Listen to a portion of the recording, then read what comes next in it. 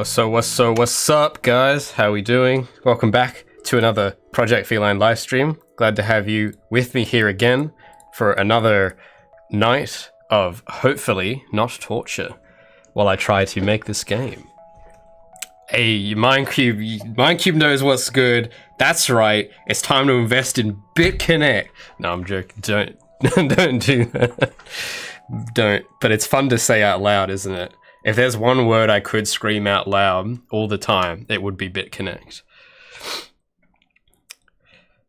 How are we all doing? We got some new faces, some old faces. My boys Brown and Mindcube. You guys are in here quite a lot. Good to see you both. Oh, look at everyone getting along nicely. How joyful. We're having a wonderful start to today's stream. All right, I'm just opening up the project files right now. So to this afternoon, if you're in Universal Time, we're going to be doing some more level design, and we're going to be, well, I've got some goals that I'd like to achieve by the end of the stream. Whether we'll reach them, not sure, but I have a block out already that I've been working on, and I want to start to kind of finalize the layout and get some gameplay programming going on. So like a mission happening with like a win state, a fail state, and some stuff to do and an objective. I think the blockout's almost there, but I think it needs a bit of work still. And maybe, I don't know, we'll see what happens, but I'm just gonna work on it. Things usually never go to plan anyway, so we'll just try doing stuff. We'll see how it goes, I guess. Oh hell yeah, got some gabbers in the chat. Awesome.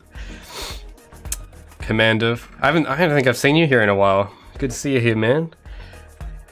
I think, if I recall, because I was gonna do something. Yeah, I can't remember who did this actually. Okay, yeah. So I wanted to quickly shout out two individuals on my Discord. Actually, maybe three.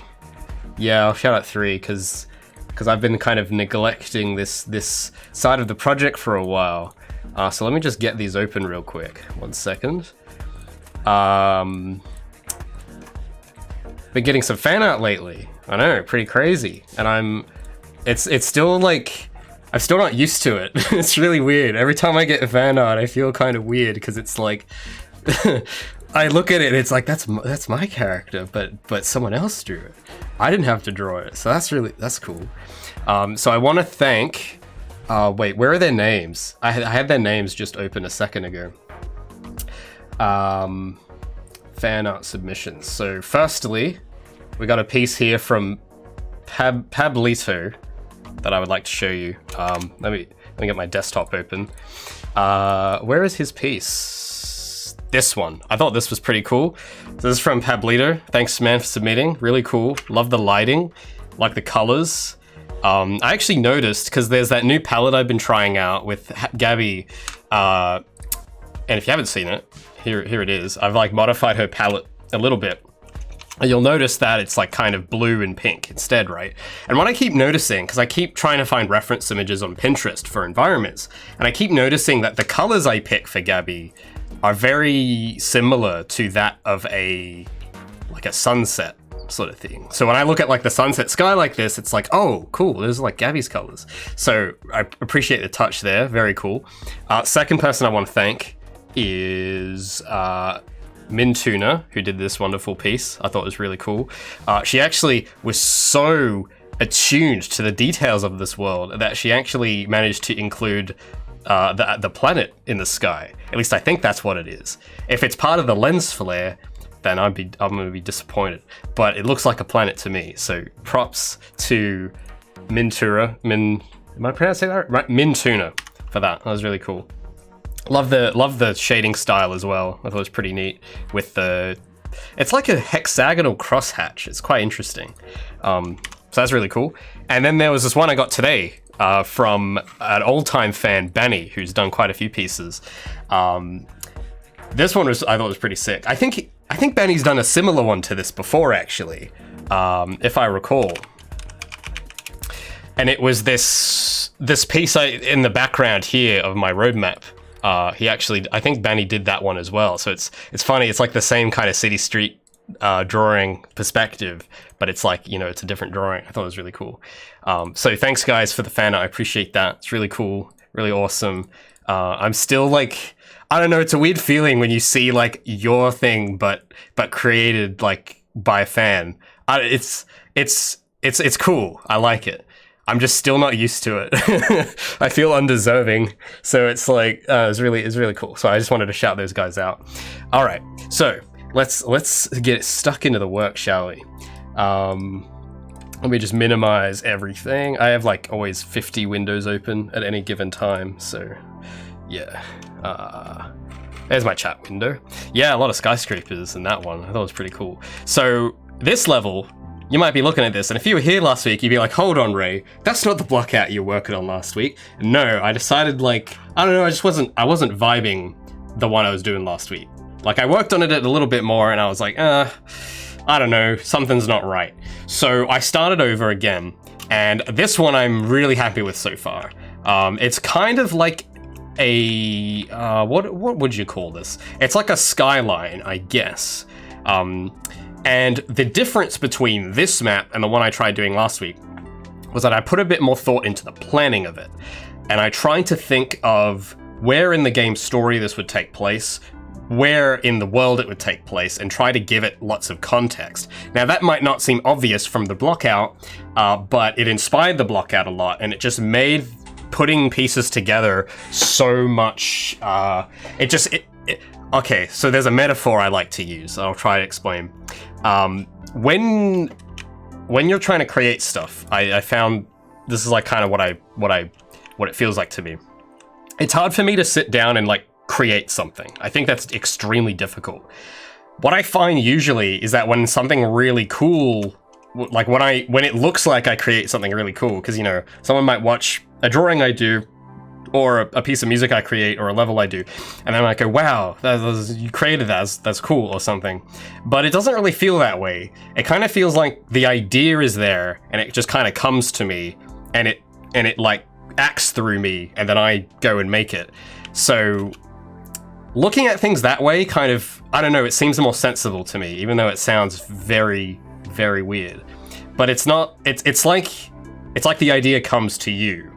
And it's really hard to just create something without an idea possessing you to create that thing. So with this map, this block out, I'll just play through it quickly to show you what I've done so far. We'll play it from the beginning. So I've got, I'm not gonna set the spawn point here, by the way. I've just put it here for the moment. I like to put the spawn point over that side. So I might travel over there and try and play it in the order that I am imagining it so far. So you might start about maybe up here or something, and there's some collectibles in the map, and you're gonna have to collect them, and that's kind of like that's the basic premise of it. So I've got some things to interact with. I've got some grind rails you can slide down. You can see there's that momentum system kicking in. When I slide down the rail, she'll speed up, and I will always be proud of that because that took so long to get working. But the idea is you kind of go through the map, like around this little skyline part. And I still need to work out this side, because this side isn't really refined yet. But you go around the back, some wall run challenges, and I'm going to have collectibles through this bit, but I did this part second, so there's no collectibles in here yet. And then there's, some more challenges, and then you'll be back here, but then you can also go back this way to the roof. And on the roof, there'll be some activities to do. And I've got some plants at the moment, because I was messing around with some models. So I'm going to have some stuff going on. I really wanted to find some furniture, like some patio furniture or a coffee shop furniture to put around here, but the only pack I could find was like 10 gigabytes with a bunch of other stuff in it. So I've opted to have Future Ray deal with that. But once you've cleared out this area, I need to figure out the flow a bit better. But essentially you want to end up down here and then into this kind of warehouse looking area.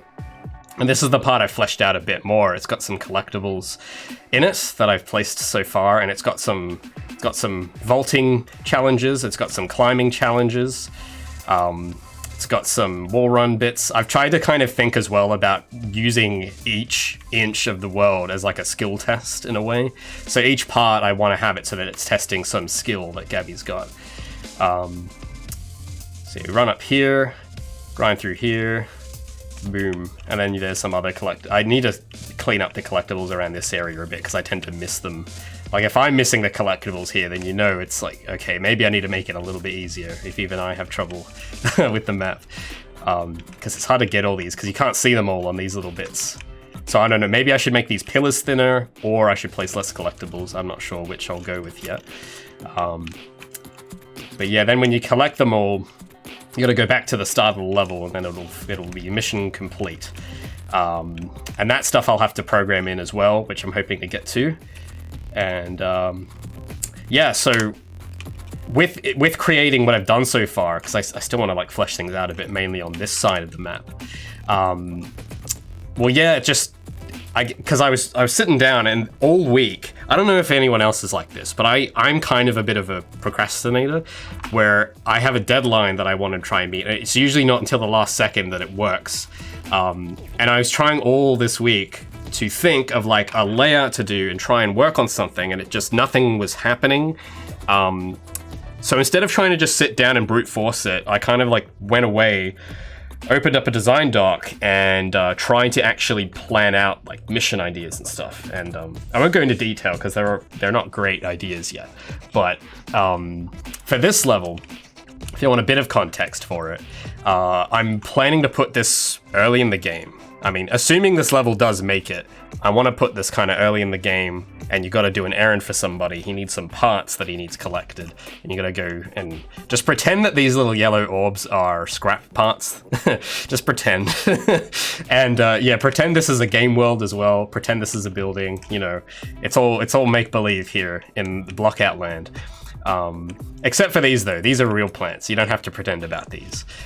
So yeah, so that's kind of like mission idea, the objective, and then I don't know, it all just kind of came to me, and then it came out through my hands into the screen, and it felt way less how to say it. The resistance lowered once I just took a time to really think about what the hell I want to do with this map. It's a lot easier than just trying to make blocks. When you have like an idea of like the context of it and what it should mean and how you should feel, I think it's helped me. So we're going to continue with that today. Mainly with this part, I want to flesh out a bit.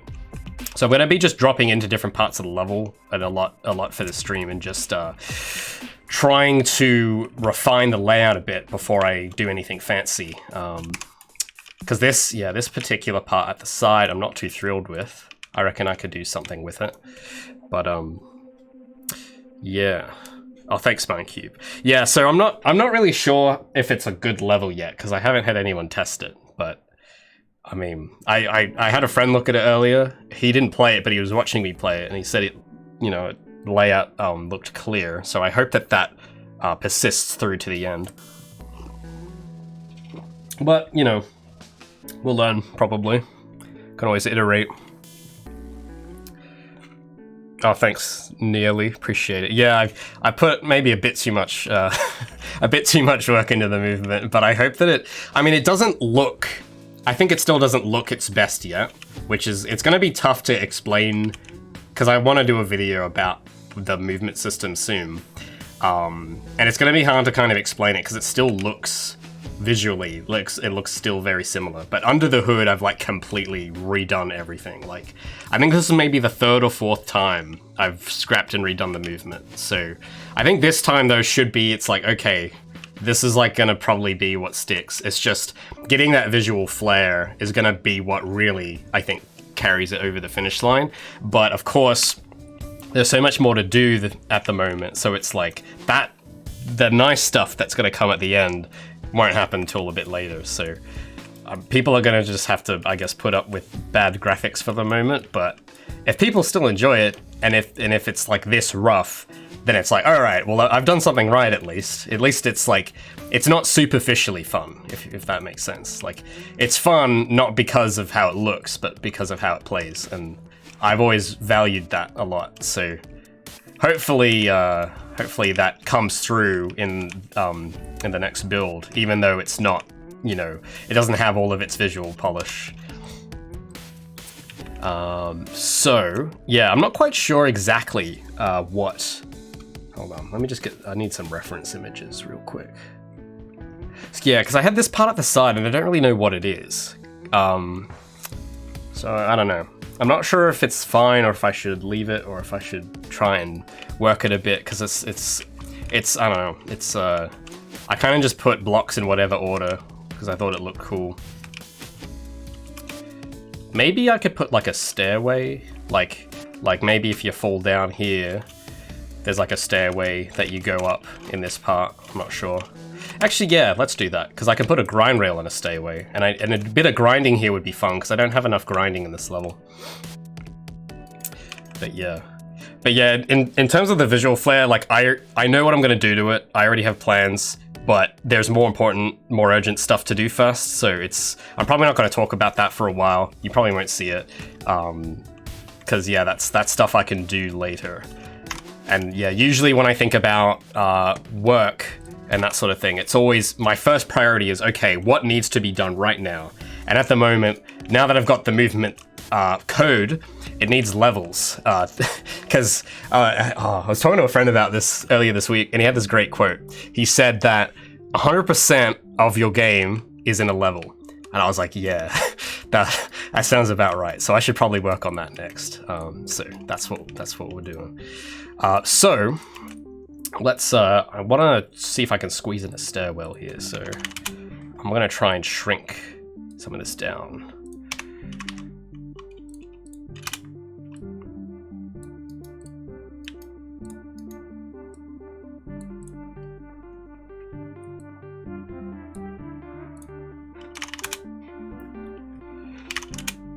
Oh, that's too wide. There we go.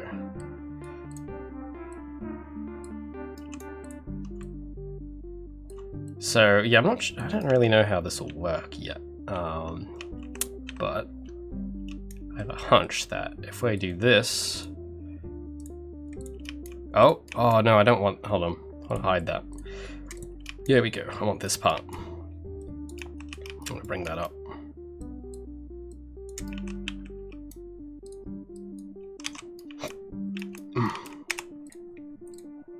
So that's like pretend that's a set of stairs for the moment.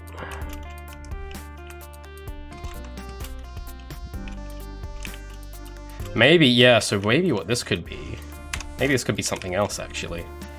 I could get rid of that.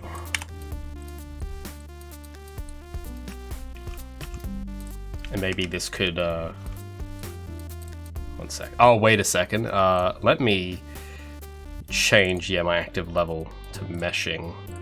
I remember to do that, so I don't leave anything on the persistent level by mistake, which I have.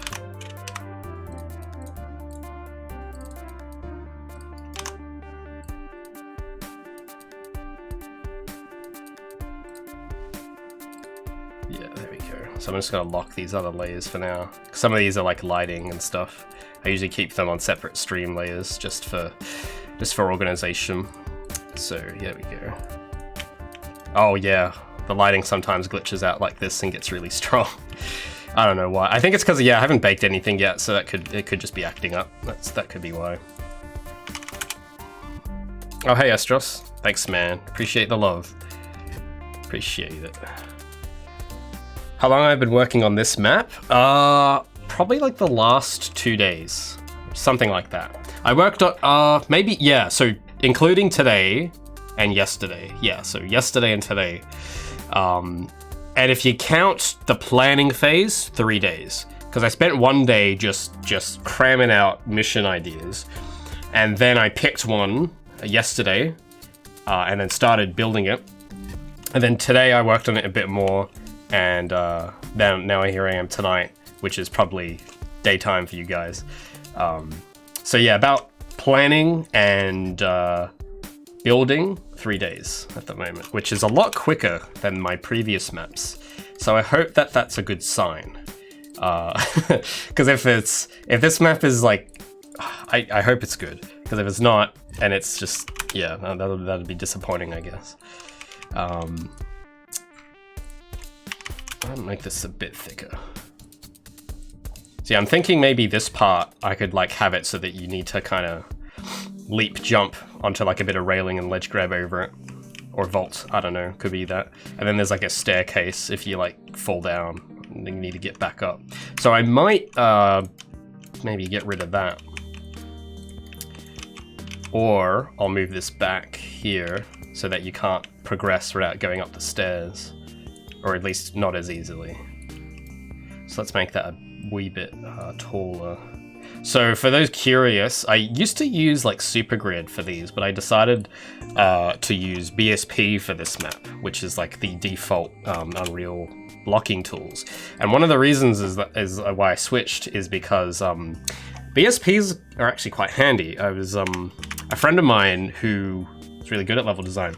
He was showing me kind of how Valve would use, because Valve have similar sorts of tools in Source, I believe.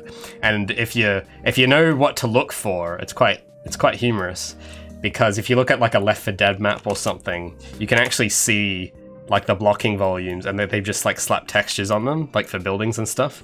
It's really charming. So yeah, I thought that was pretty neat. Why is that clipping through? Maybe I should make that not as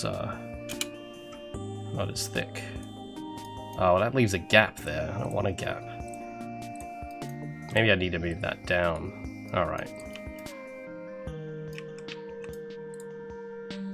How thick is that? 20 centimeters. How? Yeah, 20 centimeters is all right. Let's just adjust this boy. Oh yeah, if I edit that, I have to like redo the brush editing part. So I'm just gonna bring you up here and bring you down here. Oh, that's very steep. That's not gonna work. Maybe what I can do is bring this a bit higher. We'll make like a break in the stairs or something. Oh, oh no, it's froze. Oh, okay, that was close. It almost froze on me there. So yeah, I'll move all this back to make a bit of a wider gap. Because yeah, the cool thing about VSP is that you can edit them, kind of like in Blender, which is pretty handy. And then you can also apply materials to them and they tile just by themselves. So yeah, like I've got this orange grid, but if I wanted to, I can get like a concrete texture and put it on like that, and it just tiles. So that's neat.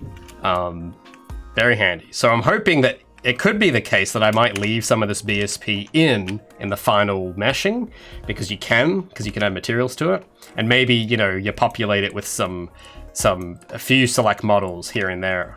But if you texture it all and, you know, add a bit of extra static meshes to it, you know, you could get like a pretty authentic looking level. I mean, that's the idea at least. So it's a different approach than I've used previously, so I mean, I'm pretty new to it, so I guess we'll just see if that works. But it seems to work for Valve, and like everywhere else I've seen, so hopefully works for me too. Let's do 100. Maybe 200. And yeah, let's I might change the scale of that to be 200 as well. Well, yeah, hold on, because I got to think about like the slope of this whole thing. So let's like measure it against the side. So we're gonna need okay, so we'll move that out.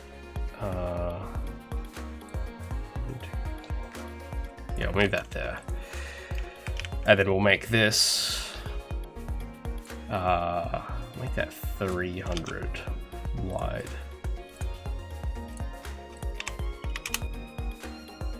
Yeah, I think that's what it's called. Yeah, the hammer editor. I haven't personally used it, but I've heard the tales and the techniques, and I think it's similar to this, except I think their blocking tools are a lot better from what I've heard.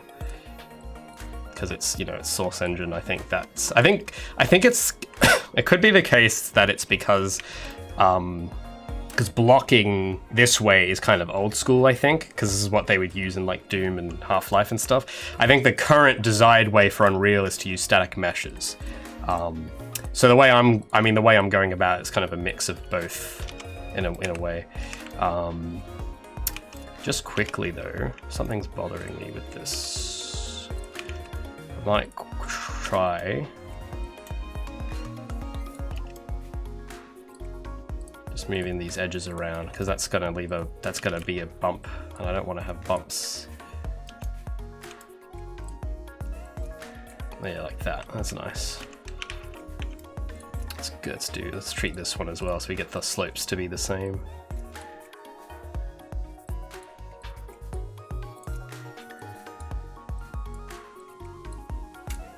There we go. It's gonna look a little awkward, but I mean, let's see if she can actually run up it. Okay, sweet. Sweet. So then, yeah, that way we've got like a ledge grab test. But if you don't make it, you can get up. This will be a forgiving one where you can get back up.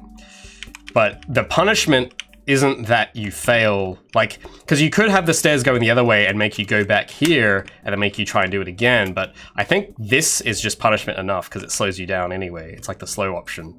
So it's like, I think there's like I don't know. I still need to kind of feel around for how much punishment is enough, but I reckon this for now is fine. I don't want to overthink it too much because boy do I do I know how to overthink. So let's not do that today. So I might make this a little longer, or maybe a bit shorter. Yeah, make it a little harder to get the test. So it's like a little bit of a balcony part, and I'll put an extra bit of railing on here. So we'll make that 20 like this, and we'll make it about 100 meters tall. So yeah, it's a little challenging. So if you're going at it from this direction, you turn the corner, and then it's just like, you might look at it, and well, yeah, because I look at this and it feels like I'm supposed to go on the stairs. But I think if you're a clever guy, if you're a smart boy, you'll be like, oh, I actually don't need to go to the stairs. I can just, oh, actually, that is kind of hard. Actually, yeah, maybe I should adjust some of this a little bit, make that a little bit easier. So I don't know why, I think this was left over from what this used to be, but I like this. This looks like kind of like a sun, like a bit of shade, you know? It could be cool. I just might move it over a bit, but I think I like this. Could come in handy as well for if you want to maybe traverse this the other way around or something. I don't know. So I might get rid of that one. So that way you can kind of go up here and go shortcut through this way. But it kind of, yeah, actually, I think I do need something on this side too to kind of make it look, because yeah, if I have it just on its own, it looks like I'm supposed to go up there, which, I mean, you can, but I don't want to encourage that. So maybe I'll make this a bit thinner. Let's go 40. Yeah, so it's like a repeating pattern sort of thing. I could add probably some cool texture to that later.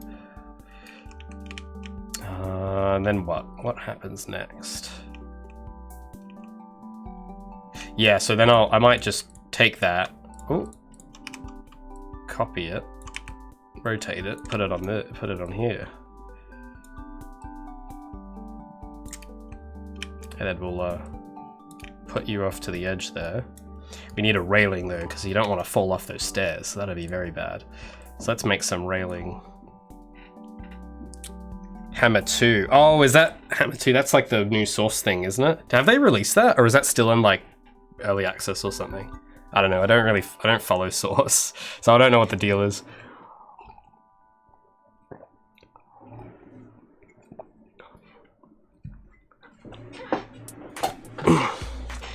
Yeah, apparently, yeah, because I think if you get Half-Life Alyx, I heard that apparently if you get that, you get like the hammer editor or something. I don't know, something like that. Oh, hi Pojo. You made it. Well done. I award you the title of attendee. Congratulations. Thanks for stopping by. Where are you from? Because, like, I know that there's a lot of people here from Germany, I think. Last I asked, which was a while ago. I don't know if that's changed, but it's a lot of people from Europe. So I don't know if my stream schedule is actually... I forgot. I've lost track of who it's convenient for. I was trying to make the Americans happy. I was trying to make the Europeans happy, but you can't do that. All I know is that I'm sad because I have to stream at midnight, but that's fine because it's not work if you're having fun. So Portugal, righto. Oh no, where in Portugal? Is that's not, I'm trying to think, because like, I don't really know what Europe is. Because a lot of people say the word Europe, and I think Europe is like a group of countries, right? But I don't know what is in Europe and what isn't in Europe. I know that like England, I think that's in Europe. But that's like, apart from that, I don't know. And maybe Norway, is that Europe? Or is that like more north? I don't know. Portugal is Europe? Okay, I know my world geography. And you know what? It's because I spend so much time in the real world. I know every country by name. Yeah, that's right. An expert, you could say.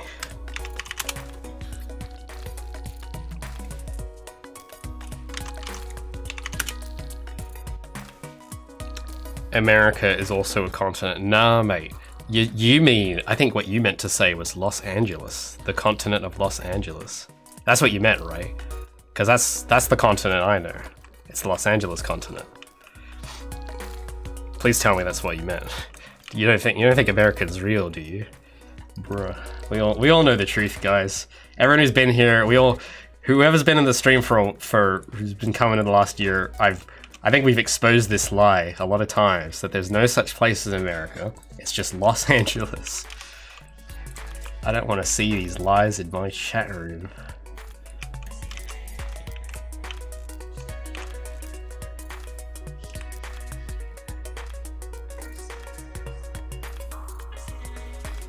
Yeah, that's right, geography. What do you think level design is? It's really just geography at the end of the day. It's just with blocks. And I can make this little block, like this little island building. We could make this Los Angeles. And we can make this could be Asgard. Los Angeles is not a place. It's a people. That's the real Los Angeles. It's not a place, it's the people we met along the way. The friends we made, the memories we shared. That's the real Los Angeles. Also, it's really irritating me that these two ramps are at slightly different angles. That's gonna bother me so much. So let me try and copy paste this. Let's see if this actually does line up. Yeah, one of them's slightly shorter. Oh, it's annoying. I want them to be even. Why did I do this? Okay, I might have to move this boy down from the looks of it. And we're gonna have to edit you. Let's go to brush editing. I'm gonna have to move you down, buddy. Wait, why can't I select? Can I just select? Yeah, there we go. I just want that face. Now let's see if this lines up now. So if I copy paste this, it should reach the tip of the floor. That's the idea. And it goes through the floor. Oh, now it's too long. God, what? Oh no. I guess I'll have to do it just in the middle here.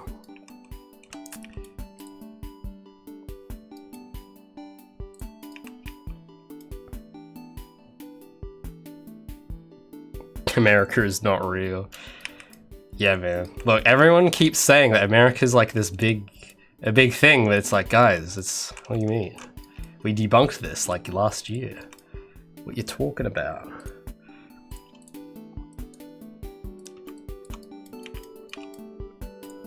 All right. This should hopefully now be even in length and height. So let's give that a go, shall we? Oh yes, we done it. It's even now. Hell yeah. All right, now I can adjust you. Where do you need to go? You need to go, I think I can just take you down here. Yeah. And then these aren't grindable yet, but I'll have to put in something. I have to put an invisible rail, a spline component to make these work. But why is what's going on there? Why is there a bit of the model missing? That's really strange. Oh, let me reset the rotation for this part.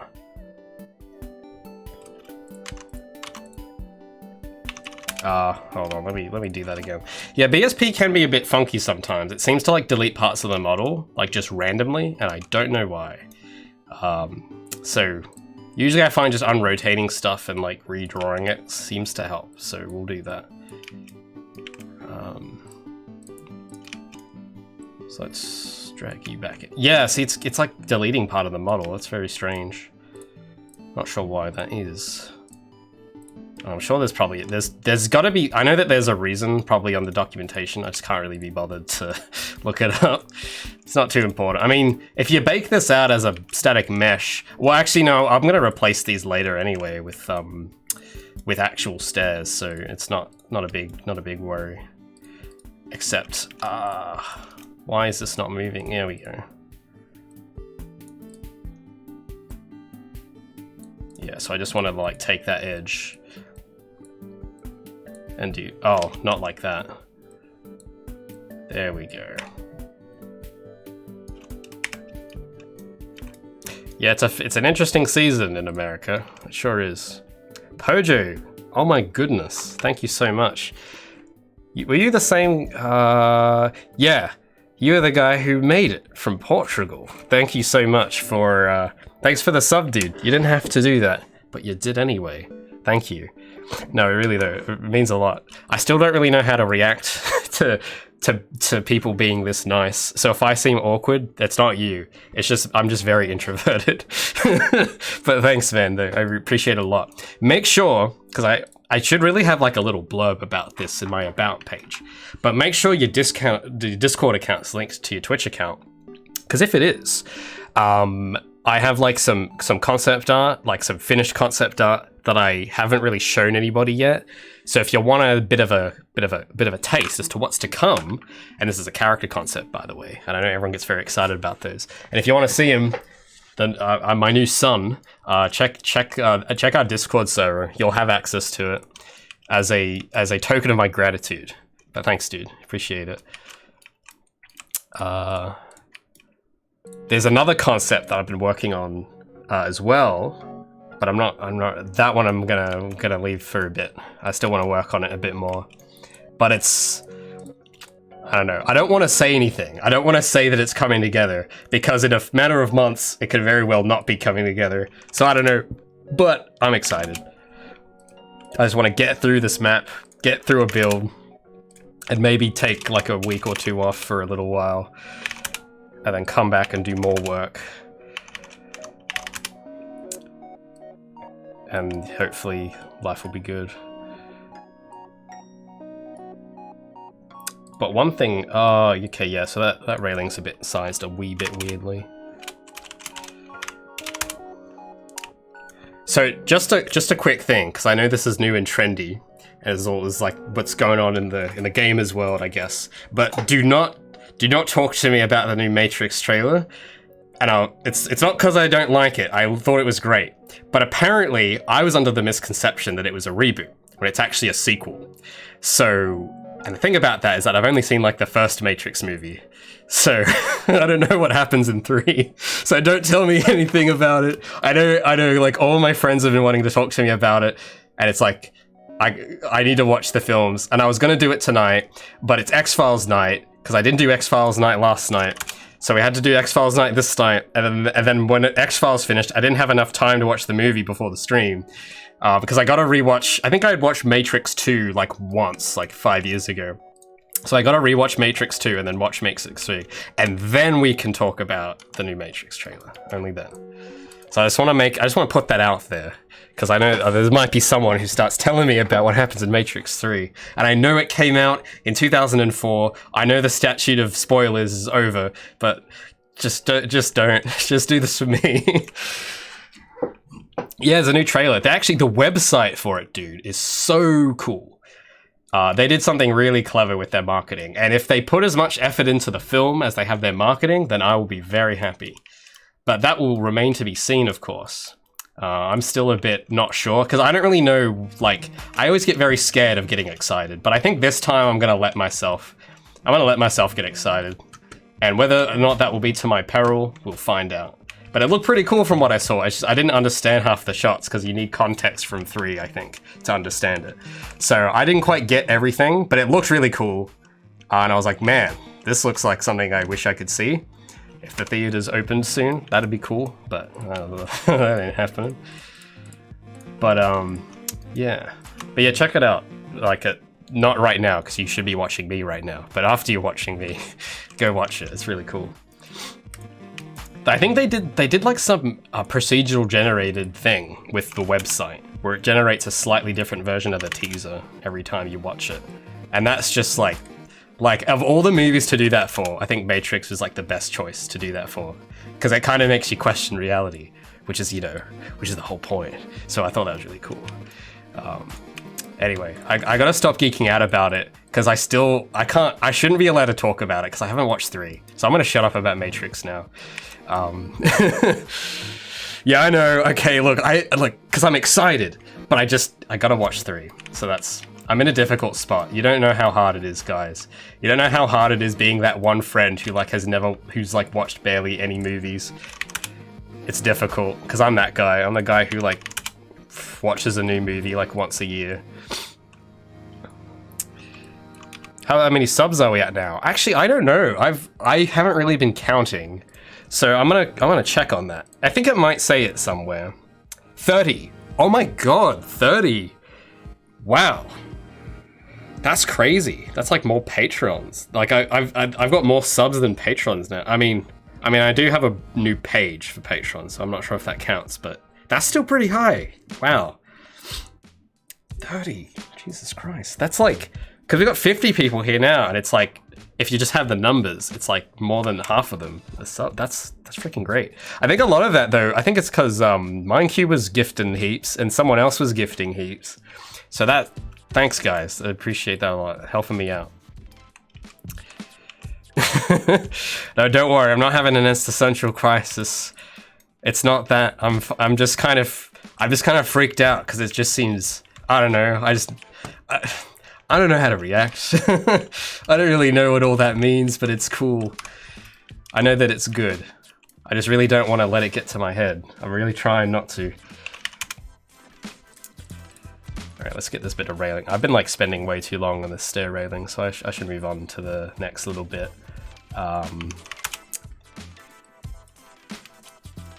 But I might put a bit of railing on the side. And maybe, yeah, sure, we'll put railing all along here. We should probably. Gotta have some grinding in there, am I right? Although I can talk about something that I did finish today. It's not a movie, but I finally listened to all of Porter Robinson's new album, because for some reason, when it came out, I was planning to set time aside to just like sit on my couch and close my eyes and listen to the whole thing. But then that never happened because I just, I don't know, I guess I just didn't have time. So today while I was working, I finally listened to it all, and my goodness, it is beautiful. It is amazing. Very good. For those who don't know, I listened to quite a bit of Porter Robinson for inspiration, and I think it's pretty epic. Do we have any Porter fans in the? I don't know. I don't know. Is Porter Robinson still niche? I have no idea. I think more people have probably heard of him now. Hopefully.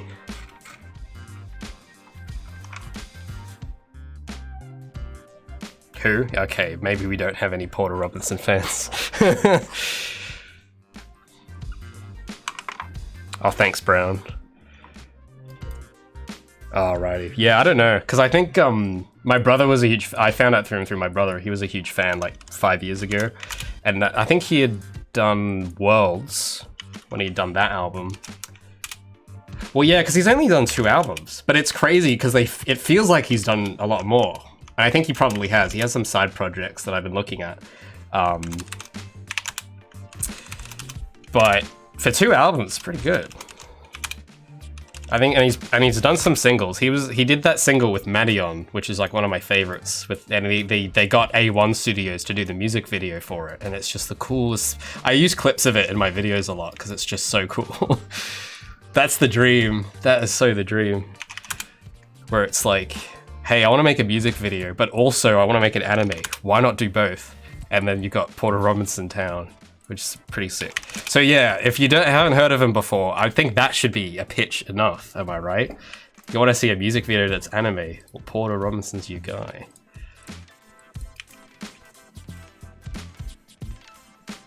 I've heard Goodbye to... Yeah, I remember Goodbye to a World.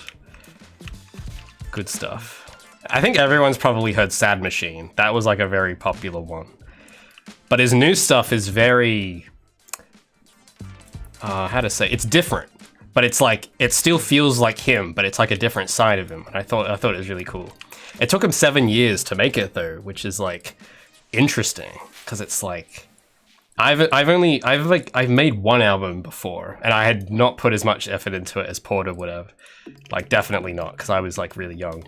But yeah, I remember like I heard bits of him talking about it, and it's funny because I don't know. This might sound a bit weird, but because I look to a lot of musical artists as like role models. I don't actually know that many game developers that I have heard of, or feel like I know that well. And I'm not sure, I don't know why that is. Maybe it's just because music is like a bit more personal, in the sense that if you're a songwriter, you kind of have to write very stuff, like personal stuff, I guess, to have it connect with people. So I don't know, maybe that could be why, but I find that just by listening to them talk about music, I find a lot of things I can relate to with games. Because at the end of the day, it's like creative problem solving, whether it's in the form of audio or with level design or with characters. Like, there's like this meta level on top of it all. And when they talk about it, it's cool because I feel like I can relate to it in some degree. And they have the same sorts of problems, you know, like they talk about burnout and, you know, habits of like writing, you know, like don't work this many hours straight or stuff like that, you know. They have schedules, they have, I guess they don't really talk about planning as much, I don't think, because it's hard to plan music, I think. But it's interesting to just kind of hear what the emotional experience is like to write a song, because I feel like in a way it's similar to designing a game, depending on how you look at it. So I don't know, that's just, that's kind of why I like some of these artists. Like, I'm a huge Alpha City fan, I'm a huge Porter Robinson fan, because it really captures my imagination in the same way that I would like to, if I can make stuff that's anywhere near as good. So, and hold on, I thought I copy pasted these stairs. Why are they missing from the other side? Oh well, let's copy paste them back. But yeah, I don't know. Oh, why did that not copy the whole thing? I think there's another person I really need to listen to more, and that's Fox Stevenson. Because I think he streams as well. And I follow his Facebook, and I see when he streams, but I don't actually watch them, because I don't know. I just never, I don't really watch Twitch. I know I stream, but I've never watched a live stream before. Unless it was like having Overwatch League open in the background to get drops. That's like the only time. But I think I want to check out his work a bit more, because he seems like he's got some cool vibes going on. It's got a bit more of a pendulum sound, which is it's a bit more energetic than what I usually listen to, but it's cool. Oh, does he? Oh, that's cool.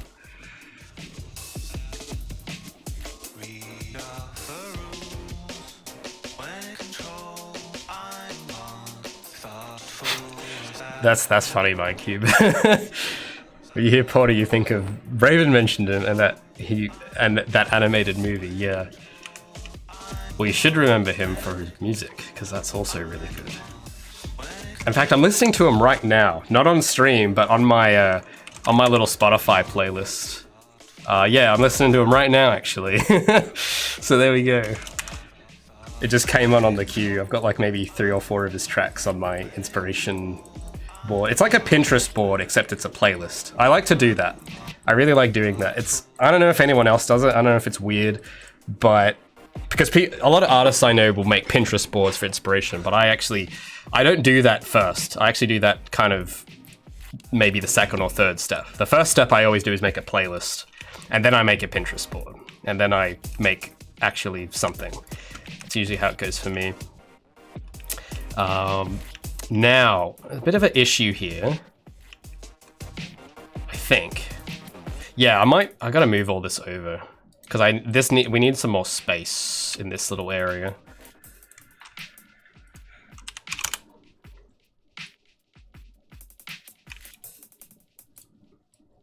So I'll move this over here. Oh yeah, so you might be wondering, why do I have these 2 things here? And I'll show you. I made a little part here where you can do this. Oh wait, yeah, watch this. Oh, look at that, Oh, wall jumping, baby. That's right, we got wall jumping. So yeah, I wanted to add that in. I thought it was really cool. So that's stayed in for now. I'll have to shorten this, however, or I could just yeah, 1 second. How do I shrink that down? We need to take off about maybe 600 units worth. Oh, that was exactly right. I can't believe I eyeballed that. I looked at it and I was like, yeah, it looks about 600 centimeters, and I actually got it perfect. Wow. Maybe I'm getting good at this. All right, so yeah, I want to drag these out a wee bit more, just to give you some room, because it's a bit cramped in that little corner. Yeah, and we should maybe stretch this out, this little part. Now, I know I'm not the fastest level designer, but hopefully this will pay off. Having this nice space here.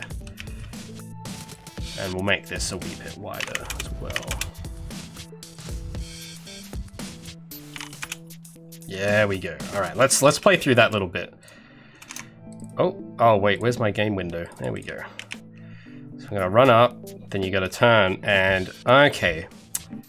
Maybe, because there's this big gap, and it feels like that doesn't feel right when I turn the corner and there's this huge gap. Something's wrong. Maybe I need to put something there to obstruct you. Yeah, maybe I will do that. Or I could make the staircase wider, but I want to try obstructing this gap first, because I don't know, actually. I don't know. I just feels like I want to try it, so we're gonna do it. Just put a little something there to block off that little area, but I need to make it a wee bit wider.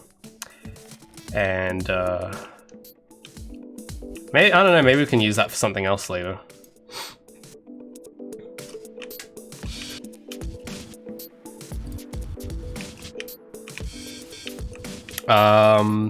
Yeah, so it's okay, so I think animation has been a very contentious point amongst discussion of the game, mainly because the animations aren't finished, so it's a bit hard to discuss, but I'm going with the limited on 2's animation style.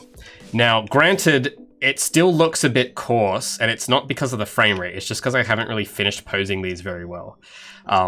So once I do make time for that, and I make time to really exaggerate those key poses and fix up the timing a bit, because there's some import issues as well that kind of throw the timing a bit off, and that's why it doesn't look like it's close, but it's not quite there all the way. It's just a bit uncanny, and that's why. It's because it's still a work in progress, but the plan is to keep the on-2's style. It's just hard to kind of communicate how it will look, because, you know, because the public aren't my teammates necessarily, so I can't just hand them the design doc of like, this is what the plan for the animations are. But yeah, I want to revisit these at some point. A lot of these are new, actually, with the ledge grab and the climb are all new ones, but I only spent like an hour doing each one just because I needed to quickly iterate and go, all right, we've got this mechanic in now. If we chuck an animation on it, how does it look? And then I just made it like in half an hour or so. Like that climb took like half an hour. And it's like, okay, it looks like she's climbing, gets the idea across, good enough for now, let's move on, next mechanic. So that was kind of like the process with a lot of these new animations, like the ledge grab as well. Like the timing on that ledge grab is a bit off when she pulls herself up, and I know it bothers me as well, but it's like, it gets the idea across, it's better than T-posing, so it's good enough for now. Moving on to the next thing, and that's just kind of what you have to do when you're in the early stages. I don't like it any more than you, but that's just kind of how it is. Until everything is concrete solid, you've decided. At that point, and only then, you should really consider finalizing stuff. Because what would really suck would be if I made that climb animation, and then I decided, like, let's say I spent maybe 2 weeks perfecting that one animation, and then I decide that climbing is not fun, and I take it out. That's like 2 weeks wasted. So I try my very best to avoid getting myself into those situations. And that's from experience, because I know what it's like to work on stuff and throw it out, and it really sucks. So, yeah. But yeah, I'm glad you like the style, though. I know it's like, I'm not doing it justice yet, but soon. By the end of development, I hope that it shines. It's just gonna be a long road to get there. Have I considered outsourcing? Yeah, but outsourcing is actually very complicated when you think about it. So yeah, I'm not really in much of a position to either at the moment because outsourcing does cost money. So I've thought about it, but that's all I can say really. I can't really go into detail. But yeah, I'm very, very, very, very, very careful with who I work with because yeah, you have to be if you want to do something properly. So the safest option I've found is just doing it all myself. So if from the advice I've heard from other people, because it's like a lot of this I take from Derek Yu, who made Spelunky, and I think he did that all by himself as well, I think. And he had some good insight because, you know, he actually did finish Spelunky and shipped it, which is, you know, pretty incredible. Like, very rare that you actually do get to finish a game as a one-man guy. And he was saying it's something to do, I think I talked about this a few weeks ago on stream. It's called Brooks' Law. And I recommend looking that up. But it basically dictates that it's probably a very compelling reason to be careful when you add more people. Because the way the way it works is, I want to draw this out actually again, because I always find this point quite interesting. Because most people don't consider this. Because it might be, you might look at it and go, well, I don't want to do this work, I'll delegate it. But what you're doing is, you've got you, then you get a new person. And that has now gone from one relationship, which is you and your relationship with yourself, to 2 relationships. And that's your relationship with that person and that person's relationship with you.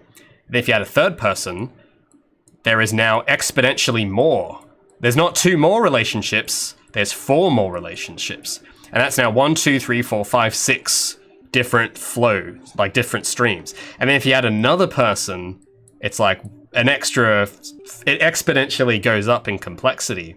And that's why managers exist, because it turns out that managing all of this is so difficult that we need people just whose only job is to manage this. That's why human resources exist in companies.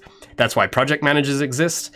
And it's like, I think people underestimate how difficult it is to get people to do things. So with that in mind, because I'm very aware of how this works, because I've worked in very terrible team environments in the past, and they failed at this fundamental thing where they just don't communicate very well. So the best strategy I found is to avoid putting yourself in that situation at all, unless it's absolutely needed. So that's kind of my attitude towards it.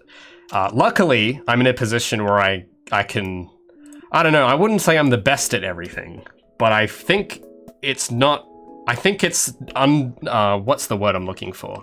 I don't think it's like disputable that I've demonstrated competency in a range of areas. So I think as long as that's the case, I feel pretty confident with keeping the team size very small.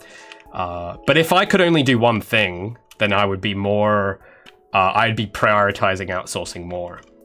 Like if I could only do programming, then I would of course consider that. But because I can do programming and level design and character art and animation and music, it kind of makes that choice a bit easier. So yeah, but from what Derek Yu said though, and with Brooks' Law, for an indie, because I'm not Activision or anything, you want to keep that team size as small as possible. It just makes everything easier. It just means per person there's more of a workload, but I can deal with that. But if you have like a teammate that's bringing the team down, then I can't deal with as well. So it's like, yeah, you just don't put yourselves in compromising positions, and should work out. Yeah, but I will say, that's a good point, Pojo. When I have worked in, there's maybe like 1 or 2 times I've worked in like teams, like more than 2, where it's actually been okay. And that was because in those projects, I was like in charge and I understood all of the work. And yeah, it's definitely a lot easier to delegate when you actually understand what the work is. I think it makes management and deadlines much easier too, because if you're the guy setting the deadlines and if you don't understand what the actual work is, I think it's very difficult. Because you might, if you have no level design experience and you go to someone and you're like, hey, I want you to make Tamriel in 2 weeks. Could you do that? See, if you haven't actually done it yourself, I mean, we probably know that that's like a terrible estimate, right? But someone who doesn't have that what's the word for it? That experience, you could say, won't know that that's a really bad deadline. And then chaos will ensue, because it always does, and it'll just turn out horrible. So, yeah, I definitely think that being kind of a jack of all trades has helped. But I'm not in a rush, though. I'm not in a rush to delegate everything away. Because I do enjoy working on it, even if it's a lot. I think for me, it belongs in trusted hands. And so far, I can trust my hands really well, so that's where I'm going to keep it. But once, I don't know, if I can... if circumstances change, I mean, I can't really go into detail, but I'm not terribly in a rush to get like 5 people working on this. Not if I can do it myself. But yeah, definitely though, knowing what a little bit about each field has definitely been helpful in the past for me. All right, so I'm just looking at this little bit. I think this corner I'm happy with. Well, actually, because there's this little bit at the back here. Maybe I'll just leave that alone, actually. It's not terribly important. Oh, yeah, hold on. There's a bit hanging. There was like there was a piece right here. There we go. That was hidden by mistake. Yeah, so what I might actually do real quick is... I might extend this to make it solid at the bottom. But yeah, to summarize that whole thing though, I'd say check out Price's Law. It's been a very insightful piece of information to know about the nature of humans.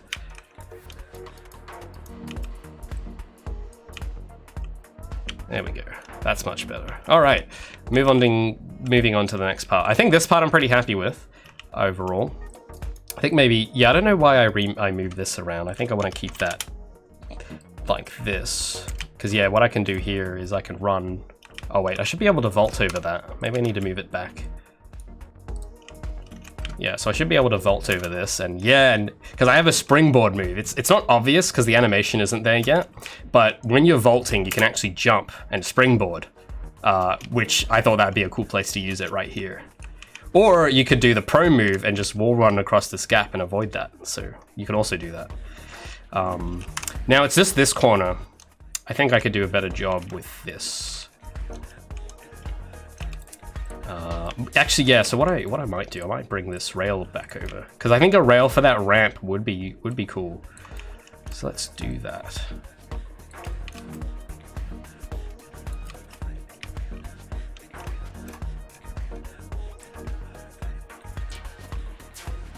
I'm curious though, because I've been being asked a lot about that recently. I'm curious why people are curious about whether I will bring more people on. I'm not like, that's not something I would think to ask. So I don't know, just curious because I've been asked that I think 3 or 4 times in the last week.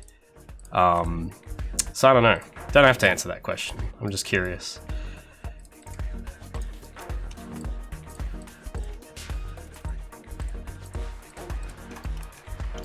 Hold on. Can I hide? Can I? It's. Hold on. How do I move this? I need to get access to that face.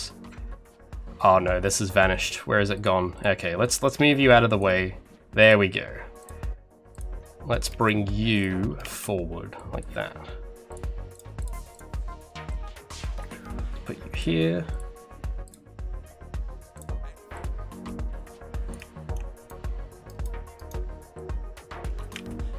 There we go. Yeah, so I'm not gonna have the railing on this part because I think it, be a bit. You want to break it up a little bit, but I think it'd be cool if you could like grind down this and go, and then jump off and then zoom over here. That feels, yeah, like just playing that felt cool. Oh, we'll do that. So if you don't take the rail, it actually, yeah. So if you don't take the rail, you kind of have this hurdle to deal with. But if you do take the rail, you can skip that first jump, which is nice because you can jump up here and you skip over that one. So that's actually kind of neat how that turned out. Question though is, yeah, so if you do take this route, I guess, yeah, you'll just have to climb up. Maybe I'll add yeah, I'll just leave it like that. That's probably fine. It's just this top bit I wanted to add stuff to. So I'll put something in the middle because I feel like it needs something. Actually, yeah, what I might do first let's get, just to make it a bit exciting, we're gonna add a few meshes. I downloaded some stuff earlier today that I want to put in. Got this construction pack from the marketplace, and there was this fence mod. Yeah, this is the one. Now it might take a while because it's got to render, it's got to compile the materials, but I wanted to have this little fence part at the back. That's kind of what I had pictured. So it's gonna look, it doesn't look great right now because it's still compiling the materials, but once it's loaded, you'll see what I mean. So just give it a moment. Wait for it to load in. There we go. Nice. Yeah, there we go. I'm not sure if I need to make that taller though. Maybe I do. Yeah, I might make that a wee bit bigger. Or is that, I don't know, is that tall enough? Because Gabby's like 5'1" or 5'2". I don't know, is that tall? Maybe, yeah, let's see how it looks bigger. Maybe let's do 1.5. 16 times the detail. So how does that look? That looks a bit better. And then I'll make these non-climbable, so you kind of, you can only access the roof from like certain points. That's kind of the idea. So I don't know, hopefully this lines up with the gaps I've made. Yeah, that's not gonna line up. God, I hate when that happens. Yeah, that's the only thing I don't like about asset packs is that they're not made to the exact scale. Oh, what's this? Who we got here? Go Pirate Software is raiding with... That's a very big party! Oh my god! Alright, hey everybody, welcome. I'm Raymond, this is Project Feline, my game. It is a third-person parkour game with a cat girl in it. I'm currently working on a blockout at the moment, but I will take you to a level that looks a bit more finished to demonstrate. Hello, hi Pirate Software. How are we doing? Why are you here? What is it? Why is everyone here? Oh, okay. Keep it together, man. All right. So here's one of the more finished levels of the game, and I'm gonna play through it just to show you the mechanics. So we got some stuff. We got wall running, pretty cool. We got ledge grabbing and mantling. If the frame rate's terrible, just don't worry about it. It's just because I'm playing it in the editor. What else we got? We got grabbing, more wall running. We have some other mechanics as well. We got some combat down here, actually. I haven't actually shown this off yet, but I've improved the combat a bit. Okay, so I didn't have another character model to use, so I've just used Gabby's model for the moment. But don't worry, that'll change. So just... She's the real Gabby, okay? The one we're playing as. She's not the imposter, don't worry. We got grinding as well. We got grind rails. Check that out. That's right. Yeah, Sonic Adventure 3, am I right? We got wall climbing. We also, yeah, we got more grind rails. Got more wall running, and then yeah, check this out. This is like my favorite part of the level. Look at all those crates. Whoa, that's a lot of Amazon orders. Yeah. And then we got more raw. Yeah, so it's like kind of parkour, but it's not like realistic parkour. It's like the fun kind of parkour, if you know what I mean. We also have a slide move as well. And I've tried to fine-tune the slide to be like identical to the Apex Legends slide, because that is like the funnest mechanic I've ever played with. So I don't have a part in this level that shows it off very well, unfortunately, but I'll demonstrate that in a moment.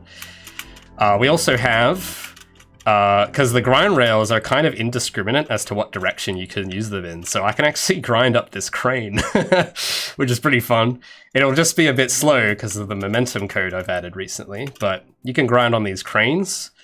Whee! I don't know, it's a little stuttery here. I'll have to fix that. That wasn't happening yesterday. There's always one bug that's like, okay, well this bug wasn't happening the day before. And then we got a turret set up down here. Hold on, let's get into the turret zone. Yeah, so we gotta watch out because there's a turret that shoots at us over there. So I gotta be very careful with how I traverse this next part. I gotta run. Oh, okay. That was close. I got past it. Let's see how, I don't know, can I do this? And oh, it's been 2 minutes 30. Can I do this in under 3 minutes? I wonder. Can I finish this level? There are some people who've been playing on the Discord playing this game that they've like completed this level in sub-minute. And if any one of those guys is watching, one of you speedrunners, I want to ask why. Why can you? Yeah, it took me almost 3 minutes, but some people can do this in 58 seconds. It's crazy. I don't get it. But for all you guys that are now here watching me, I actually have a build of this game out at the moment. It's not as refined. This is an older build from a while ago, but it has this level in it. So if you think you can do that in under a minute, I will link it to you right here. projectfeline.com. If you want to check out the build, I'd appreciate feedback on the gameplay. I know that the mechanics aren't as refined in this older build, but if you think it's a fun concept, I'd appreciate input. But yeah, there we go. So I've now told you about my game. I hope that was to your satisfaction. At the moment, I'm making another level. It's a bit less of a speedrunning level. It's more of a collectathon, and it's in this warehouse. And I'm using it's just a basic block out at the moment, nothing too fancy, but I'm just kind of testing out movement. I've also got a vault mechanic.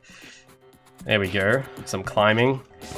And it's just kind of collecting these little bits. So I'm just blocking it out at the moment. I've got the inside bit, and then I've got this outside bit on the other side with some plants and stuff and fences.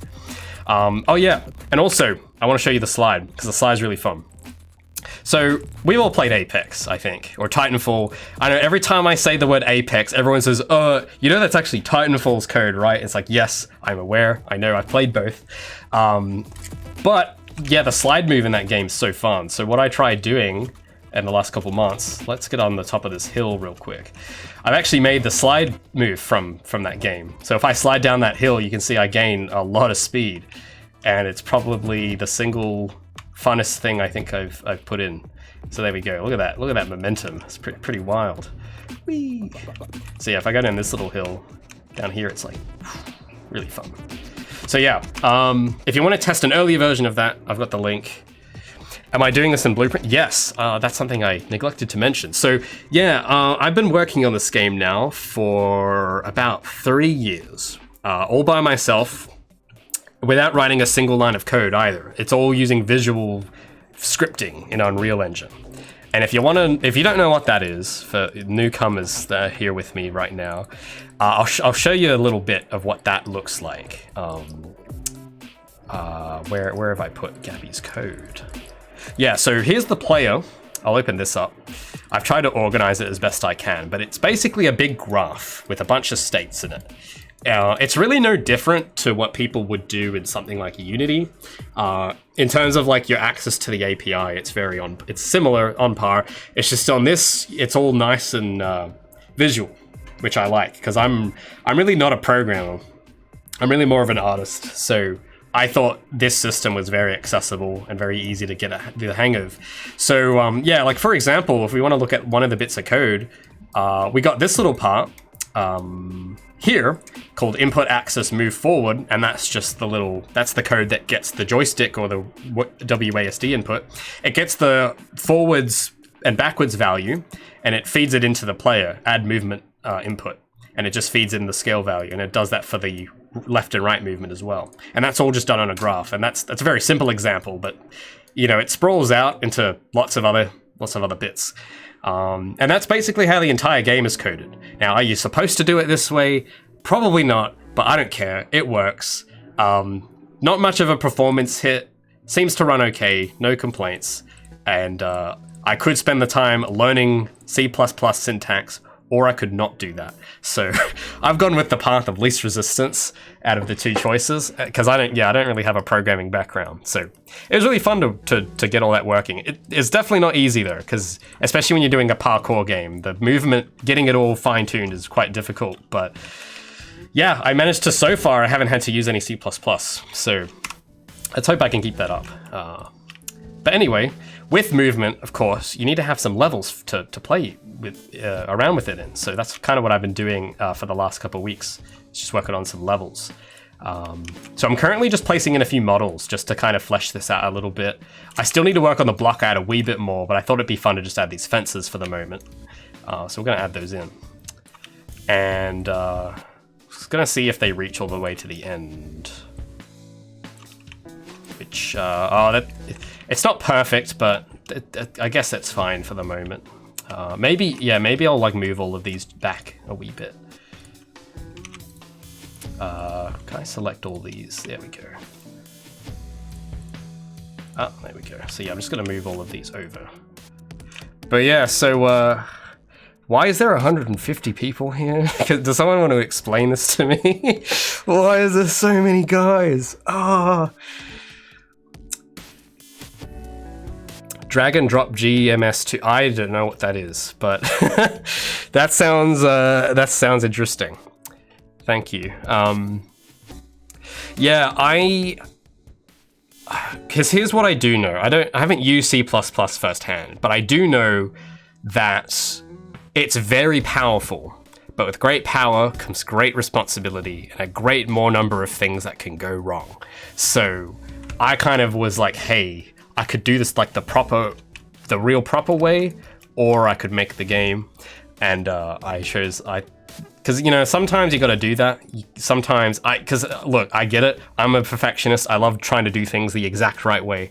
But if you're one guy, you have to make sacrifices sometimes. And I thought, well, I think I could make this without the C++ for the most part. I think there might be one thing I might need C++ for like, for example, in my settings menu, there is no way in Blueprints to change the audio output device. And I know that a lot of games don't bother with that anyway, but I really, at the beginning of the project, I really wanted to make a good settings menu.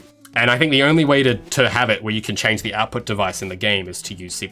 So that might be something I will look at some point, but it's not particularly urgent, so I haven't really bothered. But yeah, so there is, that's an interesting question, Fletcher. I think it's a bit, honestly, like from what I've done so far, because a lot of people do say that C++ is more performant. In my experience, and I don't have a lot, I've only been using this engine for about 2 years or 3 years now, so I'm not a guru or a savant, but I haven't noticed any difference really. Like, how many times has my game been downloaded? I don't know, but I've tried to put this game in front of a lot of people in terms of playtesting. I think it's at like, something about like 20,000 downloads or something like that. And I haven't heard a single complaint about performance. That could be because I didn't have models in the game, which could very well be the case. But I mean, I don't know. I haven't had that problem yet. I don't think it's as exaggerated as people make it out to be, unless you're trying to make something like Doom 2016 where it's like hyper optimized. But, you know, that's not really what my goal is. I don't think I'll be able to make something that optimal just because it's expensive and you really need to know what you're doing for that. And a lot of people make games and publish them without doing like that level of optimizing. So it's like, yeah, maybe it's unrealistic of me to expect my game to be as optimized as Doom, because Doom was made by id Software and I am not id Software. So yeah, I mean, yeah, sure, I'll give you, there could definitely be a performance hit, but I don't think it's as significant as people make it sound. At least that's just what my experience has been so far. My game seems to run fine on my computer. It seems to run well on my laptop, which isn't as nearly as powerful, and everyone who I've seen play the game seems to run it at 60, so yeah, I think it's okay. But you know, even if, let's say I add all the models in, sure, it might make it harder, but then I guess that's a future Ray's problem to sort out. But I think when it's being exchanged, like if you sacrifice a bit of performance from being able to code the game much quicker, I think that's worth it. In my position, because I could learn all the API, but that's just going to take me a lot longer than it would to optimize the game. So that's the battle I've chosen to pick in that regard. Because, you know, you got to do that sometimes. You can't fight every battle. You got to pick them very carefully. But considering this is a very stylized game, I don't think it's going to be much of an issue for me, because this is like cel-shaded anime style. I'm not going to be using ray tracing. I know everyone's very excited about RTX and ray tracing. It's cool, but I don't think it fits the style of my game. So I don't think it's not going to be very graphically intensive, I don't think.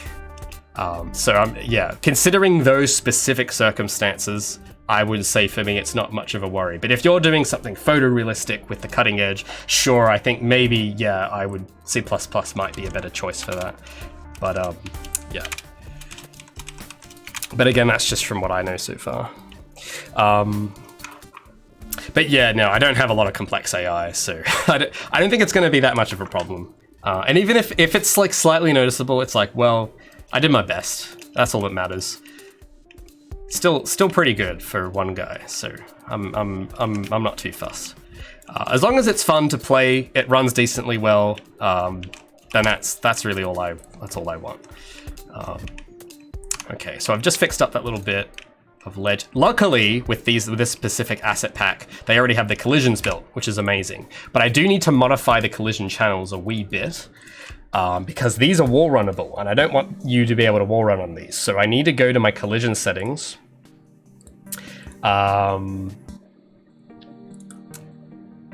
Where is that? Sorry, if you can hear my fan, just don't worry about that. It's because I've got like 50 Chrome tabs open, because my computer, it's been really hot here today in Australia, so that could also be why. But yeah, my fan's going crazy right now. Okay, so I need to do custom collision, and I need to ignore rideable surface and grindable surface and camera, because I don't want the camera to, I want the camera to be able to go on the other side of these fences. Because if you don't tick that, I'll show you what happens. If I go here and untick, I tick block camera, the camera will do that thing where it tries to move like closer to her model. But if I go over to this other part, it lets me, like it's just much nicer because I can actually see through the other side of the fence. But on this side, it doesn't let me. So that's why I turned that off for stuff that has like see-through parts to it. And I think that's all the collision work. So yeah, now I should be able to not, I can't wall run on these now, which is what I want, and I can't ledge grab these either. Because I want these to kind of block off the back of the level here, so that you need to use that wall jump to get up. You can't just scale up the wall like you would normally. You gotta actually use your skill like that. And there you go. So that's cool. Now, let me think, because I think most of the block out seems okay. Maybe I'll put some stuff on the, I don't know if I should bother putting stuff on top here or not. I think we'll leave it the layout as it is, because I want to start adding some gameplay to it. Because I've got about maybe half hour left before I was planning to go. So we'll start focusing on that. So you can see on this side of the level, I've already gone in and added some collectibles. So I think what I should start doing is maybe start adding some of this to this side of the level, and maybe some of these grind rails as well. Yeah, I'll start with the grind rails actually. That'll be the easiest, I think. Or, it won't be the easiest, it's the hardest, but I want to get that over with first so that we can do the fun stuff. So these little bits here, for those who might not know what these are, I have to place these splines around the rails because the grind rail system works, it's a spline-based system. And it's a little bit buggy at the moment because I did something to it yesterday that made it very stuttery. And it's only when it goes uphill, but I mean, we'll see if that bug persists. But you can grind downwards, that's where you want to be doing. So, but yeah, you got to add those splines so that she can grind on them. So I'm going to go in and add some of those to various parts. So I need to go to my placeables folder. But before I do that, I should save. That's probably a good idea. I should probably save this. Do you guys think I should save this? No, I'm not going to leave it up to you guys. If I leave that choice to you guys, you tell me to delete it. So you won't get me that easy. Oh, don't worry, I've saved it. It's all good. So I have a little object here called a grind rail. Here we go, BP grind rail, and it's just a basic spline with a mesh on it. So if I drag that out and put it in the map, I can basically just have Gabby jump and grind on it like that. And I'm just going to put these around the railings I've made in the block out. So to get that, where have I put my first? Yeah, so we've got one on this side. So we'll place you there, get it lined up. There we go. So just gotta like have that. Luckily it all snaps to a grid, so thank goodness. And then I just need to take this and move it up like that. There we go. Yeah, like that. And I might make it a bit thinner because it's a very thick, thick rail, so I'll thin that out a wee bit. There we go. What am I doing? The long-awaited hot tub stream. Yeah, about that. I'm gonna have to go with no. No thanks. I would need a hot tub to do that. And I do not possess one as of right now. I didn't know it was long awaited. I had no idea. Oh, no problem, Fletch, huh? Yeah, that's the thing you gotta do sometimes, isn't it? You know, I wish I could do everything perfectly, but I've actually, even recently, like with that movement code I was working on, like to get all this to work, I actually maybe took it a wee bit too far in a few places, I think. Mainly just with bug fixing and stuff, which I know bug fixing is important, but sometimes it's like, maybe we should cut this, and maybe it won't make much of a difference if it's not there. And you gotta, you know, sometimes you gotta sacrifice things like that just for the sake of finishing it. And it's not always pleasant, but it's necessary. So yeah, I've had to sacrifice, like, make a lot of compromises with this, where, you know, like, there's some system, like with the, what was it? I think it was with the settings menu system, because there's some bugs with this at the moment. And it's not exactly the way I want it, but it's like, well, for now it'll do. Maybe if I get time later, I'll come back to it, but I have to leave this alone and move on to the next thing. Otherwise, this is going to get delayed, and that's not good. So yeah, it's like a constant battle of not necessarily technical skill. It's more just about making choices. I think that's really what makes game development hard. I think technical skill, because that's something anybody can learn with enough time, but I think it's only through experience that only you can have for yourself. I don't think you can learn that in a book, how to make decisions like that. So that's kind of what makes it really hard, I think, is like, yeah, it's facing those tough decisions and going, all right, are we going to cut this? Are we going to leave it? Are we going to change it? Are we going to compromise on it? And it becomes, especially because, oh, dude, with games, man, because they're so interactive, you get there's a lot of choices you have to make. There are like so many. I think it can really get to some people. It certainly gets to me sometimes. Not the decisions, just the overwhelming amount of them. Sometimes it can be quite tough, but I try my best. When did I start first trying Unity? That's an interesting question. I haven't used Unity in a while. I started, I must have been like 10 years old, I think. This was like back before Unity was like mainstream. This is like when it was just this little, I think it was Unity 3.5 is what the first one I think I used, or something like that. It's back when you had to pay for real-time shadows. that like wasn't a feature that you got for free. You had to pay a pro license for real-time shadows back then. And yeah, I think I was like in middle school, I think, at the time. And I just literally one day I was like, how do I make games? Because I was really obsessed with video games at the time. I was really big fan of Sonic, Ratchet and Clank. And I was like, man, I want to make my own version of that. And then I Googled it. I found this tutorial series on Unity, and then I started working and just trying stuff out, making prototypes instead of doing my homework, which I totally don't regret. And then about up until 2017, I think that the last thing I made in Unity was around that time. So that was like, I think about 8 or 9 years I spent doing Unity. Just not at like a huge capacity, just mostly with side projects and student projects and stuff. I think I did I did a couple games with that I released. And then yeah, when I started Feline, that's when I made the switch to Unreal, and that was around 3 years ago. And I think, I think when I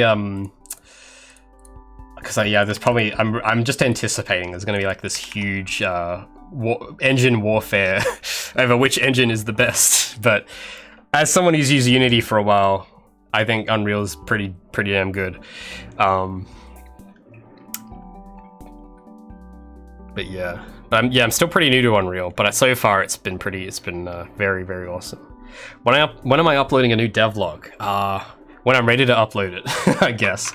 My current plan is just to kind of get through this last bit of work and then make a video, but it's going to be challenging for me because I haven't made... The last video I made was kind of not about the progress, it was more about the emotional challenges of the whole process. It was a bit more of a personal video, but the next one I'm going to do for all of this progress, I think it's going to be a bit more focused on the actual work. But because so much has happened, I'm a bit intimidated, to be honest, to start scripting it because there's a lot of ground to cover. But I'm gonna probably I'm planning to get around to it maybe within the next month, depending on how things go. That's my current estimate. It could take longer, it could take shorter. It kind of just depends on how progress on the game goes, and that's kind of the tough thing because I know people want YouTube content all the time, but yeah, first and foremost, the game is like where my priority is. So I don't really schedule my videos. They just kind of come out when they do, which is, I know it's not great. It's not the best upload schedule, but it's what works. So that's what I'm gonna do. So yeah, maybe within the next month, I would say, is when I'm planning to have it ready. If you're a Patreon of mine, because I don't think I've mentioned this like officially yet, but I did make a new Patreon page at the end of my last video, which is about a month ago now. And this new page, you might be saying, because I used to have one and I deleted it and made a new one. And that was because I didn't want to charge monthly anymore. And my account was locked into charging monthly, which it just didn't seem appropriate because I used to upload videos monthly, but I don't do that anymore because it's just too stressful. So I just kind of upload them when they're ready now. So I made a new Patreon for people who want to help fund those videos. So to be clear, none of that money goes towards the game. It's more just about documenting the videos because the videos are quite difficult. Because it's like a second job. It requires a whole different skill set. I gotta know how to record and edit, and because I do all of that myself as well. So if you want to support that, I do have a tier where you get access, like early access to the next one. So if you pledge now, you'll probably, when it's ready to come out, you'll get it like a week before everyone else if you're like really itching to know what I'm going to talk about. Because there's a lot of stuff off stream that I've been doing that I haven't really talked about yet. So if you want to get the scoop on that first and rub it in everyone's faces and go like, huh, I know about this and you don't, then check my Patreon out. I think I've got it linked down below, but I will put the link here anyway. It's like, I'm not begging, it's not like a mandatory thing at all. It's just, if you're interested and what you like a name in the credits or something like that, if you're interested in that sort of thing, I recommend checking it out. I really appreciate because the fact I have any patrons at all is honestly like very cool. So I appreciate you folks.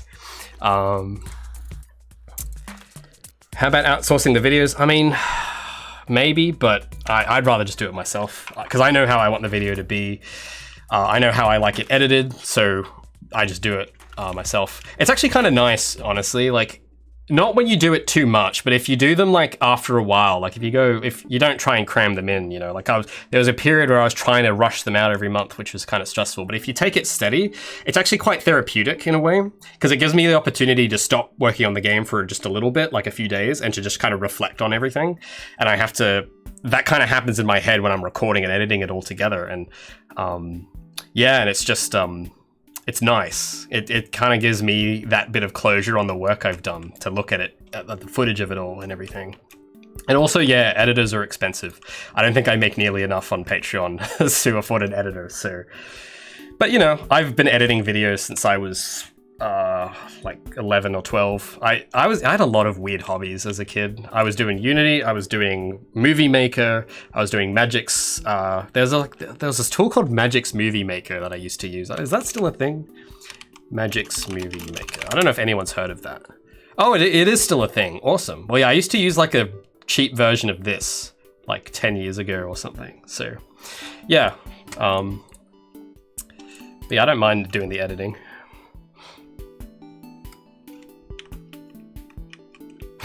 Don't, Pojo, it's not your job to help me, don't worry. I'm not eager to hire people. Don't worry about it. It's very generous though. I have had a lot of people offer their services and help, but trust me, if I need it, I'll ask for it. But I'm doing just fine. All I need is just encouragement and a bit of money. That's it. That's all I ask for. I don't want to burden people with work from this. So don't sweat it, man. You should really be working on your own projects, I think. I've found most fulfillment just doing my own thing, so. Oh, thanks, Leon. I really do appreciate the encouragement.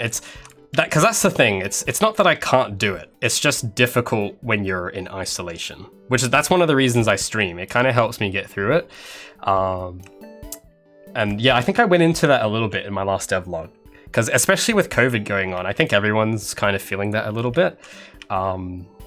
So it's like this thing where it's like, it's not the work itself that's difficult, because I can handle it. It's just hard when you are kind of stuck with your own thoughts. And if you're like me, I'm very perfectionist and critical, and I don't know, I feel like I there's a lot of times where it's like I'll have something and I can't think of a single way to improve it, but I won't feel ready to call it done, because I'm afraid if I do that, then I'll become complacent, or like, I don't know, it's this, I have this fear of like anything I do being good, because I feel like it should have taken a lot more work, if that makes sense. I don't know.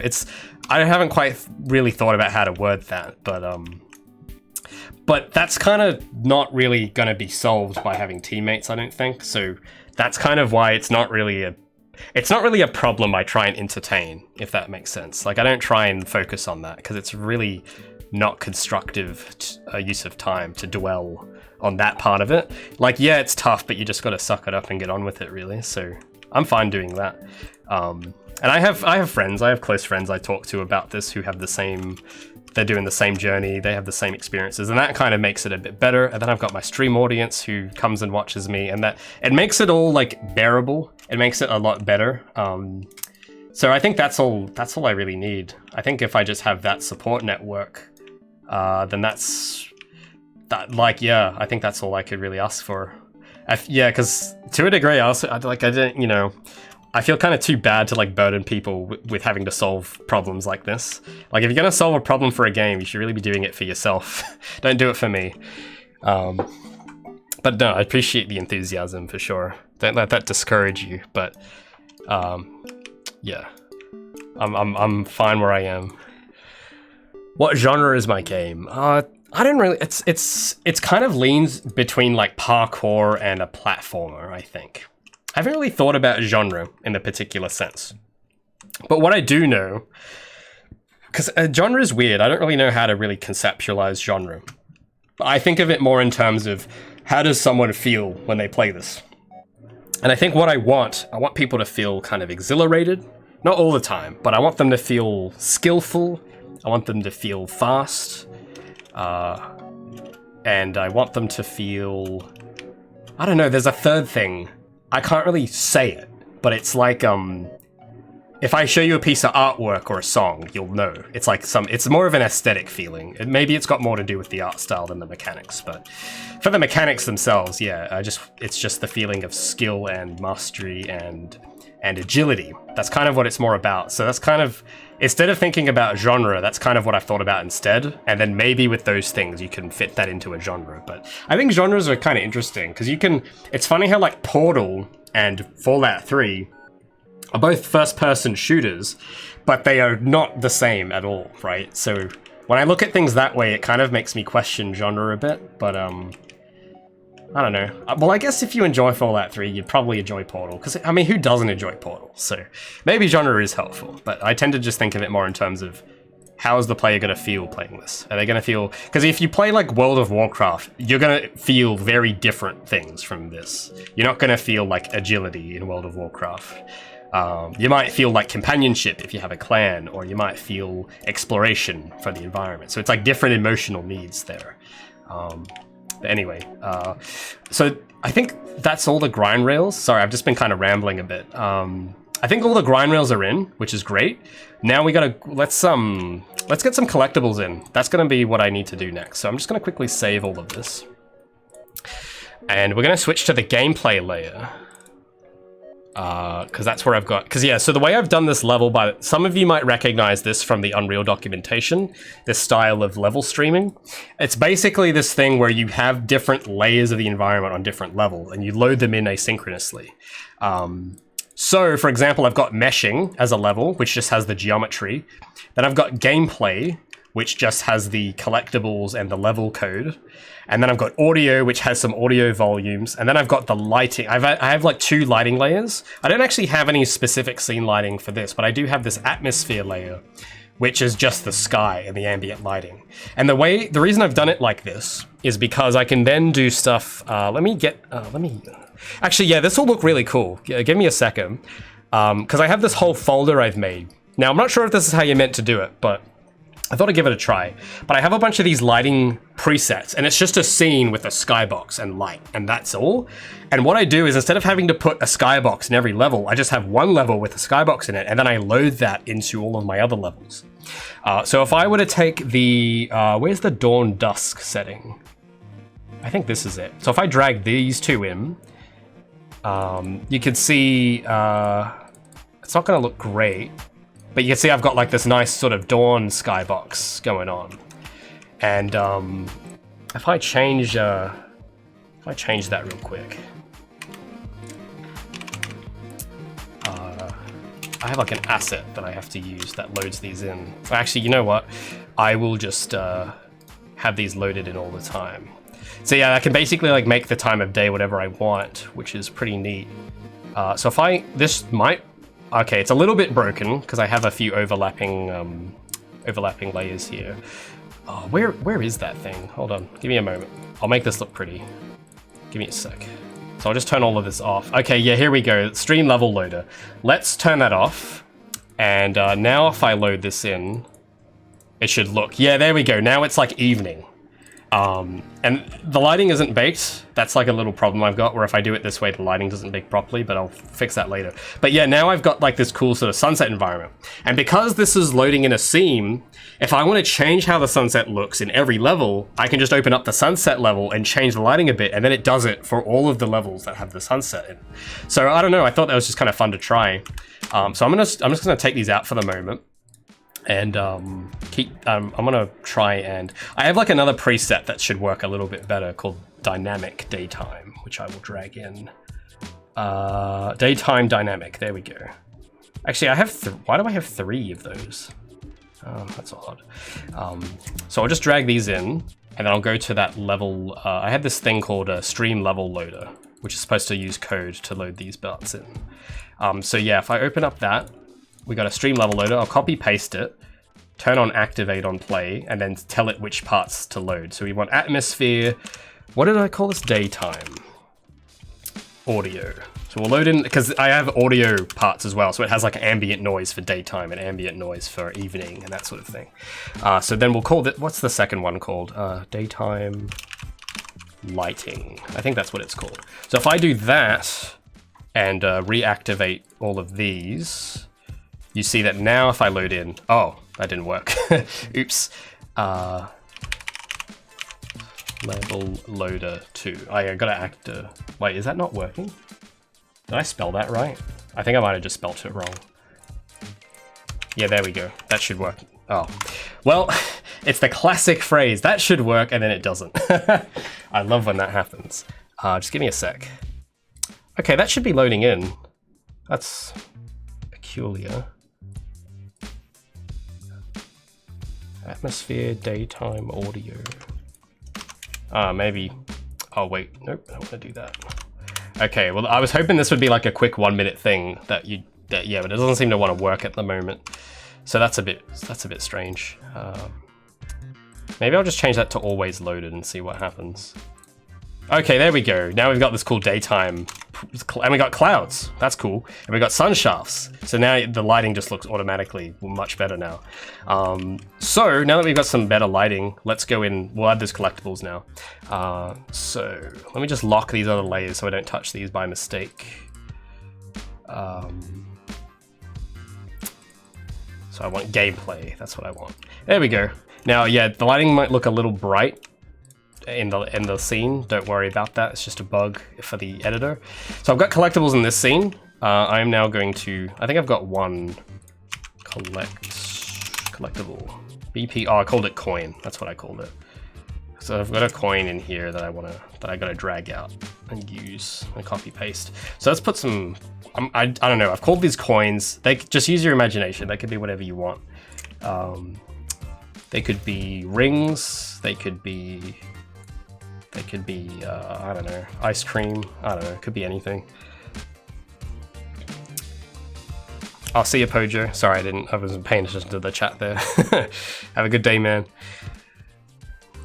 Yeah, so, okay, I'll see if I can find an image. I have a reference image that kind of captures the look.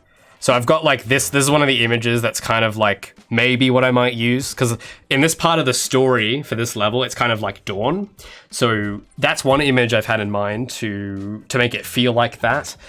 And there's another that I thought was that caught my eye too, which is like this cool one with the planet in the background. So yeah, that's kind of the plan for this level, but I'm just going to use the daytime one at the moment because the evening one is a bit bugged and it's a bit hard to see. So I'm just going to use the daytime one for visibility's sake, but later I'll fine tune it and use the evening one well, I don't know if it's evening or if it's dawn. I don't know. I'm not sure if there's actually a difference, but yeah. What's this? Game design is magic. I wish. I wish. That'd be so cool if I could just go Expecto Patronum and then the game's just done. That would be so awesome. You get no idea. Although there are parts that kind of do feel like magic. Like Quixel Mega Scans. Dude, that's magic if I've ever seen. The fact that I can just download these models and use them, that's pretty magical if you ask me. But apart from that, that's probably the closest thing to magic I've seen. I hope I can see more magic in the future. I hope there's like something I discover that makes everything super easy. I always love finding little bits like that. So where should I? Yeah, actually, I'll put these on the rail because that'll get people going. Hey, I should grind down that rail. So we'll put those there. Now I haven't quite made up my mind on how generous I want to be with these collectibles. On the one hand, you could place them everywhere and it's like a constant dopamine stream, or you could be very scarce. And I haven't quite made up my mind what I want to do yet. So I'm just gonna try a bit of both, I guess. Let's see what feels better.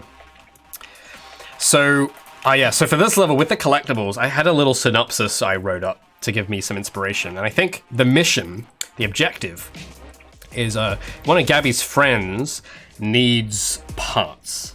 He's like the smart guy of the group. He's the mechanic, the engineer.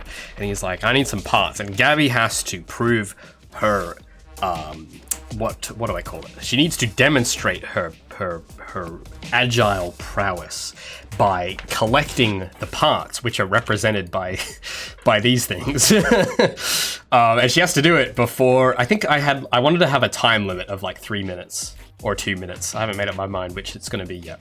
But yeah, that's the mission. That's the idea of this level. Collect parts as quickly as possible. And yeah, that's the idea. So we're just going to so we're just going to get the collectibles in place. Then we'll do a bit of a playthrough, see how it feels. And see how we go from there. So yeah, so just with how I put these, I mean, I'm no expert, but I like just putting them in places where I want people to go. So I'm going to put one on this wall so that people go, oh, there's a collectible on that wall. I'm going to go climb that wall. And then they do, because you want that collectible. So yeah. So it's a bit awkward from this direction. So I don't know. Like, well, let's just get them all there. Then I'll start nitpicking the block out. Because I'm sure if I looked at this long enough, I would probably change a lot. But finished, not perfect. Am I right? Does Gabby eat cat food or human food? Oh, that is a good question. I think what in my recollection of events, which sounds odd to say because it hasn't happened yet technically, but throughout my ideation phase, there hasn't really been an opportunity where anyone's given her cat food. I think she would eat it if given the chance, but I think she's just in an environment where there's more human food than cat food, so she eats human food. So, but yeah, she'd eat fish. Specifically, I think I mentioned her favorite food is takoyaki, which is, I know it's fish, but it's the squid balls, okay? It's the cool stuff. It's not boring,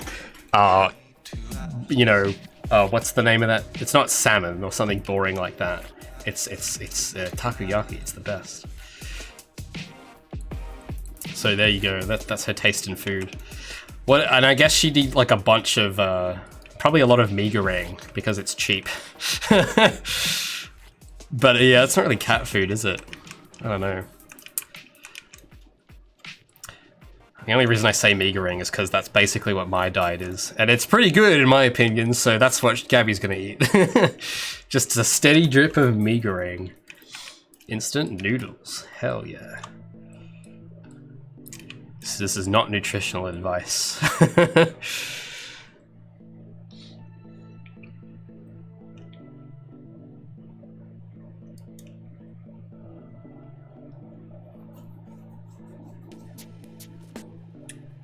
Sorry, I'm just scrolling up because I missed a lot of messages.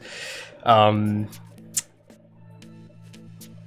sorry, I didn't realize you had asked that already, Commander. Sorry, I've just been very focused. But, yeah, music genres. Yeah, I don't really know like how to define the genres I listen to either. That's a good point. I guess for me, yeah, it's kind of like the same way I described games. Like for me, if a song makes me feel something I want to feel, then I like it. And sometimes that's, I mean, most of the time for me, it's an electronic song, because that's just what I listen to. But sometimes it could be acoustic, sometimes it could be jazz, but very rarely jazz. Sometimes it could be indie. I don't really know, like, okay, what's the deal with the indie genre? I don't get it. Like, not for games, like in music, there's like an indie genre. And a lot of it sounds like a bit of a mix of acoustic and rock. But it's called indie, and I don't understand it, because technically anything could be indie, depending on the scope in which you do it. So, I don't know. I don't get it. That's my Seinfeld moment for today. I mean, what's the deal with music? What's the deal with genres? Am I right? But yeah, for me it's more about, like, this song... I haven't really talked about this, I don't think, with a lot of my friends, but... For me, my criteria for music is like, if it makes my brain play a movie in its head along with the song, then I like it. That's like a good song. That's kind of basically where Project Feline came from, more or less. It was just this years of daydreaming to music led to this. That's kind of basically what happened. So yeah, that's kind of why music's really cool. I think, yeah, that's another, because I think earlier I was talking about musicians that I like. And that's like, yeah, that's another reason I respect musicians a lot, is because they can make something that I can't see it, but I can hear it. And then it makes me see stuff, because it's just so, I don't know, it's so cool. I think it's just awesome. So, yeah, I don't know. I don't know if that's weird. I don't know if that's just a me thing, but it's definitely been one of my, I don't think, yeah, I couldn't live without music. I don't think I could. I think it'd be very difficult. I can't go a day without listening to something. Yeah, actually video game OSTs. I do listen to a fair bit of those. I think those are quite good at capturing imagery as well, I'll say. One thing that's really cool, because I didn't really notice I was doing this until recently, but I get a lot of, because I started using Spotify this year, and I get a lot of stuff in my recommended. And a lot of the time I'll get like game soundtracks or anime soundtracks from things I haven't seen. And I listen to it anyway because some of the music is really cool and I like it. And what I'll do is I'll imagine what I think the show is like, or the game is like, depending on the soundtrack. And I think that might, I don't know, it kind of struck me as, hey, maybe that might be a cool way to come up with ideas. Because I've been listening to the soundtrack of what was it? Ping Pong, the animation. I have no idea what it is. All I know is that, actually, yeah, I'm listening to the soundtrack for it right now, actually, by Kensuke Ushio. I really love his music, but he's a composer, right? And he's composed a lot of music for animes, but I haven't seen any of them. I've only seen one of them, and that was A Silent Voice. The one about the deaf girl. But he's done a lot of other animation as well, but I haven't seen any of them, and I've just been listening to the music, and I try and just, in my imagination, try and guess what the show is, or how I think it is. And if that idea happens to not be what the show is, then hey, I've got an idea now for something. So yeah, it's quite cool. I like to do that with trailers as well. For the longest time, I had this Monsters Inc. VHS, I think I had the DVD as well, and it had the trailer for Treasure Planet. And I had never seen Treasure Planet, but the trailer was so cool. And I always had this image of what I thought Treasure Planet was like. And it was like the coolest thing ever. And then I actually watched it this year, and it was completely different than what I imagined it was. It was still, I loved it, it was amazing, but it was nothing like what I was imagining it to be like. So I really try and hold on to what I thought Treasure Planet was going to be. And I don't know, maybe as an idea, I might do that someday if I ever run out of stuff. I don't know. It probably sounds really weird, because I mean, I'm sure the whole point of the trailer is for you to actually watch the movie. But I don't know, it's just something I like doing. It helps me ideate. Oh, dude, yeah, it's a pretty good movie, isn't it? I love just the animation. I think that it's sad, actually, because there was a bunch of like office politics going on during that. Because I was watching like some interviews about it afterwards, and it was such a shame because they basically sabotaged the film on purpose, because Disney had this agenda, or some executive had this agenda of wanting to phase out traditional animation and replace it with 3D because it was more cost effective. But these two guys, they had been directing all of these Pixar films, and they kept pitching Treasure Planet, and they kept getting rejected. But then in like 1999, they finally got approved for it. And but it was at the time where they were making the transition to 3D, and they basically got screwed over because the executives were like, yeah, okay, we'll let you do this movie, but we're going to make sure it does horribly so that we have a reason to phase out traditional animation, so that we can point to your film and say, oh, this film performed very poorly in the box office. We should drop traditional animation. And that's exactly what happened, sadly, at least until Princess and the Frog came out. But that was like a one-time thing. They didn't really do much with traditional after that point. But yeah, it was really, it's sad, because they had this idea for so long. It was based on a book, but they had their own sci-fi version of it.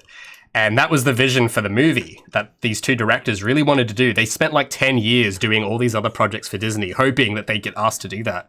And then when they finally did, it got sabotaged because it was released, like the way they marketed it and released it was like the worst timing possible. I can't remember the specifics of it. But they basically did like what EA did to Titanfall 2, I think. It was something like that, where they like released it at the same time as something else that was huge, and then it just didn't do well. So that kind of sucked. I thought that was pretty bad, but I really enjoyed the movie because it had 3D in it as well, and they did this very masterful blend of 3D and 2D, and it just had so much soul. I loved it, especially that pirate character with the arm. It was just, so much imagination poured into that. It was crazy. I loved it. But I still try and hold on to that image in my head of what I thought the movie was going to be like, because that was also really cool. And I don't know, maybe, hopefully I still remember that feeling of watching the trailer. But anyway. Treasure Island. Well, yeah, that was it. Yeah, Treasure Island. That was the pitch.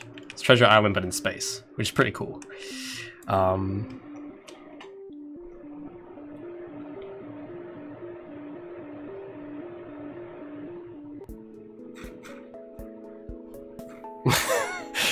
mean, maybe. Soul was also, I like Soul. Soul was enjoyable, but I think Treasure Planet for me, well, it's a different kind of type of film. I think Soul is a bit more contemporary, like it's set in everyday life, but Treasure Planet is more fantasy. So that's kind of what I'm drawn to more. So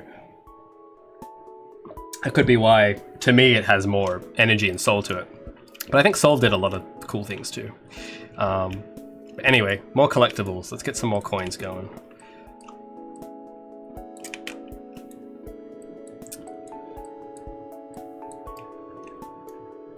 Sinbad. I've never heard of that. I'm not sure what that is. Yeah, so I think I got Disney Plus a while ago. And yeah, I didn't actually realize how many films they had that I had never heard of before. So that's cool.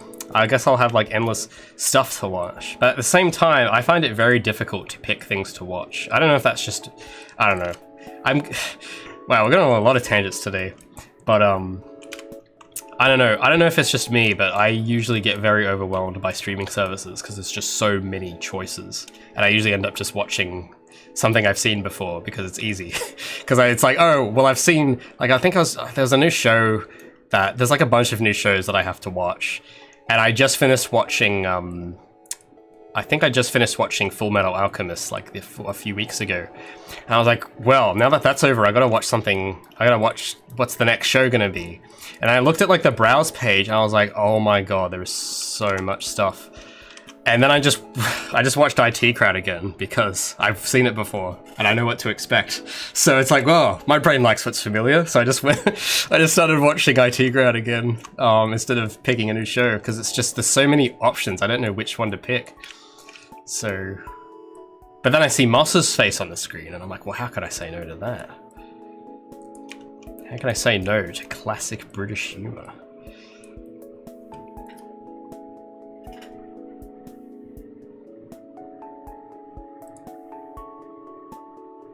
Oh, no straight. Yeah, actually, I was like that for a while too. I think it wasn't until like 2 years ago I got Netflix.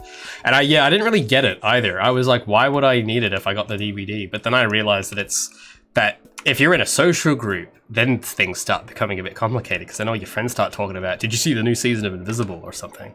And then you kind of get left out. So you kind of have to start, you gotta start watching stuff so you're in the loop. That's kind of what it's become for me in a way. But it's also been kind of nice to have access, mainly when I get stuck. It's like a nice way to get inspiration without having to go to Kohl's and buy a DVD. But yeah, no, I think I don't take advantage of Netflix as much as I should, or Disney Plus or any of those things. I maybe use it like once a week or something. So yeah, and I only tend to stay, because yeah, I'm one of those guys that will watch like 1 or 2 shows, but I will watch them like 5 times. So I don't know, maybe I'm not the kind of guy that it's engineered for, but yeah. But if you like having a taste of everything, I think it's streaming's pretty good for that. If you want just a bit of everything, you know, a little something for everyone, sort of thing.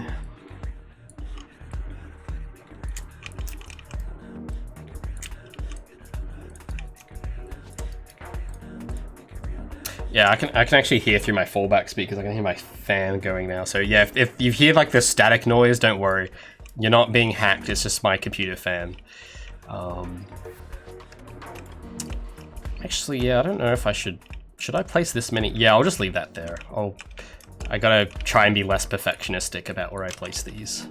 Otherwise we'll be here for ages.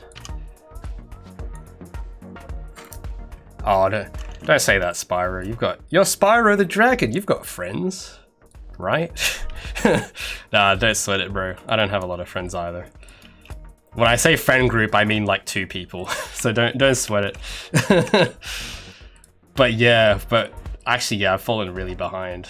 Because there's like a lot, like they're really into Marvel. And I tend to just, I don't know, Marvel's a big commitment. There's so much Marvel content. So I'm very intimidated by the Marvel MCU. I've been trying to get through all of the movies recently, and I'm up to the 2nd Ant-Man film now. And it's taken me months to get to that point, just because, I don't know, it's a big commitment. There's so much stuff going on in Marvel. There's so many crossovers, extended universe, and it's like, yeah, it's huge. Whereas, you know, if you watch like 5 centimeters per second, it's like just, you know, it's like 3 short films. It's like not a huge commitment. It takes like an hour to watch. And then you feel really, really, really amazing afterwards, or really, really sad, depending on what your mood is. But with Marvel, it's like, yeah, this is like, you get, like, to really appreciate the whole thing, you gotta watch like from Iron Man all the way up to Avengers: Infinity War, and it's like, yeah, it takes time. It takes commitment and sheer will.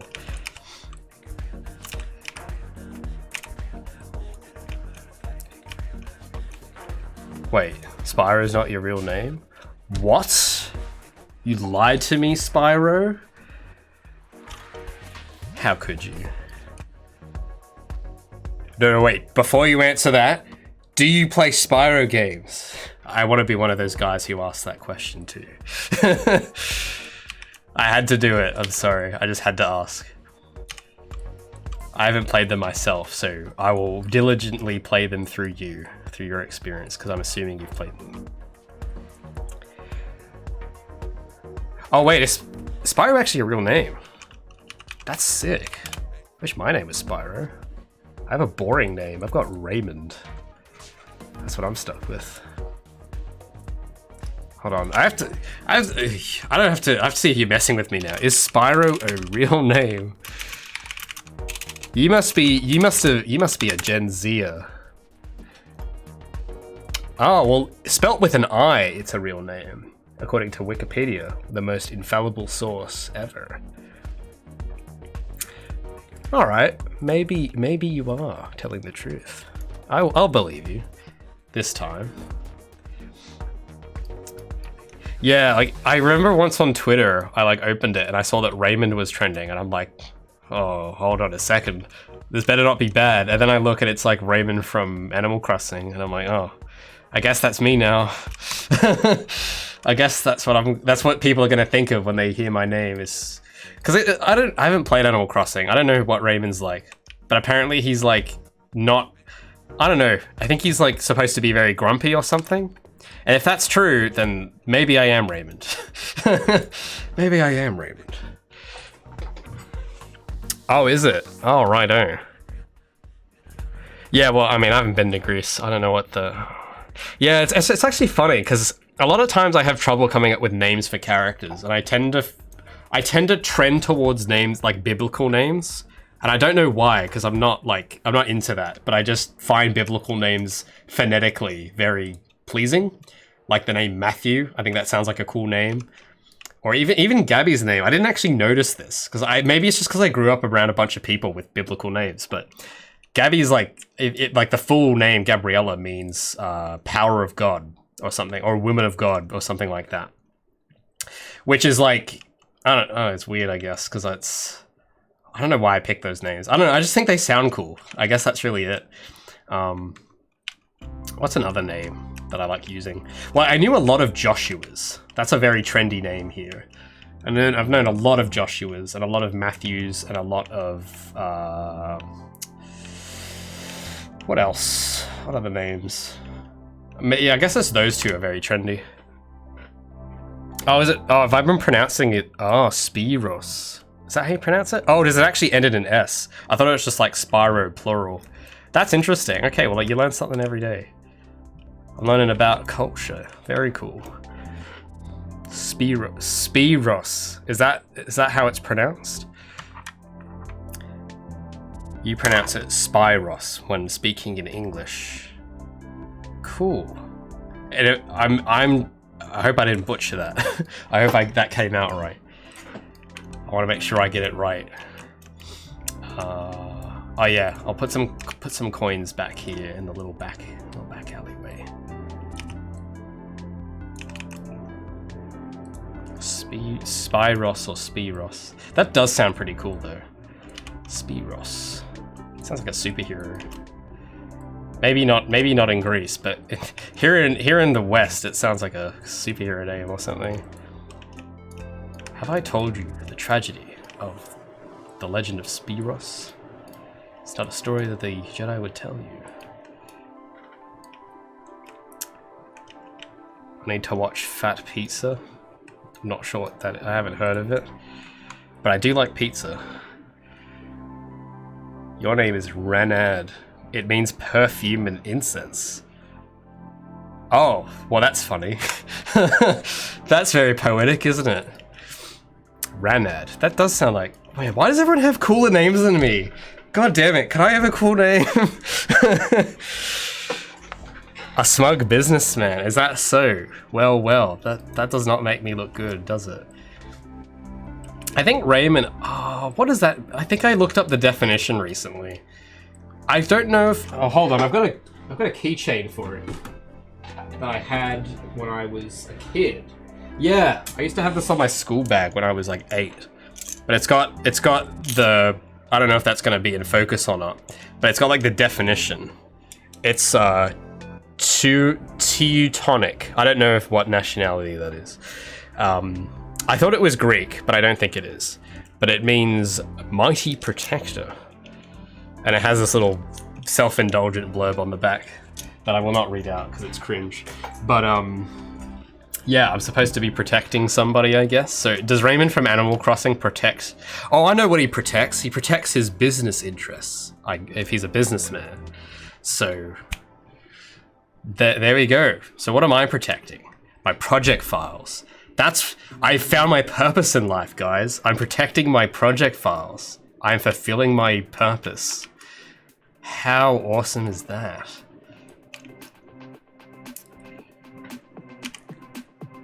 Gift of God? Oh, Gabby's name, you mean? Yeah, I think that's what it means. It's like a variant of that. It's either Woman of God or Gift of God, or something like that.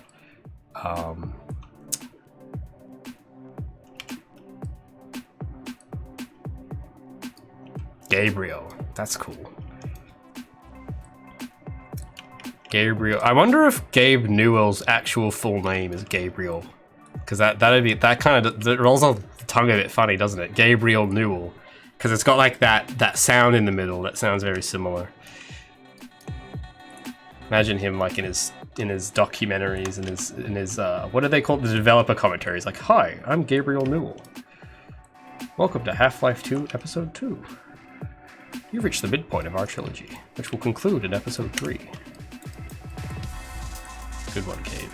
Nice joke.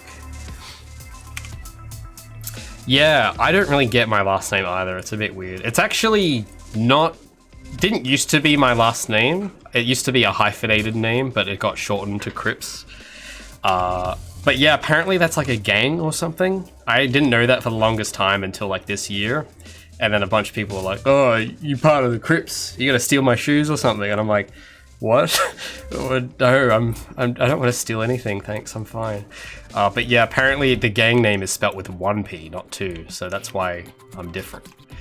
But apparently there is a guy in the is it a clan? I don't know what it is in the clan. There's an actual guy called Raymond Cripps with the 1 P in that, and he has like some video about chicken nuggets. And I mean, I don't know about you guys, but I think I found my spirit animal when I saw that. So yeah, that was like, it's interesting. I don't really know what the whole story there is, but yeah, if I could pick a different last name, because it's weird. I kind of wish I made up a name for YouTube that sounded cooler, but I can't go back in time, so I guess I'm stuck with Cripps, I guess.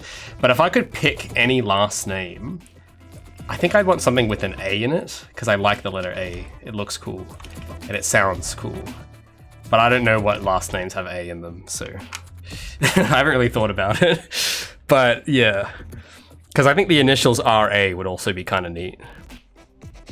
Cripps is a name that came from England in the 11th century. Interesting. You know more about my surname than I do. Crispin. That does sound kind of neat. Oh, wait, seriously? No, you're not making that up, are you? Mindcube, are you for real? Does it actually, in Latin, mean curly-haired? Are you hold on, I gotta fact check this. Maybe I do like that last name after all. Hold on. Crispin, name, origin, meaning. If it's the right... That is crazy. No freaking way. Oh my god, it says it on Ancestry.com. I don't know if that's like a reputable source, but I mean, I've heard of Ancestry.com, so it must be legit. Wow. Maybe that is a perfect surname for me. Because hey, look at that ramen. Oh, been growing the ramen out. I've been thinking about maybe, if I ever am bothered to put the effort in, if I would dye this any color, it'd be blonde, so that it would look like migraine. Because I don't know, I think that'd just be funny. Wow, that's crazy though. Well. Yeah, forget about what I said about wanting a different surname. I'll take that one. That's awesome. Wow, thanks for discovering that, dude. I actually feel a bit better about myself now. Zachary, that's a cool name. Well, if it doesn't, we'll give it a meaning. That's what we do. If your name doesn't have a meaning, we gotta give it one. Zachary sounds a bit like Zachary, but the spelling's more condensed. So I don't know, maybe it can mean like compact, because it feels like a more compact way to say Zachary. So I don't know, maybe that could be what it means. It means you're nimble and compact and agile and flexible, you know, something like that. That sounds like a cool meaning to me. The crowned one, that is a nice name. Yeah, like my brother's name means Henry I think it means king, because I think a lot of kings were named Henry. So I've always been a bit mad at him about that. Henry name meaning. Let me actually double check. I don't know if I'm talking facts or not. Yeah, it means house ruler. But he's the younger brother. I should be the house ruler. So, yeah, I got stuck with mighty. So yeah, if you look at the meaning of my first name, I'm the mighty protector of the king of the house, in a way, which is weird because I want to be the king. But I guess yeah. Can't change my name. Stefan. I haven't heard that name before. Your last name is Treasure? That is such a cool one. Oh man. Yeah, actually I get a lot of jokes about my surname as well. I get Chips. It's like, hey Ray, do you like chips? Oh, good one, guys. Oh. I get that all the time. Although I do like chips. Chips are pretty good. Honey soy chicken, Red Rock Deli chips, 100%, or any day.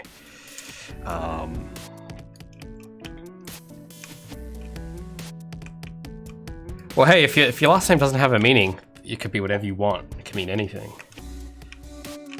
Oh yeah, so I need to kind of, I need to sort out this little area. Yeah, I gotta switch over to the meshing for a second.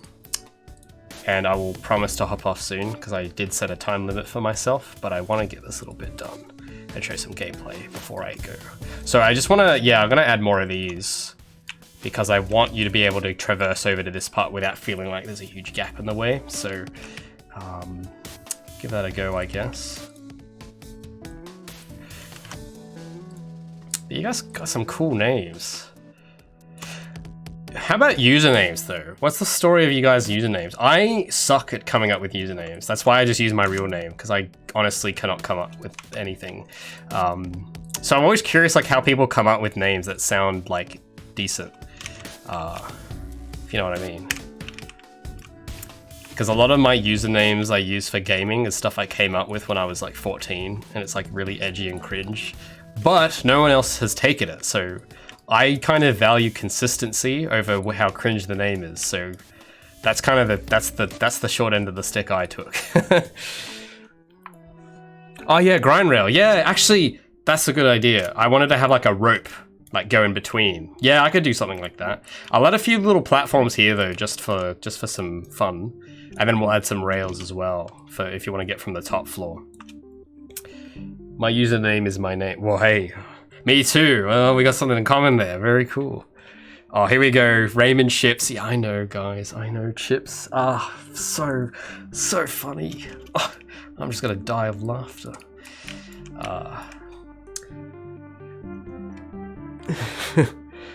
Stephen, like Stephen Unit. Oh. Oh, I'm sorry you had to put up with that. Oh, man. Well, yeah, see, when I was in school, Raymond from Animal Crossing I don't think was a thing.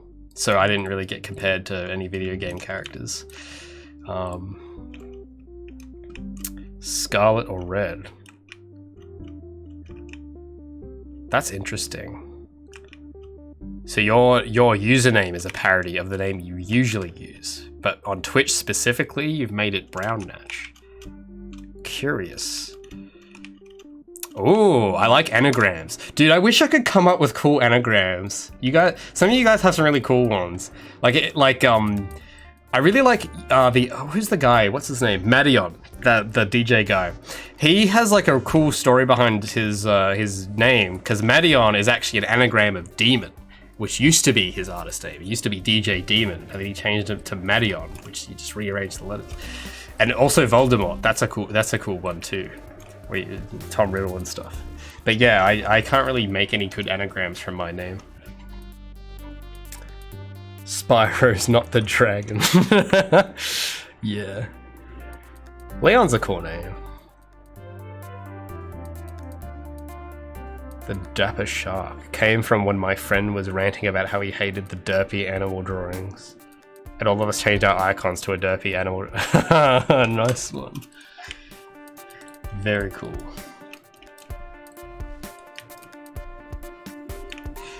I just gotta figure out how far apart to make these.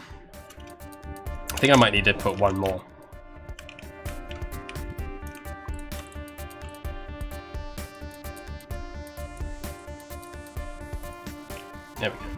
Wow, yeah, my fan is... Don't worry, computer. I'll give you a break soon. It's alright. You've been doing good. You've been going... How long? How long have we been on live? 2.5 hours. You're doing good, computer. Doing good.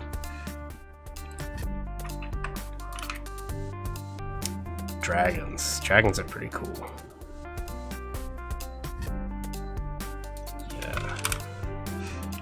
Actually, not to go too far off topic, but I'm curious, what do you guys think of the name Felix? Like, phonetically. Does it sound like a cool name? I'm thinking I might use that name for something, but I'm not 100% sure. So I don't know, I thought I'd run it past you guys, seeing as we're on the topic of names. You think it's cool? Alright.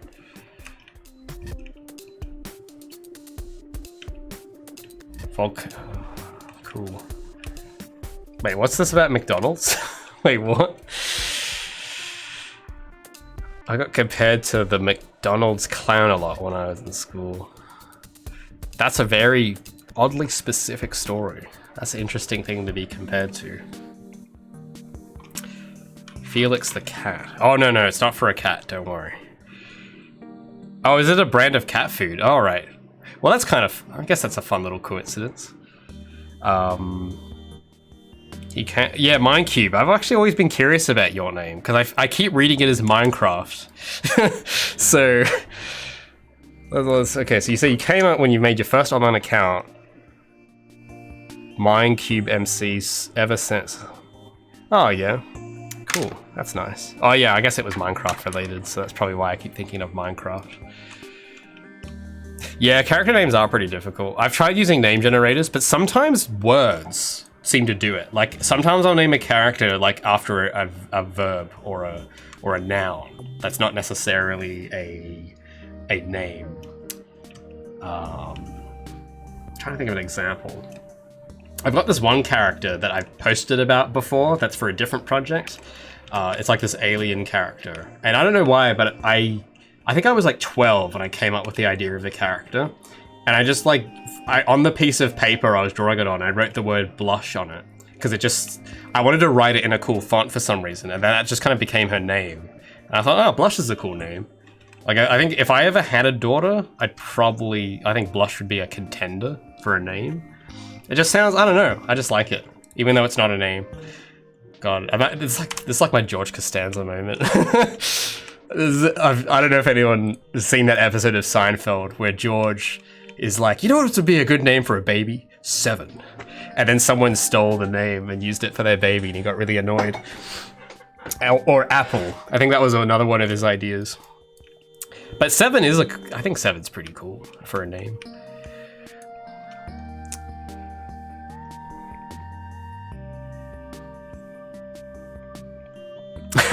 That's funny. Brown Nash. Gives me, I don't know, that name gives me like warm vibes. I don't know, because the color brown is I think it's a relaxing color. I like it's not my favorite color, but I like the color complemented with other things. If I needed a color, like if I had a primary color and I needed to match it with something, I would go with brown and try that out.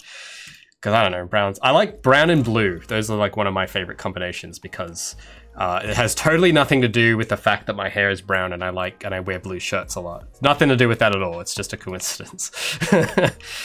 Yeah, so let's get that last rail in actually, because someone suggested we put in a rail going between these bits, and I thought that was that'd be good. So, rind rail. Let's put you in. Yeah, maybe we should do like a just chatting stream sometime and just talk about names, because this is like quite interesting. But I gotta remember, I got a job to do. I gotta finish this stuff. I don't know. I wonder if there's anyone still here from that raid earlier. That was like a while ago now. Probably got bored about the conversation of names. But no, you guys know what's up. You guys know we always get into weird topics on this stream. Or just tangents, I guess. I don't know.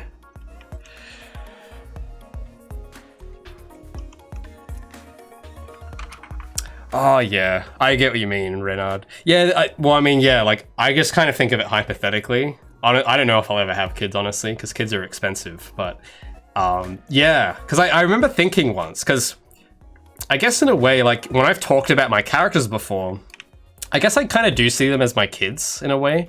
Like Gabby, for example, I feel like when the whole model controversy was going on, well, it's not really a controversy, but when the whole thing about people wanting to rip her model was going down, I kind of felt like the overprotective dad stepping in and going, leave my daughter alone.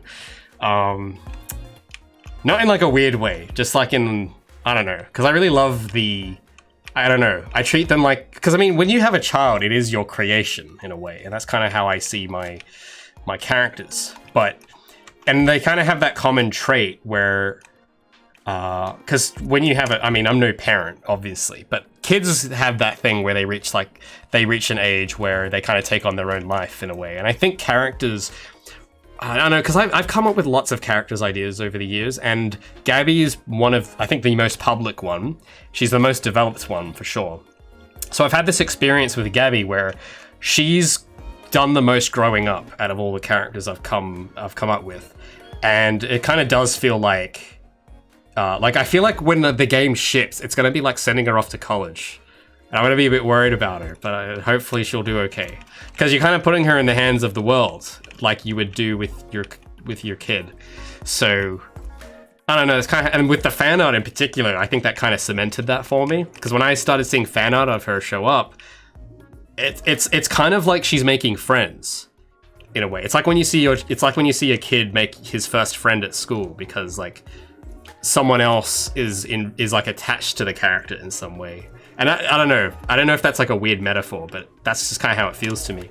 Like when I saw my first fan art submission like 2 years ago, and I saw like this artwork of like this close up of her that someone did, I was just like, it felt nice because it's just like, oh, she's making friends with people. That's cool. So I don't know. I haven't really thought about if I actually had a real child, if I would name. I haven't really thought about it because I haven't really entertained that as a viable possibility. But I don't know. Maybe I would try and detach, because I don't know, because I want them to have a cool name, and I would hate to be in a situation where if I had a kid, I wanted to give them a name like, I don't know, like what's a character, like Matthew or Felix or something like that. And if like one of my characters had that name, like if I really think the son deserved the name over the character, I wouldn't want the character to stand in the way, if you know what I mean. I wouldn't want it where it's like the character takes precedence, where it's like, oh, well, my character has that name, so you can't have it. If I think the son deserves the name more, I think I would go, yeah, okay. If I can rename that character, I will, and you can have that name. Or if I can't, then I'll just, I don't know.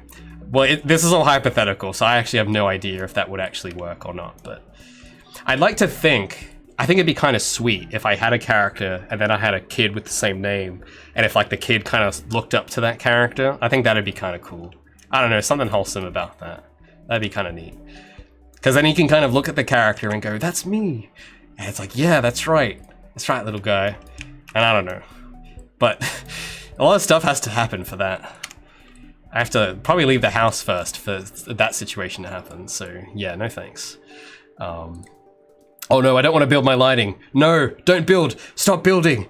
What is it doing? I didn't mean to hit build. Okay, don't freeze. Don't freeze. Don't freeze. Okay, thank goodness. Oh, that was close. Gave me a heart attack there. Well, yeah. Well, funny enough, I think there was a theory that I read about once where the alphabetical order of someone's name can dictate their behavior. I'm not sure how solid the research is, but I remember Vsauce talked about it once, so it must be true. But he was saying how, like, if your name is, like, down the bottom of the alphabet, like in Z or something like that, then you're more likely to be delinquent.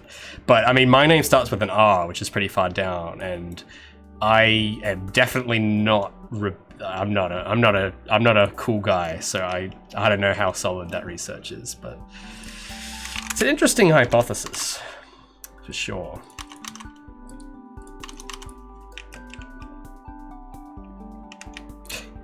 Because I don't know, I haven't really thought about how I feel my name has influenced me.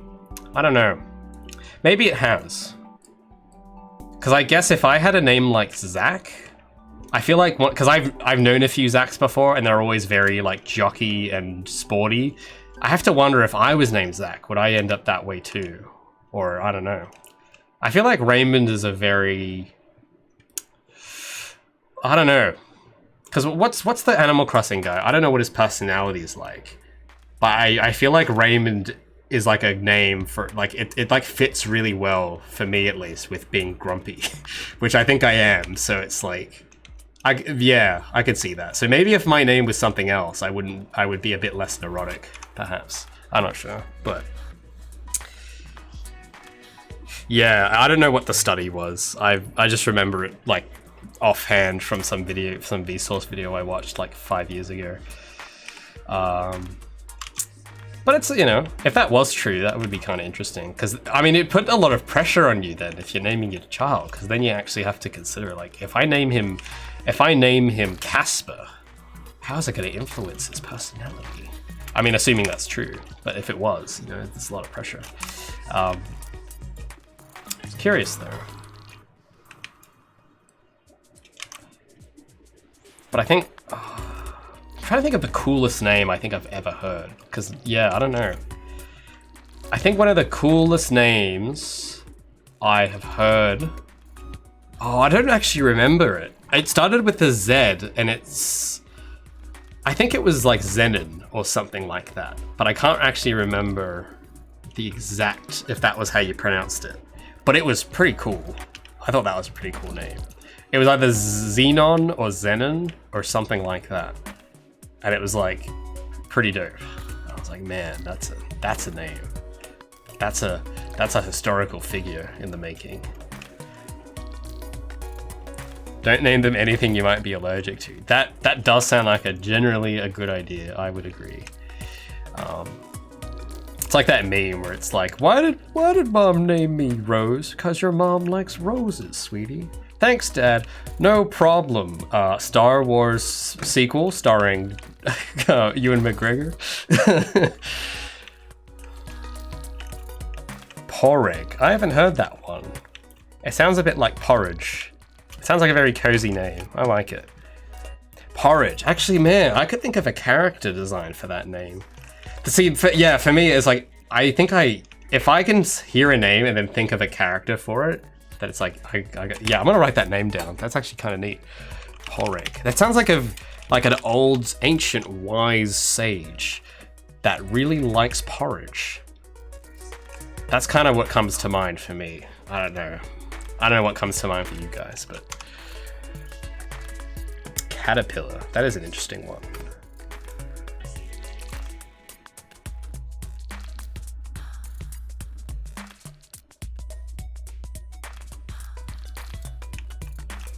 Oh, thanks, Renat. Sorry, I just read your message from...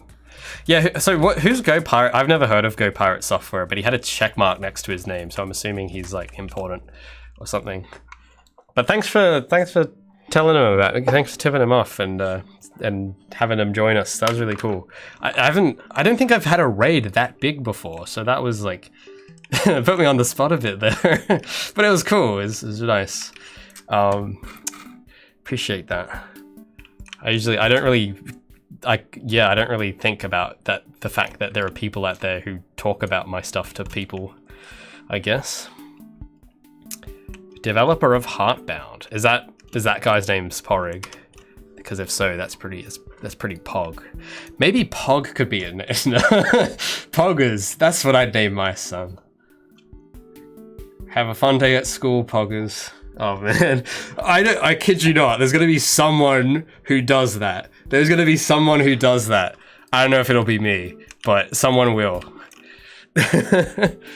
His name is Thor. Oh, that's a pretty cool name. Okay, so we've got some grind rails going in between. I think there was one, yeah, there's one rail. There's one more rail actually I was missing, and that was for this area. So let's just add that real quick.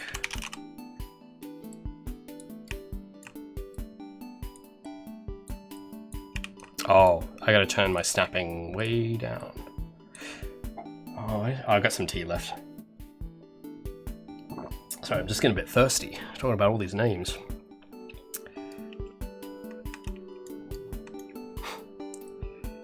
What do you mean? What face? Do I have a face? Do I make a face? I don't know. I can't see myself. I've never actually seen my face before. Technically, neither of you. Oh. What about that? Oh yeah, I should make this rail a bit thinner.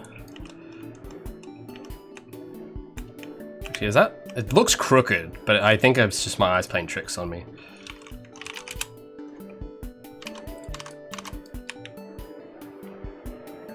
Pog. I actually wonder if I had like a child and if I named her Gabby, would people call her Gabbers as a nickname? And would she wear a Dude, I should make a Gabbers t-shirt. That's what I should do. There we go. We got one. We got a Gabbers. Hell yeah. That'd be a kind of a nice nickname, Gabbers. Hey yo, Gabbers, what's up? What's poppin'? Maybe it'll take a bit of getting used to.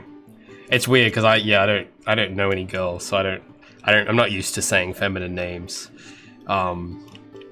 Gabbers. I have to get used to that. I don't know, maybe in other parts of the world it rolls off a bit better. Hell yeah. Haven't seen some Gabbers in a while. Hell yeah. I'm just quickly gonna skim through the chat real quick because I'm like very scared that someone's redeemed Gabby Trivia enough if I haven't noticed, because no one's done it yet today. No one's done it yet, so I don't want to make sure I missed one. I don't think I did. I just did a quick scroll through, so I think we're good. Alright, well, what was I doing? Oh yeah, so I had that rail, and I think that was it. Yeah, that was the last rail. Okay, let me save this. And, oh,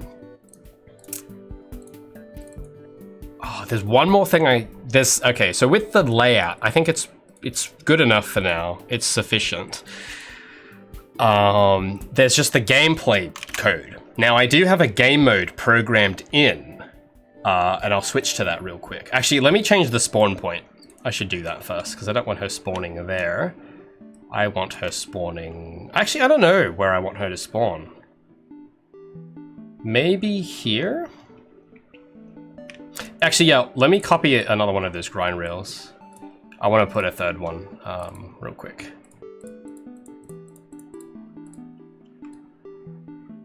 But yeah. Does anyone have enough crates? Oh, I hope not. I hope not, because that's an expensive one. And then I have to fulfill the deed.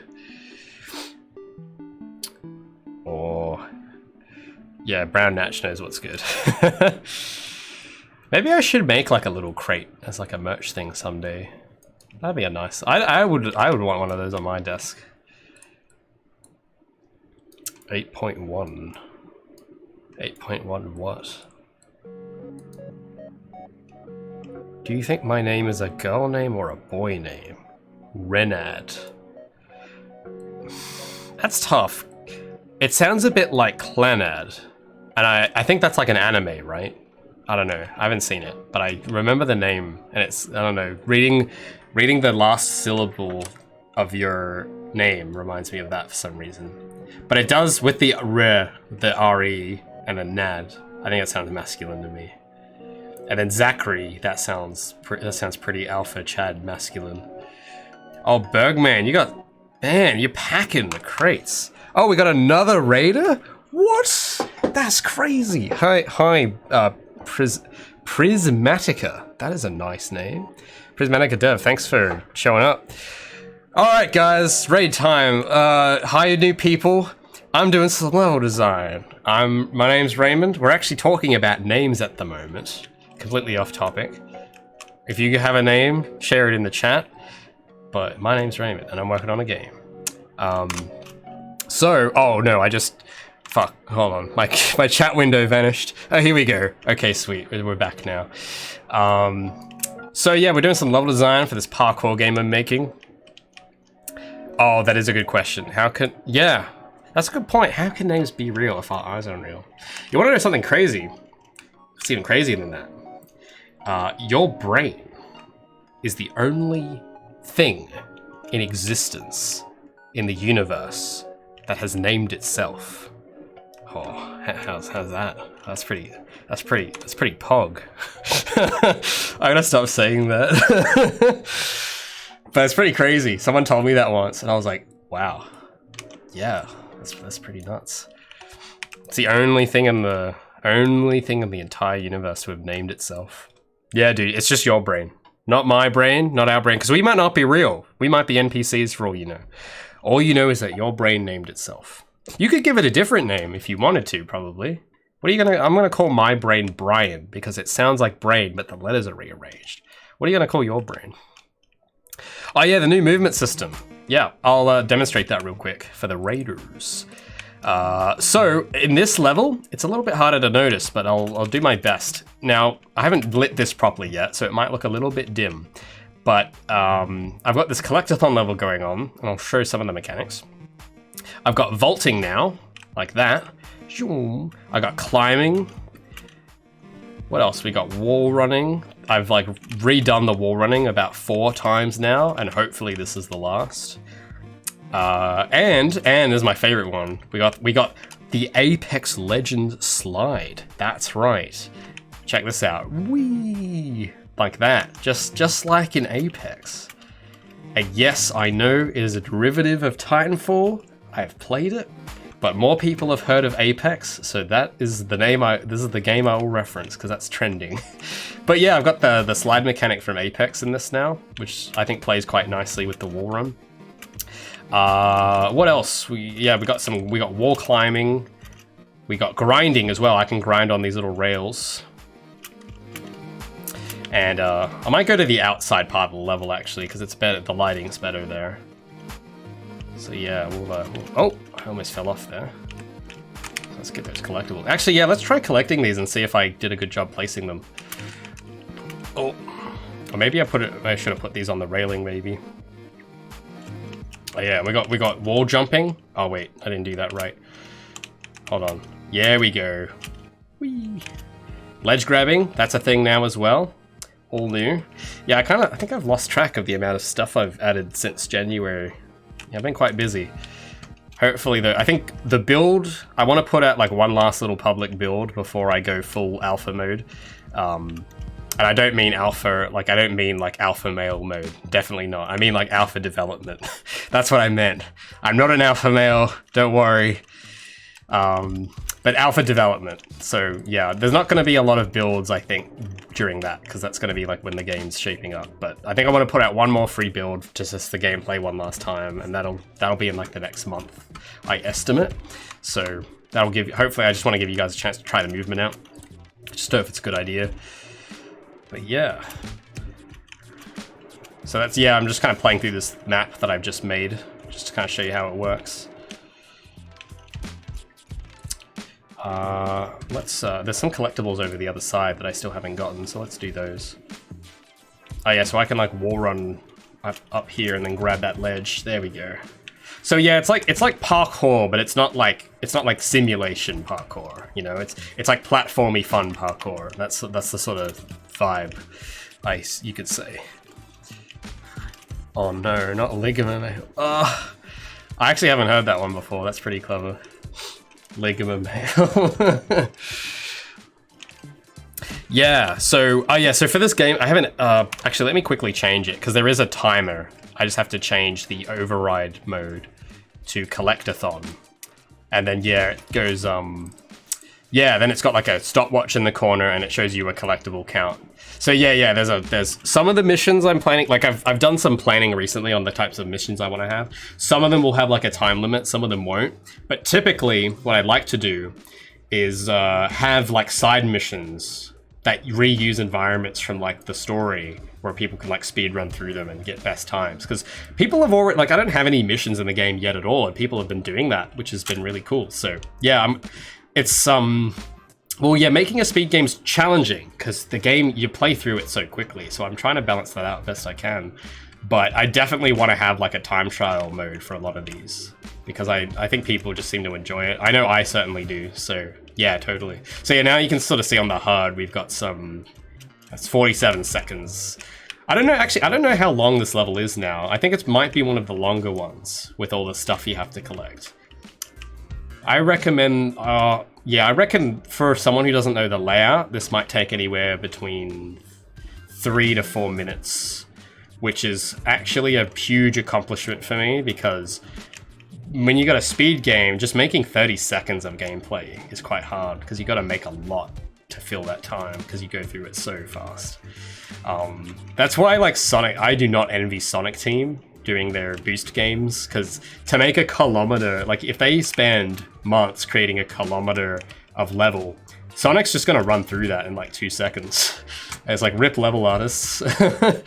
Poor guys. So yeah, I don't want to make it too fast, but I want it to be just fast enough.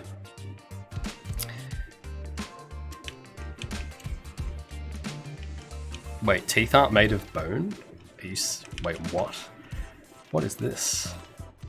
That's a pretty crazy fact. I'm gonna have to fact check that. Your dream game is a platformer where you gotta speedrun. Well, do I have the game for you? Not biased or anything, but there's this game called Project Feline that I've heard of. Oh, what's that? I happen to be playing it right now? Whoa, what a coincidence. But yeah, this might just be your dream game. Not because I made it, totally not because of that, not at all. I think it's genuinely 100% you'll like this game. I mean, if that's what you're into. You're into speedrunning and stuff.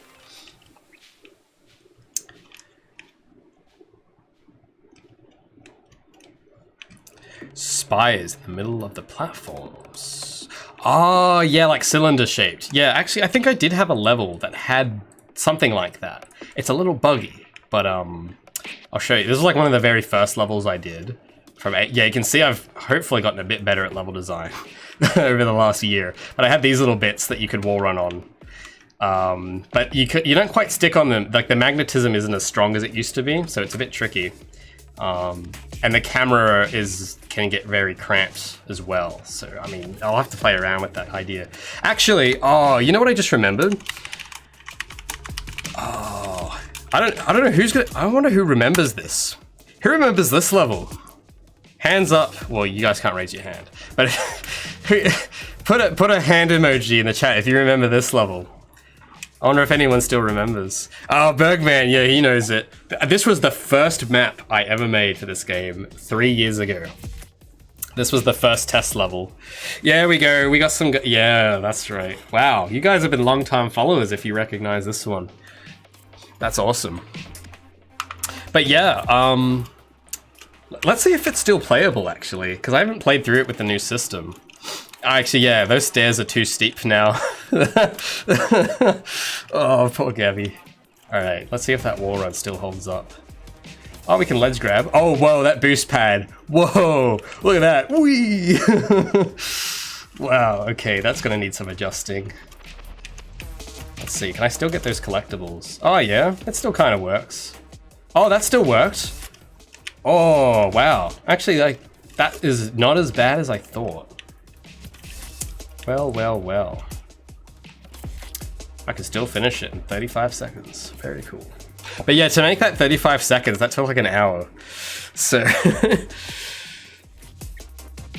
yeah, Gabby's knees. Yeah, they've been through a lot. Yeah, it's actually been quite a while now. It's gone by pretty quick for me, but I think because there was the first day I started working, and then there was the first upload I ever did. So we'll look at the upload. Those are my videos. My first upload for Project Feline was 3 years ago, 27th of August 2018. Wow. Times were really different back then.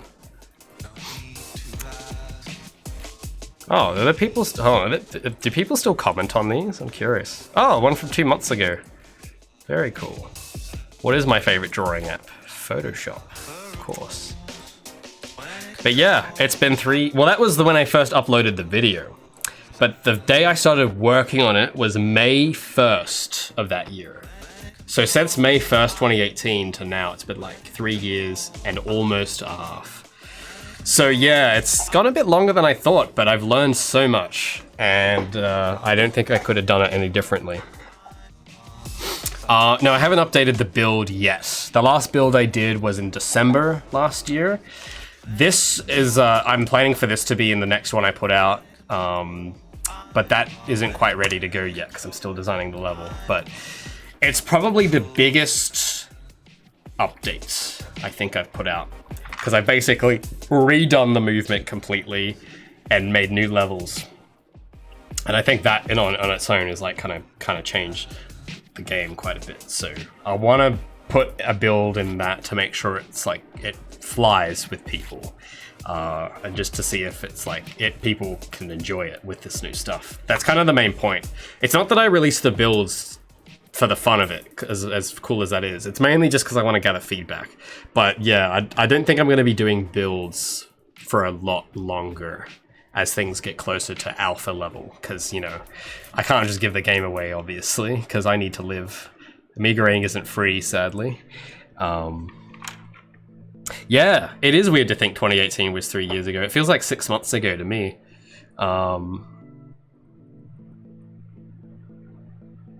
Oh, I think I still have those VODs. Yeah, I remember the ones, Mindcube. Wow, you were there for those. That's crazy. Yeah, that was my first live stream, was an art stream, I think. Yeah, wow, I actually haven't really considered live streaming as like a thing either, but I've actually been doing that for a while now too, it seems. That's crazy. Yeah, that was like 2 years ago. Yeah, wow.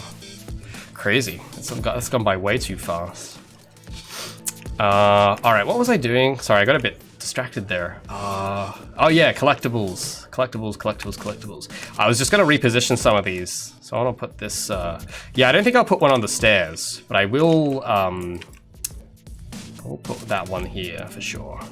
Put it in the middle. And, put one, I think we'll put it here to be a bit misleading. Bit deceptive, where it's like you think you can collect that and turn, and then you look and go, you see there's one on the rail, and you go, oh, I should collect that one's on the rail as well. So you go like that. Well, I've got 76 collectibles. I don't know how many is enough. I just could be kind of placing them randomly, I guess. Maybe I don't need 3 there. Maybe just 2, just to kind of be a bit. You don't want to give the player too much dopamine, because that's dangerous. If you give them too much dopamine, they'll get addicted, and that's not good. We're not making mobile games, so we don't want people getting addicted. And yeah, maybe I don't need... I don't know, maybe... I'll leave those there.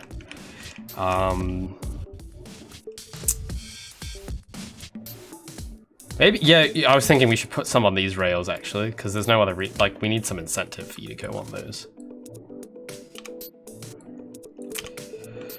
Do you have the VOD with the PS3 tangent? Oh, you'll have to refresh my memory. Can you, what? I remember that there was a PS3 tangent, but I don't remember what I actually talked about. If that was on Twitch, though, I might not have it, because those get deleted automatically after, like, 2 weeks. But I think, yeah, on my YouTube channel, there's... Because I used to do streaming on YouTube for a bit. And then I switched to Twitch, because I figured people would... Because I don't... Like, I don't watch live streams myself. I don't... Like, that's just not, like, what I do. I just don't get it. Like, yeah, so if all of you guys watching here, it's like... I don't know why. Why are you here? But I appreciate it anyway. But, yeah, I tried live streaming on YouTube. Yeah, I've actually got quite a few here. So that was the first, that was 5.5, oh my god, that was like 4.5 hours, my first one. And I think I didn't have the face cam on. Yeah, I didn't have I had like the YouTube thing open. Oh my god. What are you doing, Ray? You should have that set up before you start the stream, you dingus. And then I'm just sketching stuff for 5 hours straight. I can't believe, wow. Why did I do that to myself? But, why do I have the Pikachu face open? Anyway, so that was the first one. That was about 2 years ago now. And then I did another art stream, and then I did 2 game dev streams, and then 2 more, and then level design. And then I think it's around this point I decided Twitch. I don't know, I just thought, I just kind of figured people would want to watch live stuff on Twitch rather than on YouTube. Whether I was right, I don't know. I actually don't really know the difference, but there's something comforting, though, about having a small group to stream with. I think if I had more people than 1,000 or like 500, yeah, I think 500, I think I'd be kind of scared and would stop. But it's nice kind of being away from the big YouTube crowd, I think. Because it's like, I kind of get to remember people a bit better. Like if there was like 500 of you here, I don't think I could remember. Like I'm super introverted, I'm terrible with names, so I don't think I'd cope very well. So yeah, it's nice just having like, you know, 100 people or something like that. Makes it a bit more personal. So yeah, I think I don't actually, yeah, it's kind of ironic because I think there's more people now that are right here, right now than I ever watched on my YouTube streams. So, so that's kind of funny how that turned out. Oh, trivia. Did I go on for an hour? Wow. I mean, yeah, that is kind of like me, isn't it? I don't actually remember that. I remember that I talked about the PS3. Oh, it was the model numbers. I remember now, yeah, I was telling you guys about the different model numbers of PS3. But seriously though, it's so cool. You guys don't get it. They're like, it is, yeah, I'm not gonna go into it, but you should look it up. It's interesting. In North America, they had fully backwards compatible PS3s that could run PS2 games, but in Australia, they didn't. They had software compatible ones. And I'm probably the only person who cares. But it's cool. I think it's cool. Well, yeah, with the pandemic as well. I can't believe it's almost been 2 years since that all started. Yeah, that's crazy. So the majority of Project Feline's development has now been in the pandemic. That's crazy to think about. So 1 year without the pandemic and then 2. It doesn't feel like that though. I mean, am I doing the math right? Because it doesn't feel like that at all. But it's strange. I mean, I don't know. I mean, I don't go outside anyway, so there's no difference. But it does kind of feel weird. Oh, you hacked your PS? Ah, software emulation. Oh, I see. Oh, I can tell you exactly why. Cause I went on that tangent back then, I could tell you exactly why they took out backwards compatibility. To cut costs. Because if you guys remember in 2007, everyone hated the fact that the PS3 cost $700. I think it was that amount. I think it was $500 US, but in Australian, that's 700 for us. And yeah, everyone hated that. And then Xbox was thrashing them. And then Sony was like, hey guys, what if we just took out backwards compatibility and made our console $300? And then the guy was like, yeah, do it. And then they did. And then we couldn't play PS2 games in HD anymore. But we could afford a PS3. So, you know, a soul for a soul. Yeah. But I think, yeah, like, actually, yeah, the first console I ever wanted was a PS2 because my friend had one. And then I remember begging my dad, because I wasn't allowed to have a game console growing up when I was like, I think I was about maybe 8 or 9 when my parents finally caved. But before that, it was all like, no games. But then I was like, oh, but my friend's got a PS2, it's so cool. And then my dad pulled like the boss move ever, because this was around like 2007. And he's like, we're not getting you the PS2. And I'm like, what? He's like, no, we're getting you the PS3. And I was like, oh my God, it's crazy. So that was pretty cool. That was my first console. And my first game, for those who... I think I've told some of you guys this, but my first game I ever owned was Sonic the Hedgehog. And I'm not talking about Sonic Unleashed, and I'm not talking about the 90s one. I'm talking about the 2006 classic Sonic the Hedgehog. But no, for real though, I love that game to death. I know it's buggy, but I love it. I nostalgia over it so bad. That was what I grew up with. And then also Rayman 3. That was also pretty good. It is in the best way possible, isn't it? You know, I could probably go on for an hour about the development of that game, because there's so many lessons that I didn't really appreciate until I was older, because I didn't know anything about game development when I played it. But then when I was like, you know, like last year or the year before when I started working on my game, I started researching like what the story was with Sonic 06, because it went so badly, like in the public eye at least. I mean, I don't think it was that bad, but the public surely reacted very strongly. And I was like, why was it such a disaster? That's so interesting. And there's so many things that I think I talked about this last month on stream. I remember I went on this, I talked about how, yeah, it actually had nothing to do with technical problems, really. people think that's what it was, but it was actually management. The management was just terrible. Like the bugs, that's all solvable. The broken physics, you can fix that. That's all solvable. The thing that they couldn't fix was the fact that they were given an impossible deadline and that half the staff left the project and the director left the project. And it's like, what can you do? Like it's just like everything that could have gone wrong went wrong, and it was all just very poor management choices. That's what, yeah, so that's like a very a summarized version of what happened. And I find it so interesting because for me, it illustrates just how important project management is. Because people talk so much about skill, like, oh, you gotta learn 3D modeling, gotta learn programming, gotta learn this and that. And it's like, no, none of that matters if you can't manage. Like Sega can do that. Sega can model. They can model pretty decently. They can make levels pretty decently. Like I think Sonic Unleashed, was the example of them doing it right and having the right deadlines and the right budget and all that. I think they proved that they can make good games. Even before then, with Sonic Adventure, they proved that they can make decent stuff. And you might go, well, why did 06 turn out if they had this track record? And it wasn't their technical ability. That was fine. It's just that they cut the team in half, and half of those people went to work on Secret Rings, which was not a good idea, if you ask me. And that the deadline was Christmas 2006, and it was for new hardware for the PS3 that no one else had used before. And it's just decisions. That's really what was the weakness. It had nothing to do with skill. They just didn't make good choices, and that's why, I'll always say, take like if you're, I don't know how many devs are watching me at the moment, but if you're working on a project, man, you gotta manage your time. I don't do it perfectly at all, but I try my best, and it's helped me to be aware of that. And I think if Sonic Team in 2006 were a bit more conscious of it, then maybe Sonic 06 wouldn't have turned out how it did. But again, I wasn't there. I wasn't there for it. I could be wrong, but that's what I've managed to take away from it.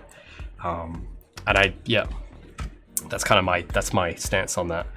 The PS3 was notoriously quite difficult, I hear, because of the cell architecture. Sorry, I can't pronounce architecture properly. It's such a hard word to pronounce for me. I don't know why, but anyway. I hear that all the time too, man. Everyone hates the game. I love it though. I don't really care what they think. I remember the experience I had with it, and I will cherish that till the day I die. Even if the development was rushed, even if they didn't make it, because I think when I played it, because I was like maybe I must have been like 9 or 10 years old when I played that game, and I think I wasn't jaded. Like I didn't really buy the marketing hype because I wasn't following Sonic. My parents just bought the game for me when we got the console, and I had no idea about Sonic before that point. So that was my opening to gaming and to Sonic, and I had no expectations at all, so that probably helped. And then, what was I gonna say? And then I remember, I think what I took away, it wasn't the fact it was bad, because I didn't know what to expect, but I remember I knew what they were wanting to do. I could feel it. I could feel the vision that they were trying to do, and I liked that. I would be behind that vision.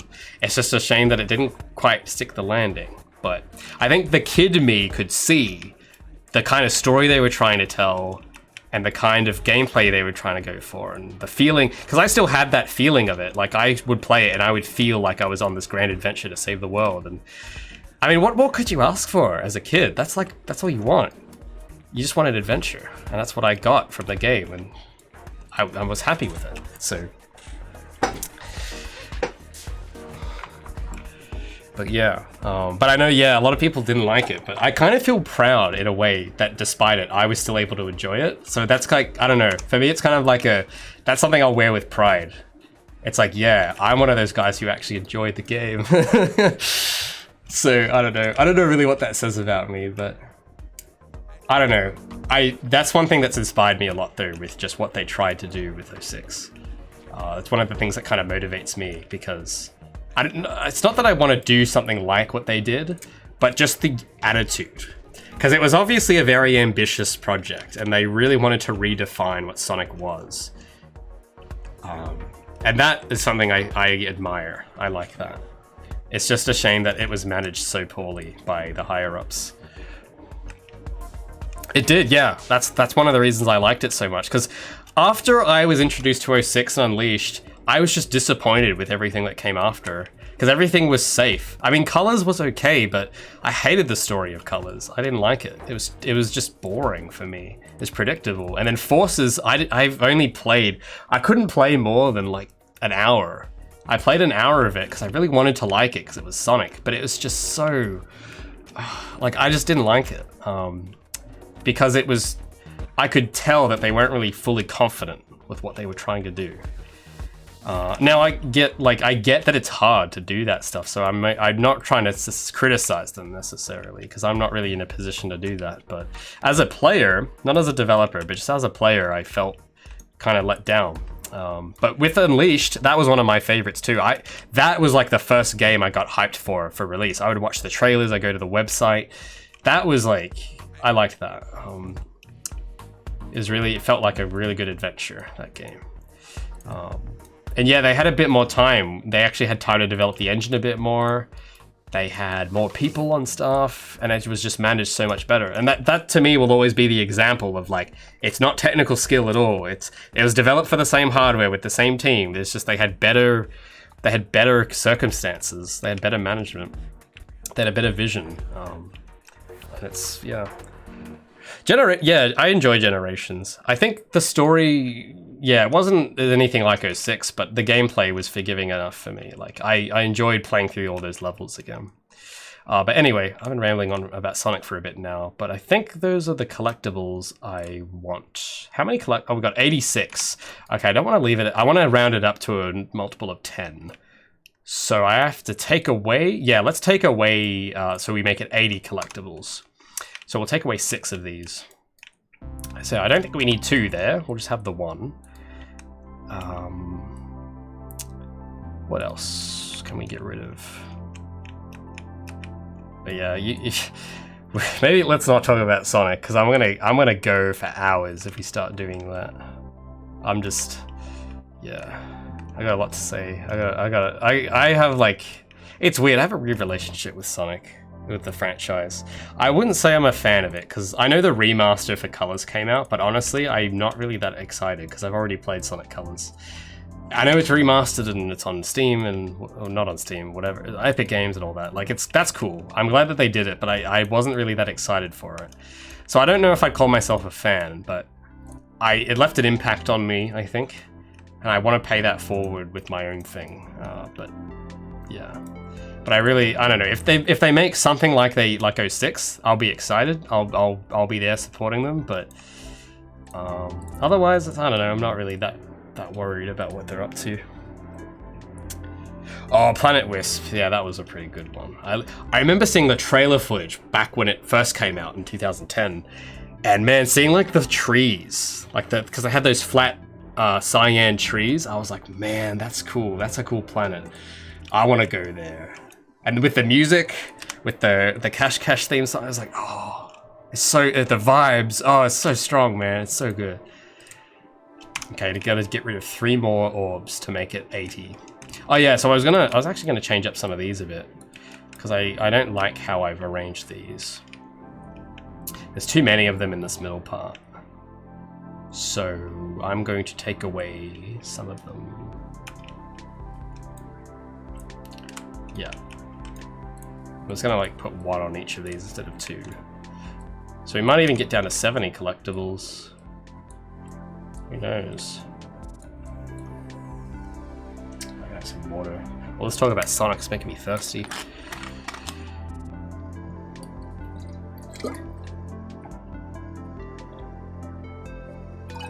Yeah, the color. Man, the color was great.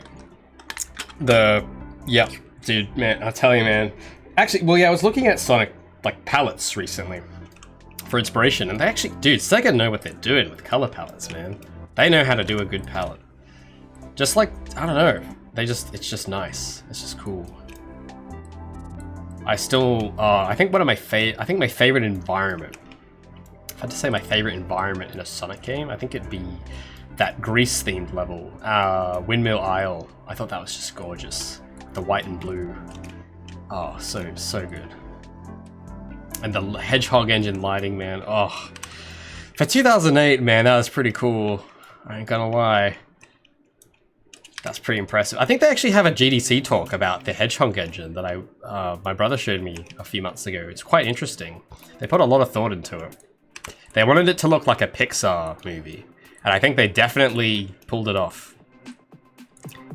I mean, considering it's on the PS3, it's like, damn, it ain't like what Pixar looks like now with, you know, like hair strands and all that fancy stuff. But for 2008 on a PS3, that's pretty good.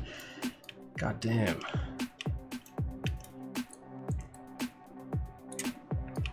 Yeah, Apatow, that was it. Yeah, I love that. Sometimes I'll just boot up the game and I'll just go to like the hub world there and just look at the ocean. And then I just won't play the game. I do that sometimes. It's just cool to look at.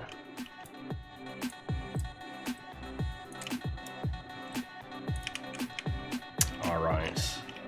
Just this last little bit here. Oh no, I didn't want to delete that. Okay, how many collectibles do we have now? 74, okay. We'll make it 70, so let's delete 3 more. I just like having I like multiples of 10. I don't know why, I just do. Where can I get rid of some? Maybe over the other side.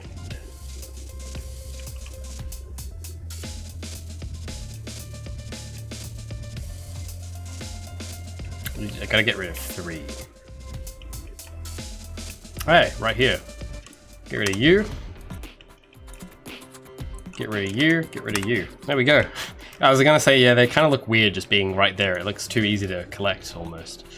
And then maybe I'll just move you out so it looks the player's tempted to go up here when they look behind them. So that they look behind them and they go, oh, there's an orb over there. I'm gonna go. And then they go here. And they go, oh, there's more orbs. And then they, yeah. See, flow. That's right, guys. Composition. Points of contrast. All this weird artistic stuff. Pretty cool. Just gonna move all these a bit closer. Anyway, yeah, so I think orbs, I think we're good. I think we're good on the orbs. There's just one little thing with the code of the gameplay, but I think I don't know if I should say that for next time or not. Because I have to basically, I want to change the way that the game mode works. I want to make a new game mode where instead of, because this game mode is the collectathon mode I used for the train station level. And in this mode, you have a collectible counter at the top. And if you collect all of them, it'll unlock the goal. But it also keeps track of how long, like it has a stopwatch. And I think what I want to do instead is make that a timer, where you have a time limit instead. But to do that, I have to make a new game mode and change that property. Yeah, actually, that doesn't sound too hard. I should be able to do that in like under 5 minutes. So let's do that. I can just copy paste. Yes, that's why, dude. Game mode assets, dude. That's where it's at. Unity didn't have anything like this when I last used it. But you can basically make rules as their own little assets, which is really, really cool. So I'm gonna go to, I think I called it collectathon. I'm just gonna copy paste it. And we're gonna call this timed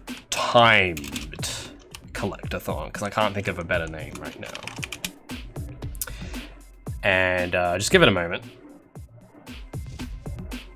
Any second now. All right, I'm gonna open it up, and you can see it. There's all the code for the game mode to work here. So you can see it's setting the lives, which, if I recall, I wanted to have it so that if you die, because I have it where if you fall off the cliff, the mission fails, and I think I don't want that in this mode, because yeah, it says mission failed, and it's like I think I might just let you respawn just for this one. So what I might do is, yeah, so we've got maximum collectible count. So this is what sets that number at the top, so it knows that there's 70 collectibles in the environment, because it just searches for them. And then, so yeah, it's got advanced for when different parts of the game happen. So we've got when the character touches the goal, it then does all this stuff. It gets ranking and scoring and stuff. I actually might get rid of the score at the moment. Yeah, we've got game over, what happens when you die, respawn, stuff that happens when you respawn, We've got it all. And this is all like a self-contained asset.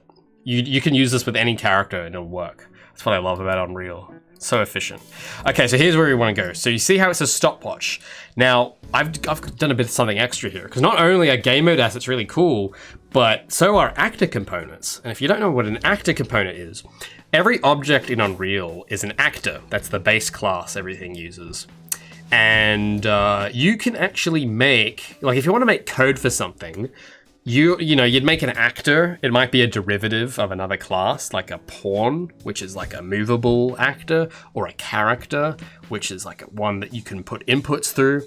And they're all actors. And they have a graph on them where you can add code. But they also have a thing where you can make self-contained little components and just have code on that and plug that into other actors. So I've actually done that here for the game mode. I've got 4 plug-in components on the game mode that each control a different part of the game mode. So I've got a stopwatch component, I've got a scoring component, I've got a collectible component, and I've got a countdown. And what each of these do, they all have their little self-contained behaviors, and if you integrate them together into the game mode, it makes it function. But the reason I've done it like this is because it's very recyclable. So if I wanted a game mode that had a collectathon but didn't have a time limit, I could do that. If I wanted a game mode that only had a time limit, like for speedrunning, I could do that without having to write up any new code, because I can just make a new game mode, plug in the component, and boom, there you go. So you can see here, the countdown component, that's that little sequence it does at the beginning where it says ready, go, and that's what the countdown component does, because I don't know, I thought it would be a cool idea to add. Then we have the stopwatch, which is that's what controls the little stopwatch in the corner. So this stopwatch has some properties on it that I want to change, because the only thing I really wanted to change was have it so that it has a time limit. So I'm going to go to my stopwatch component, which I've already coded in advance, and I'm going to go count, and this might be a bit hard to see actually, I'll zoom in. You guys can see it. So we've got the components here, stopwatch, scoring, all that. And then on the stopwatch, it has its own properties that I've put in, and we're going to change it to decrement instead of increment. So instead of counting up, it's going to count down, and we'll give it a starting value, which will be the time limit in seconds. We'll do 180, and we'll see what happens. So if I start playing that, it should. Oh, maybe it doesn't work. Okay. Oh, I didn't assign the game mode. My bad. I have to go into I have to tell the level to use that new game mode. Timed collectathon. Okay, now it should work. Yeah, check this out. Yeah, now it starts at 3 minutes, if you see in the corner, and then it counts down. Oh, actually, it counts up. That's not supposed to happen. It's counting up. Oops. Okay, well, let's fix that, shall we? Let's fix that. Why is it counting up? I said decrement, not increment. That's odd. Oh, maybe I have it hard set somewhere. Yeah, hold on, give me a moment and let me look.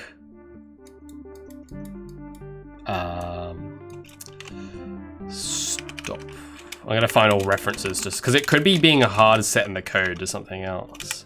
So let me just get all the references to the stopwatch to make sure I'm not telling it to explicitly do something.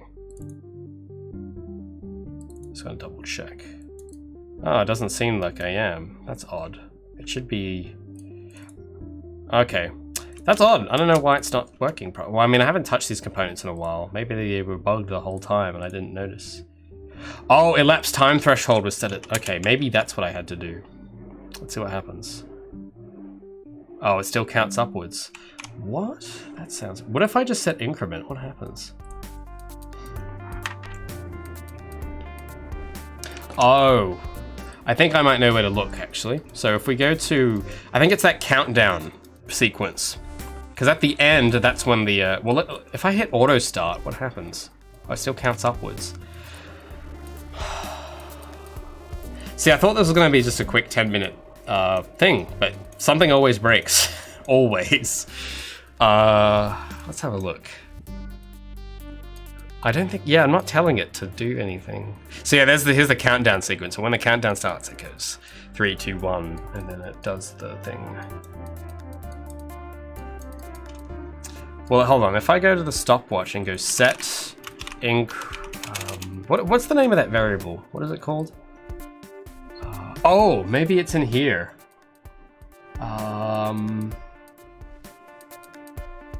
Or not. Yeah, never mind. Collect stopwatch. Count direction. Get set count direction. Yeah, let me search for that. Count direction. Maybe I'm setting it. Oh, no, I'm not setting it anyway. That is weird. Okay, yeah, I don't know what's going on there exactly. Maybe I actually broke the component. Maybe that's what's going on. I'll have to have a look at it. So yeah, now I'm gonna go, let's go into the actor component. So if I go to core and then components, we've got countdown, oh, that's not the right one. Stopwatch, where's stopwatch? It's in here, yeah, here we go. So here's the actual code for the stopwatch. It's just this self-contained little thing. So what should happen is, yeah, if it's decrementing, I don't know if I'm butchering the pronunciation of that, but if it's decrementing, it should start from a number and then subtract the time, and when it reaches 0, it should go game over. That's what should happen. So maybe I should set elapsed time. Yeah, maybe I need to do that actually. Oh, let's try that. Oh yeah, it's still going up. That's so weird. All right, so on update. So this is when it changes the number. And it should, if it's decrementing, yeah, it's supposed to do this. So what if I just plug this directly in? What happens? Oh, now it, okay. See, now it's counting down. Okay, well that's a bug. That's a bug that didn't used to happen. So you can see now if I zoom in, it's like counting down. It's going 249, 48, 47. So that's what's supposed to happen. But it seems that this isn't happening properly, or something's going wrong here, which is very curious.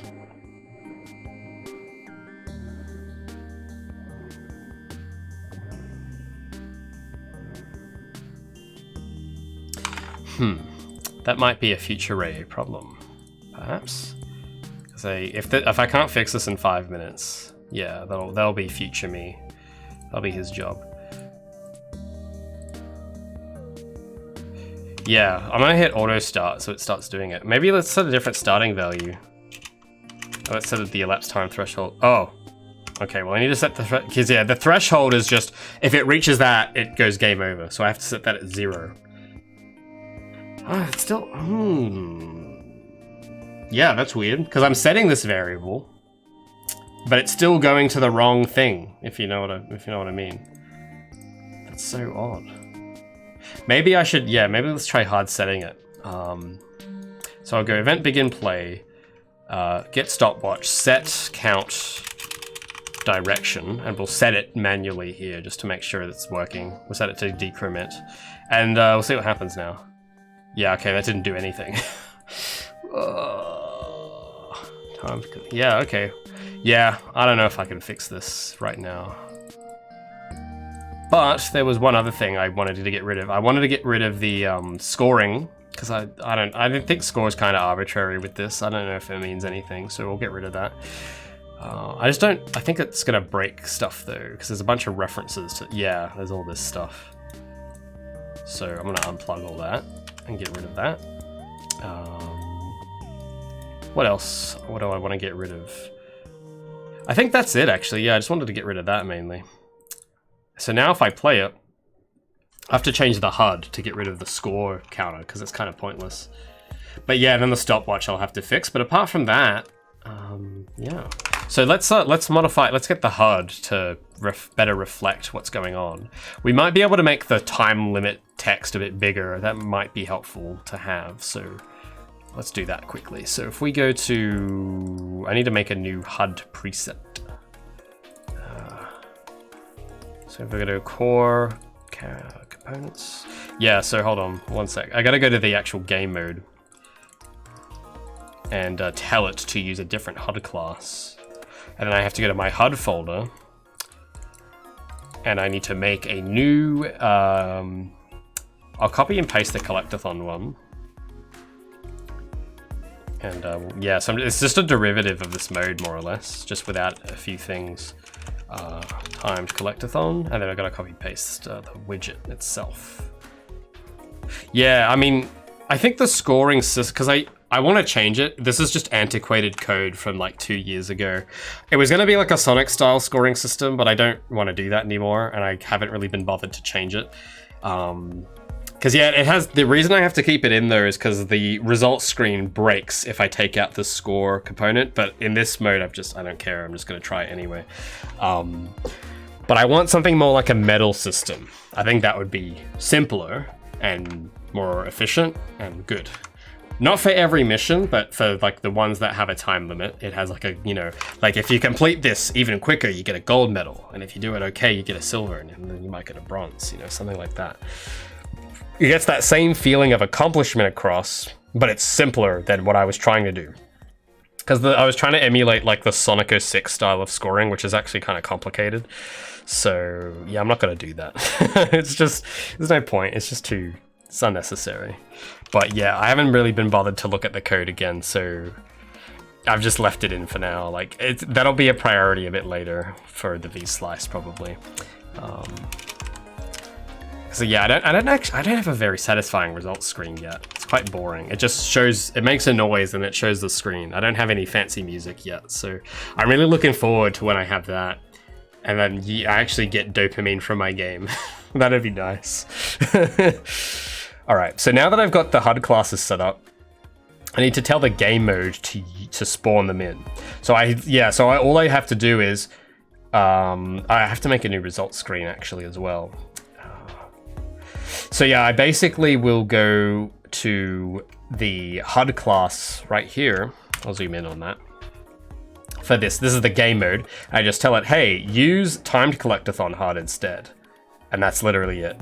I could also change what character it spawns in too. I can make it spawn in the default mannequin, which I've modified slightly to have wall running. So just for fun, I'll do that as well, just to demonstrate this to you guys. And then we'll go to the HUD, and you can see here's my HUD layout that I've got. And I'll get rid of score. We ain't gonna need that. And yeah, so because there's no code on this either, because each of these components has its own code to automatically interface with the game mode.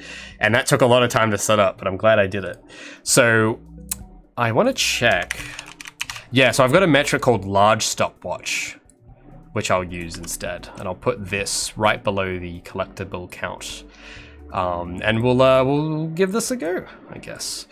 So then I need to go to the code here and tell it, hey, spawn in the timed collectathon. And now if I boot up the game mode, it should spawn in the mannequin with, oh, okay, that text overlaps a bit. But you can see that the stopwatch is big now. So that, yeah, that's what I just did.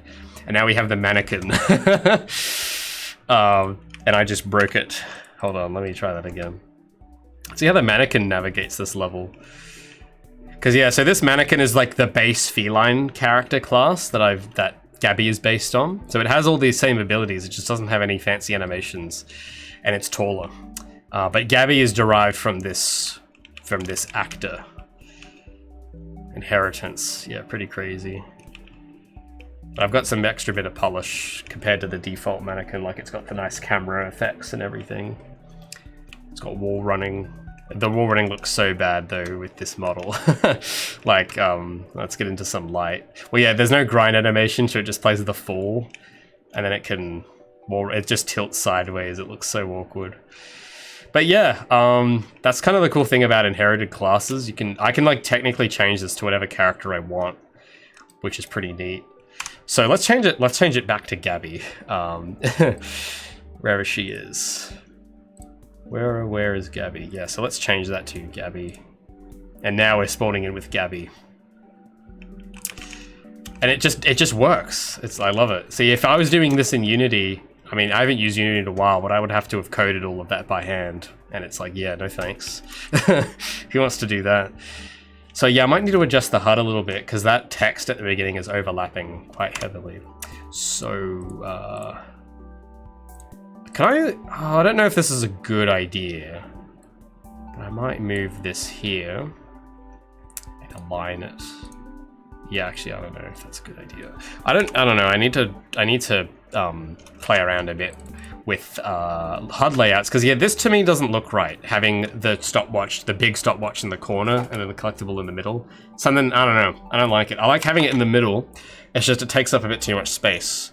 So yeah, it's tough little choice there. Stopwatch I definitely want in the middle. But yeah, you got it, Bergman.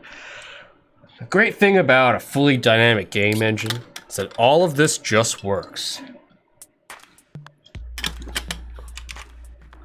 You see, hold on. You see that warehouse? You can climb all the way up to that warehouse. We got 16 times the detail. 4 times the size of Fallout 4. So how am I gonna sort this? Maybe I should use the, let's use a small collectible counter. I don't know if maybe that'll solve this. So I'm just spitballing, just trying it, see what happens. So now I've got it where the timer is big, but the amount of collectibles is smaller. I don't know what's what. I don't know which was better. Yeah, I'm not a huge fan of the default mannequin animations myself either. 16 times the bugs. You're goddamn right.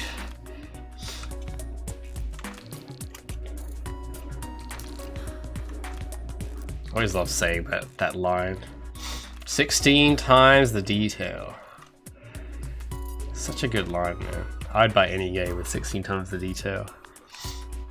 Yeah, I think I'm liking this with the HUD layout this way. Because it makes the time the emphasis here. So I think I've given you a time limit of 3 minutes to complete the level, except it's counting upwards still. So that shouldn't happen. Yeah, I don't know what's going on with that. It's very strange. I really want to fix it, because if I fix that, then my job here is done and I can go to bed without staying up worrying about this. But I don't want to stay up too late, because that's not good for my sleep schedule, if such a thing exists. So I can close the HUD now. That's done. I think. Yeah, so the HUD is sorted. I think I'm happy with it. It's got only what it needs to have. It's got your speedometer in the corner. It's got your health, which, I mean, you kind of don't need for this mission. But then you've got just the credits. I don't know. I've just called it credits for now. I don't know what the collectibles. I can change the name of that probably. And actually, yeah, you know what? I'll change the name of that right now, because the name credits, I'm not vibing with that name right now for this mission. So let's go to the components. And here's all the other, here's all the stuff. So if I go to metric collectibles, here we go. Here's the little thing for it. I'm just gonna rename that to parts, I guess, because that's what these are for this mission. You're collecting parts. I don't know. Is there a better name?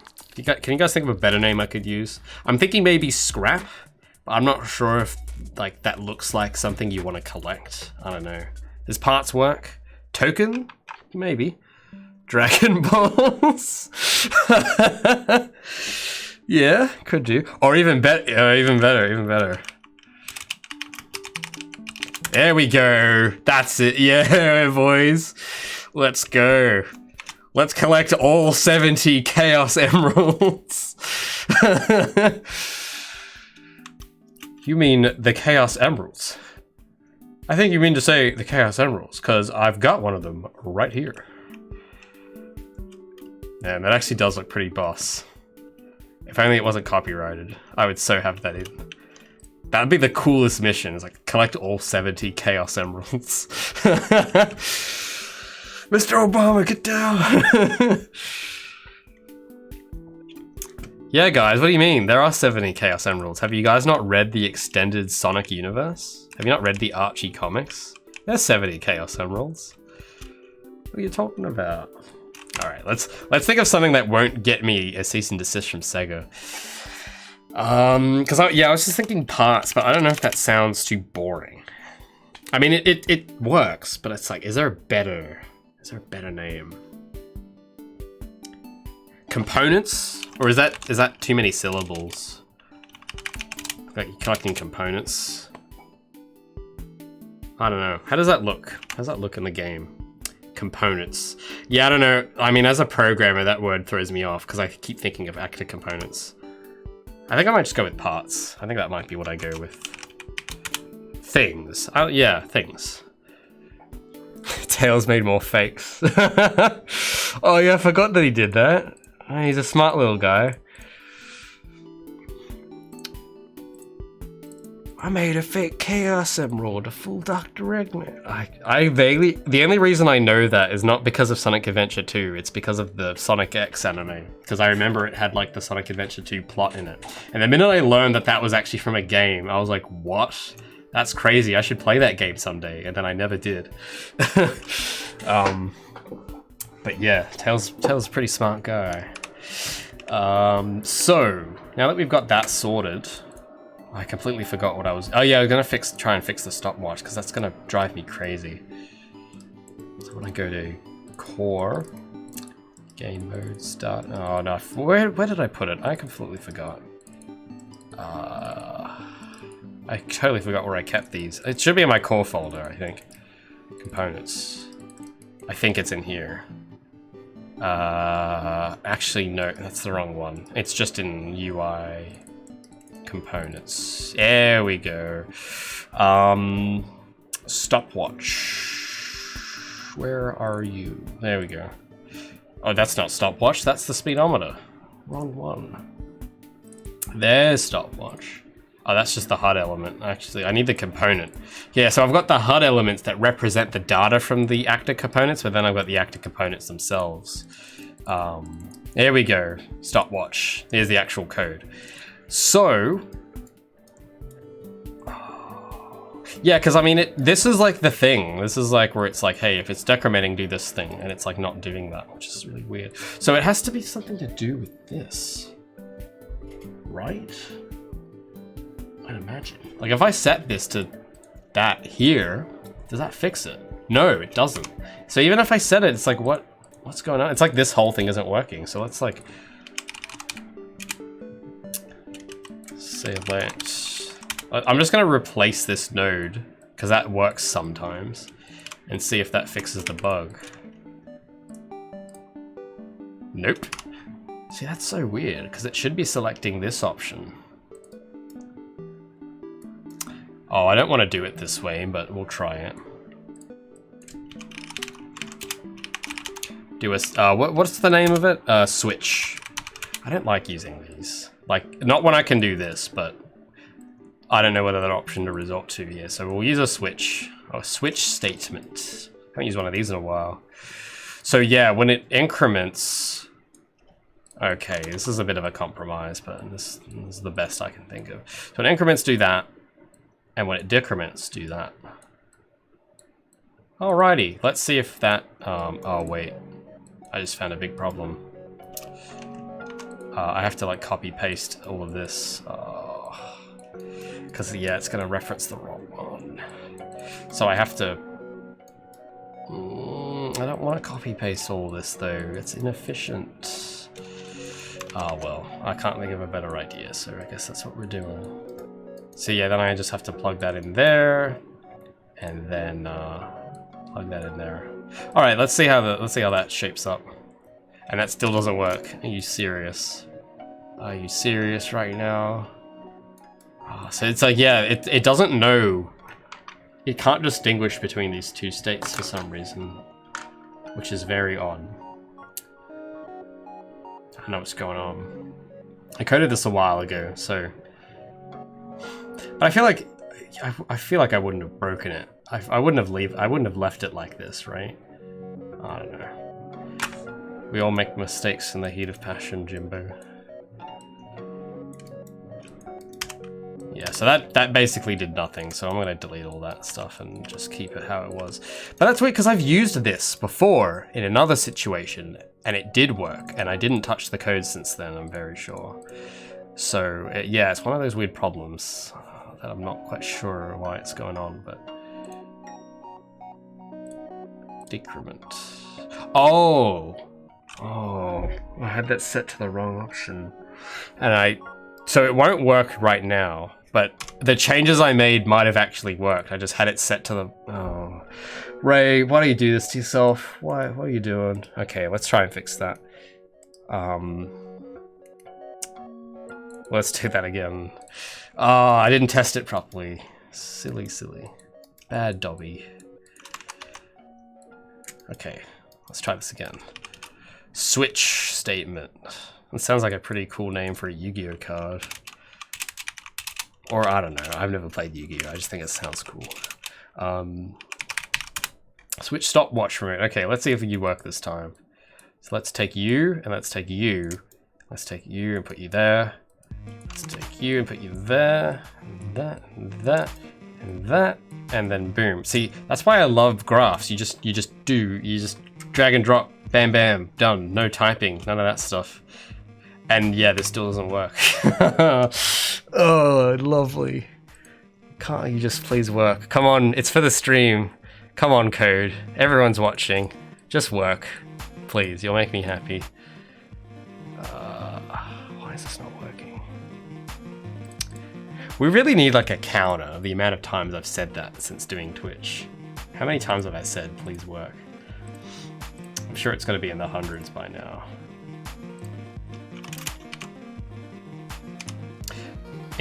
Oh. I just noticed something. So if I set the... Oh, interesting. If I set the time threshold to anything but 0... Wait, what if I set that to -1? What happens? Yeah, okay, that did nothing. That's...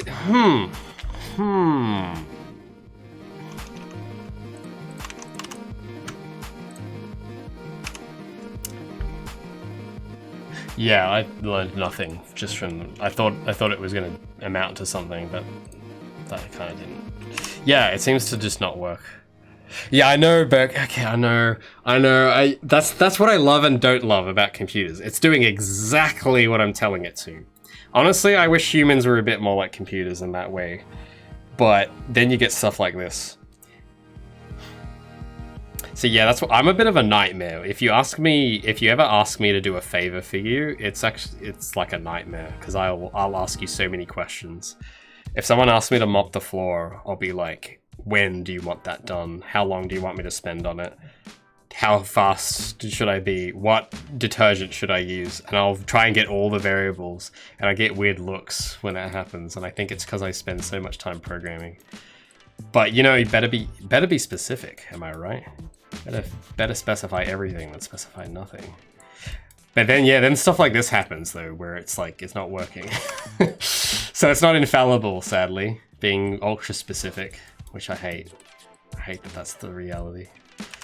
Says a lot about our society. But yeah, yeah, because it's so frustrating, because it's like, I have that select case, which seems to be, it was working fine. And it's like, hey, when count directions is decrement, minus that number. And it's like supposed to do that, but then I hit play and the timer goes up. But if I plug this directly in, it then goes down. So it's this part that's breaking. It doesn't know, it thinks it's incrementing, even though I'm explicitly telling it decrement. But it's like, nuh-uh, we're incrementing. And it's like, no, you're not. You stop doing that. But it doesn't seem to want to listen. Because I don't think anywhere in this code I'm telling it to go switch back to increment.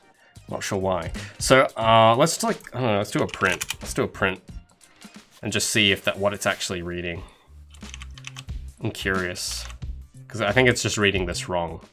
Yeah, it's reading increment, and it's like I'm not setting it to increment. I'm setting it to decrement. Do I have any other game modes that have a time limit? Actually, maybe there's something I'm getting wrong. So I need to go to game modes. I don't think any of these have a time limit. Yeah, these are all increment. See, because if you guys remember, I had a build in July last year, and this worked. It had a countdown timer, and it worked perfectly. And then I decided to change it, and now since then it's been broken, it seems, and I don't know why. Yeah, but no other game mode has, yeah, that's odd. None of the other ones have a time limit on them. So this is the only game mode that has a time limit. But I coded it so that it should be able to do a time limit, because that's why I did all this. So yeah, that's like kind of weird. Maybe I should be looking at this instead. Hold on. So if we go and begin play, we'll go to stopwatch. We'll go get count direction, and we'll print it from the game mode itself and see what it does. I hit play. See, it says decrement. It says decrement there, but then the thing it doesn't do it anymore. I don't know. It's like something's going on. It's like what's going on? Hold on. I need an event tick. Event tick time. Trying to put a tick in here. Oh, I don't like this function, but we'll need to use it. Oh, did you guys catch that? Did you guys catch that? So, sneaky. So it seems like what's happening is that on the first frame, it is decrementing, but then it switches to incrementing for some reason. So, yeah, great. Yeah, see, it says decrement on the first frame, and then it says increment. What is setting it to increment? Get me out of here. Yeah, it has to be being changed somewhere. That has to be the case. It's just it's not being changed in the game mode. Because I've checked all the references, and there's only one reference to count direction, and that's right here in the print string. So where else could it be being changed? See, this is the part where you start playing the Vsauce music, and then I do this, and then the problem just solves itself because it's Vsauce Michael here. But yeah, it has to be being changed somewhere else, definitely. I just don't know why. Why? How? So many questions. Oh, actually, that could be the, yeah, actually you might be right. That could be it.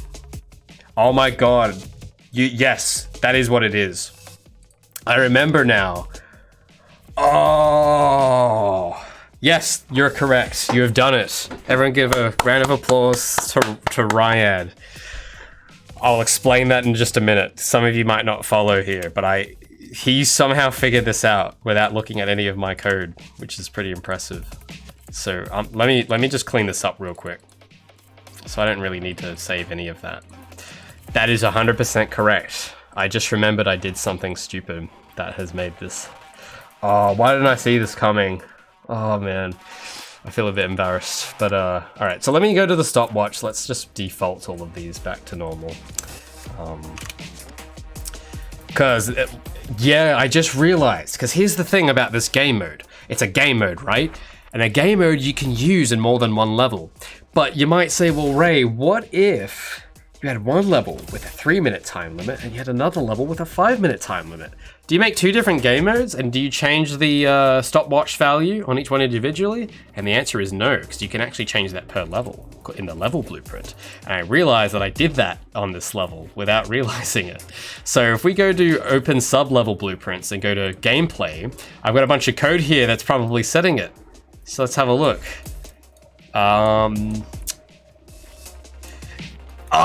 There it is. We found it. Okay, so let's change that to decrement here. And let's set so this is for the level. We can set a time limit for this level only. And we're gonna set that. How many seconds is in 3 minutes? So if we go 6, wait, where's my calculator?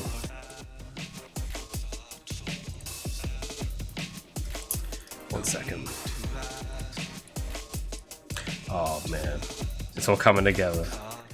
So, yeah, so hold on, calculator. I just had stuff on my other screen. So if we go 60 times, I think I was gonna set 3 minutes. So 180, that's what we'll set the starting value to. And we will set the elapsed, yeah, I think that's all we need to do actually. Yes! Oh, now we got a 3-minute time limit now, guys. That's yeah, we got it. We just need to make sure it doesn't start counting down immediately. So I'll turn off auto start, and now it'll wait, and then it'll go ready and go, and then the time limit. But maybe I don't want it to read 0, so I've set the can I set the elapsed time? Yeah, I don't know why it's set to 0 at first. Oh well, I guess we can't do anything about that for now. But yeah, it has a... that's bothering me though. I want it to start at 3 minutes, and it is when the game starts. Oh, it's... yeah, hold on. It's because I did this. I think that's why. Or not. I don't know.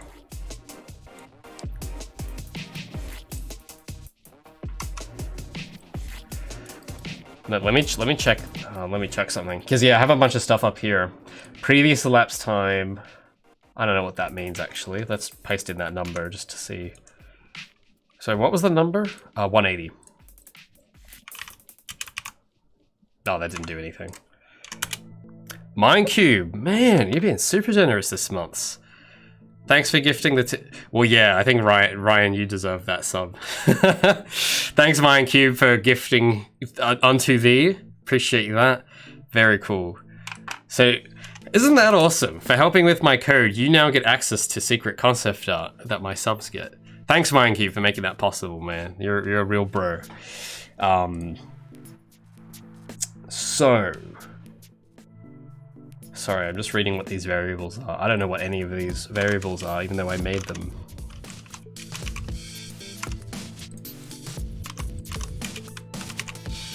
Okay, yeah, I don't know what those variables do.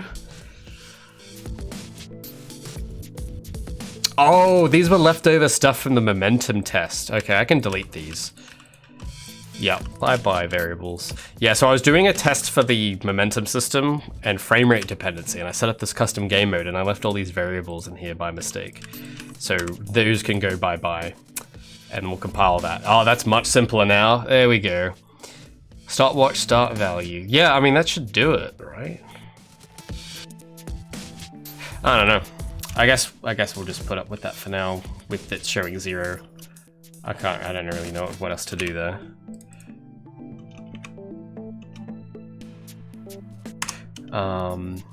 But there's something else happening, because this is collect all credits. And that's not what it's supposed to say. Oh! Hold on, I know why. I gotta copy paste this.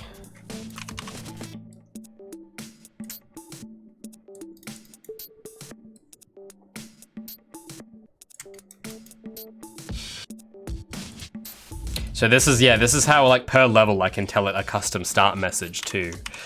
So I can tell it, I can give it its own mission objective and say, in this mission, collect 5 junk pieces, or yeah, and I can set that per level through this bit of code.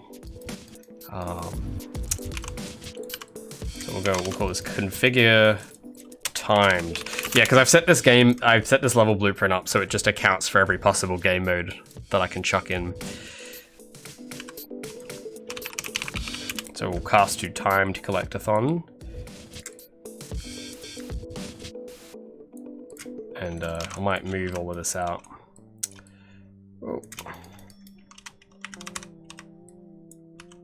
Oh wait. Is that gonna work?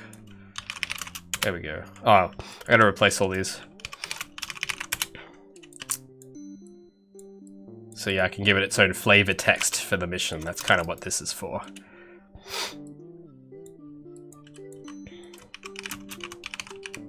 And then I could give it its own message. When you collect everything, I can tell it, hey, do this, go there, go back to the train station, go back to this guy.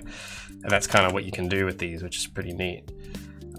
So yeah, that should work now. That should have the mission the way I want it. Just a little bit of gameplay coding for you. All right, let's compile, save all of that. Close it. Save this level as well. That'd be a good idea. So save, yes, everything's saving now. Don't worry, I haven't lost anything, hopefully. And let's, yeah, there we go. We got the message, we got the time limit, we got the collectibles. Let's try and play this mission, shall we? Can I actually do this in under 3 minutes? We'll see. I actually don't think I can. So I might have to change it to 5 minutes. Oh yeah, I'm having a bit of trouble here, boys. Oh, why can't I grab that ledge? Hold on, I can do this. There we go. I'm just gonna go for these middle parts.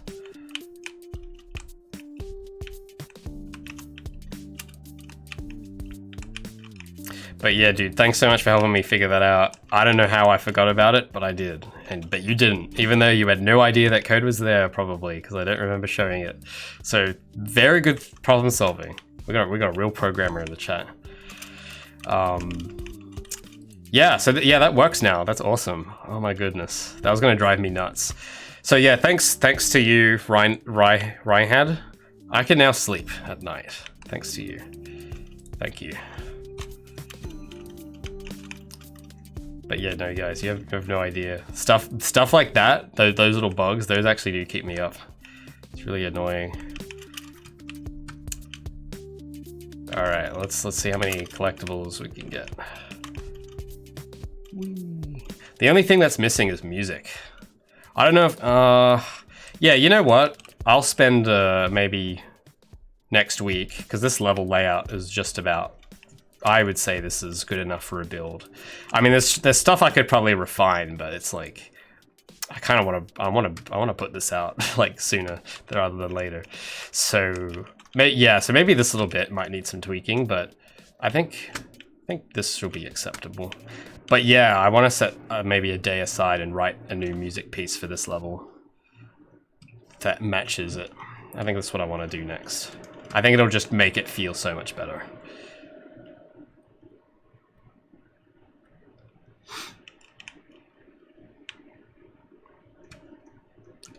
Yeah, I really maybe I should have put some of these orbs on these rails because it's kind of boring to run through them like that. All right, let's get the big rails. Let's get these boys. Oh, that felt pretty cool. Oh, I like that. I like that feeling. Oh, that doesn't feel so great because I didn't build any momentum beforehand. So let's try that again on that rail. Oh, I've only got 25 seconds though. Okay, maybe I have to hurry up. I just remembered there's a time limit. There's 2 left. Oh, here they are. Yes! Oh, but I don't have the goal object set up. Oh, okay. The goal object's here. I have to position that somewhere else. I have to make it not invisible first. That'd be a good idea. And then I need to actually get the finish line. I need to set the collision to work, which I hope I have. Yeah, so here's the here's like the goal barrier. I should really make it a bit different because what happens is there's like this collider around the end goal object. Yeah, actually I might start her up here, maybe. So there's maybe I'll start her up the top. Yeah, why not? Let's start her up here. So let's just pretend there's a character here, just for a second. So what happens in this game mode, the way I've coded it, what really should happen is it should despawn, like, this should, like, be hidden, and then when you collect everything, it should spawn this goal in. But the way I did it, I just spawned this collider around it, and then that disappears when you collect everything. Maybe I can... Oh, can I change that real quick, I wonder, actually? Let's have a dive into the core components. So if I go to collect... wait, no, it's not that. It's the game mode I need to look at. I think, yeah, I might be able to actually get it to work the way I want. So if I go timed collectible, because I don't want to get an invisible barrier. It just looks lazy. So if I go game complete... No, that's not it. Oh, it's on stopwatch, wherever that is. Or not. Actually, yeah, no, hold on. There should be an event that triggers when you collect everything. It should be in here somewhere. Oh, here we go. Complete collectibles. Yeah, here it is. So this triggers when all of them are collected. It spawns in a message on the HUD. And then it shows game complete event, which is assigned up here somewhere. On start countdown. Okay, so on game complete. Wait, what? What does this do? Oh, okay, it goes here. Oh, that's the game mode base. Okay, this is the base class. Yeah, I don't want to go to the base class. Yeah, it's not what I wanted.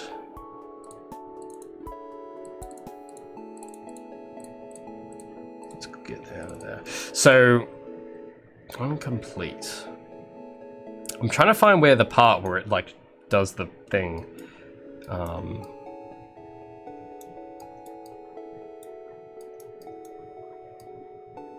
Set collision. Let's see if there's any. Oh, so maybe that doesn't. Yeah, never mind. That might be a bit of a task. So I might not worry about that right now. But yeah, I kind of wanted to have it where instead of this, because what happens when you start the game? Oh, let me move the spawn point back up. I'll put it up near the. So yeah, let's just pretend that she's talking to an NPC. Actually, you know what? We'll put it in NPC right now. Let's give me a moment. Let's just put Gabby in position, and then we'll get our good old trusty mannequin boy. Let's get you in here.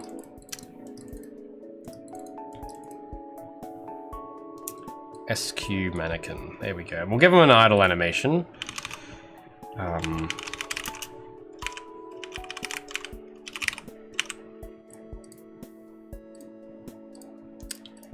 Idle.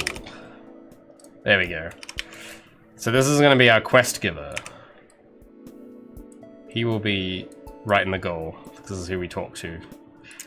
And then, so yeah, when I spawn in now, let me actually just save my changes to that first. Actually, yeah, let me make sure that's actually on the right, that on the right layer, on the right level. Yeah, it's on the meshing layer. We go to the gameplay layer. There we go. I can close this. Actually, let me double check to make sure everything's like loaded in on the right thing. So we've got the gameplay, which is just the character, the spawn point, the goals, and all the collectibles, that's what we want. That's good. Then we have the, I might actually move this. Yeah, you know, I might actually just leave this alone. Then we got the lighting, which I haven't done yet, and then meshing, which has all of the geometry. Oh, that has some collectibles in there. Yeah, that's not good. Hold on, because that might break the code. So I've got to take all these. I hope that's, oh, there's more. Okay, these ones got on the wrong layer, it looks like. So we're gonna copy those. Go back to gameplay, because I want it on the gameplay layer. And paste it there. There we go, much better. So yeah, now if we go to the, just unlock all these. So if we go to the meshing layer now, there should just be nothing but geometry, which is good. Because then I can reuse this map and have a different game mode for it if I want. Because yeah, everything gameplay related to the game mode is just on the gameplay level. So I can switch that out for anything and it'll still function, which is pretty neat. So anyway, let's load it all in, get it all in there, save it all, and let's rumble. And I might quickly just make sure that all the, yeah, I think, okay, groups are good. Let's go. All right, so here's the mission. So we've got our quest giver who's just in here, but we can't touch him because if we touch that yellow cube, it's going to end the mission. So it's going to stop us from finishing the mission until we collect everything. So let's get a cracking, shall we? So yeah, actually that's a good starting point because you can just run down and grind on this rail. Oh yeah, look at that momentum build up. Oh yes, I like that. So let's see if I can do this in the time limit. I think, yeah, last time I think I just made it, but let's see, because what I have to do, because I've made it a bit trickier than just collecting everything. You're gonna collect everything and then go back to the goal. I thought just adding that might make it a bit more tense, because I really want that thing, I want that thing to happen where you've got them all, and you've got like, you know, like 10 seconds left, and you gotta bolt to the end of the level. Like, I think that's gonna create like some cool tension. I think that'd be cool. So I purposely left that in, and we'll see how it feels. Because I haven't really played through this properly yet. So let's try. Ah, I fell off. time to go back up. Yeah, my only worry is that people might ignore this bottom floor, because it's like you're kind of incentivized to not go there. So hopefully, I don't know. I guess that'll take some play testing to fine tune. And then we slide down, yeah. And then the lighting too, I have to really sort that out, because the only way I can see is because of the collectibles, which is not optimal. Definitely not. Oh, I missed one there. There we go. Speed. That's right. I am speed. Ka-chow! Maybe Gabby needs a catchphrase like that. Otherwise, she won't be as cool as Lightning McQueen. And you guys know my ambition has always been to make a character that could stand toe to toe with Lightning McQueen. Ka-chow! Oh, that's quite nice actually. Wait, it just gets me on the roof. Oh, 40 seconds. Oh, okay. I always keep forgetting that time limit's there because I'm used to playing this without the time limit on. So pressure's on, boys. Let's see if I can get them all in the next 30 seconds.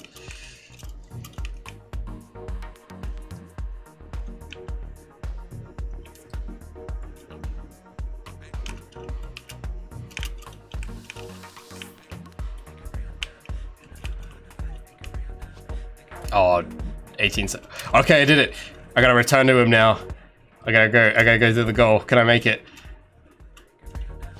Oh, yes! I did it. Okay, I might have to modify the result screen a bit to get rid of all that extra stuff. But, yeah. We have a playable mission. Pretty cool. Yeah, I mean, well, that's the thing, because I think even with good lighting, you can still, because the collectibles are very bright, so I don't think having more lights in the scene would stop you from being able to see it as well. But I think having a bit more visibility would probably be a good idea as well. But it won't obstruct the visibility of the collectibles, because hey, you go to like one of like the very daytime looking levels, like this level, you know, even here in broad daylight, the collectibles are still very visible. So I don't think that'll be as much of a problem. Anyway, so I might, because I can just finish that level, so I might extend the time limit a little bit. I think it's a bit too, maybe a bit too hard. I mean, I can do it. I think for me it's a good level of challenge, but if you got like a new player who's like never played a game like this, I think it could be a bit challenging. So I think that time, like 2 minutes 30 might be like the S rank sort of time. But I think for something like a C rank, you want something a bit more generous. So I'm gonna open the gameplay level blueprint and set the variable of the start value. We'll give you an extra minute. So what's 180 plus 60? Oh, never mind. Oh yeah, I could just do the calculations in here. I forgot I could just do maths in these fields. So I'll do 240. So that's going to give us what? 4 minutes? Yeah, 4 minutes. I think that should be fine. I think anything past 5 minutes is a bit too much. But yeah, that's actually, wow. I didn't think I could make a level last that long. That's kind of, I was expecting, like, I mean, maybe, I don't know, you guys are pretty skilled at this. You could do this in 30 seconds, probably. I mean, maybe. Because that's like, I was thinking it would take me 30 seconds, because usually it does. But this took me like 2 minutes, so it's like, wow. Maybe I've actually got some game time now, which is, you know, for a speed game, that's really hard, because, you know, everything's so fast. So I'm hopeful about this. This actually might have been a good level, maybe. So I guess we'll only find out when we put it in people's hands. So yeah, during next week, I'm probably going to work more on the lighting of the whole thing, polish it up a bit, maybe add a few more models, because I didn't get a chance to go hand with the models yet. So yeah, layout-wise, I mean, a little rough in certain areas, but I think that's fine for now.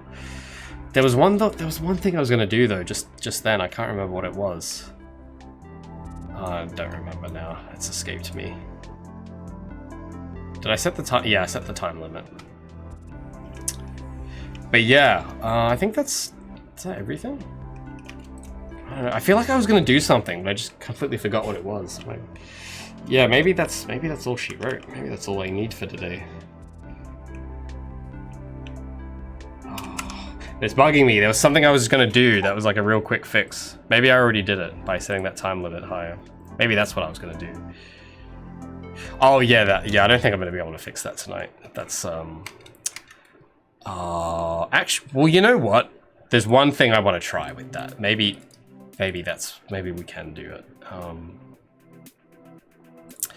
I think it's in core components stopwatch. Because let me look at begin play. Auto start. Yeah, starting begin play. Set starting value. Yeah, so I'm gonna like check with the game mode, right? Because we do a thing here where we tell it. Time collectathon, yeah. So, oh no, wait. Stopwatch component, yep. So it's this. Let's do a print. Or actually, yeah, hold on. Let's get this. Let's get the stopwatch and go call on start. Let's see what happens. I don't know if that'll fix it. Oh, it just starts the stopwatch. Okay, well that's not... Because I don't want to start the stopwatch, I just want it to update the value it sets.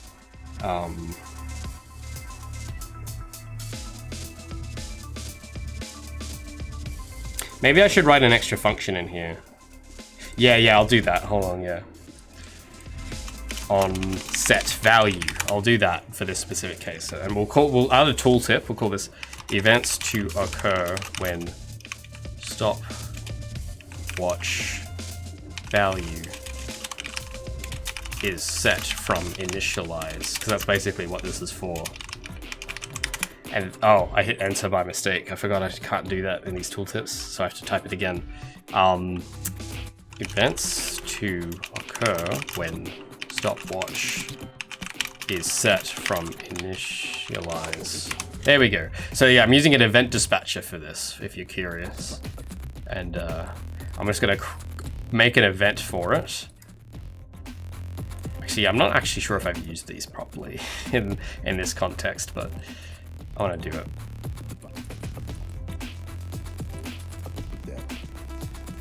Actually, yeah, hold on.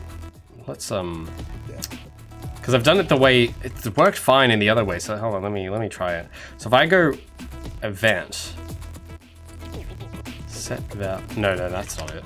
Was it that? Yeah, set value. So let's go event, and we will just basically do that. Let me go call on set value. I'll do that instead. We'll replace that. So it's like on its own little event. So that way we can call it again, and it won't run the stopwatch. It'll just set the value again. So now, if I compile that, I don't know if that's going to work. So call on set. There we go. Now we have that trigger now. So let's give that a go. That actually might solve it. Nope. All right. So I have to do the thing where I bind it. Because yeah, event dispatchers are kind of weird. I think I did it in a really specific way here that seems to work for some reason when it shouldn't. But normally what you have to do for an event dispatcher is you have to assign it and bind it to something. So let's do that. So let's move all of you over here. You here. Let's we'll move all this down. Because yeah, I don't know how I managed to have all these events work without binding them. That's kind of weird. Unless I have bound them somewhere. I don't remember. Oh, give me a moment. Actually, there is something I need to... Because actually it might be working. I think it's just the HUD isn't updating. Like the actual UI element that displays it might not be updating. That could be it. So if I go to HUD or components more specifically, there should be a stopwatch. Yeah, and let me just... Yeah, okay, hold on. Oh yeah, it does bind events here. Okay, that makes sense. Yeah, so I need to bind an event there. So actually what I had here was fine. I don't need to assign it here actually, so I can just go event and just do that. And then call on set value. And then there you go. Oh, actually, I just thought of something else that actually might be even more useful. Yeah, I just thought of a better idea. What I could do, I could pass a float as an argument, so I could set it to any value I want at any time, which actually might come in handy.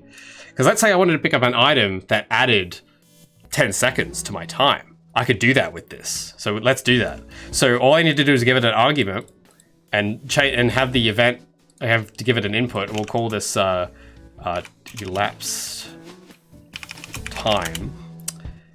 And yeah, we'll just do, so here's what we do, So you just do that. So the actual event, it'll just set the elapsed time to something new. At least I think that's all it should do, I think.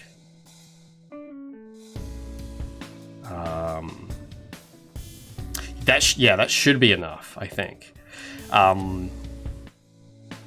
And then, what you do is, you go on call unset value and you just plug in this here. But then in another part of the code, you could have it set a different value, which, that might come in handy.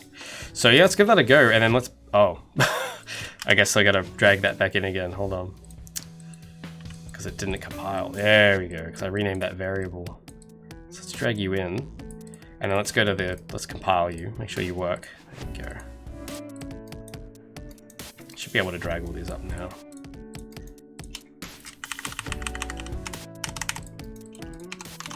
Oh, don't want to do that.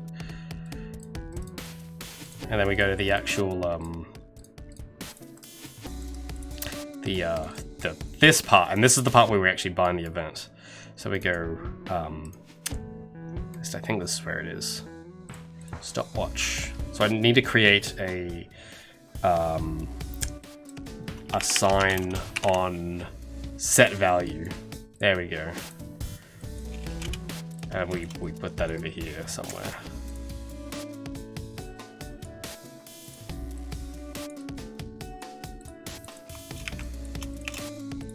There we go.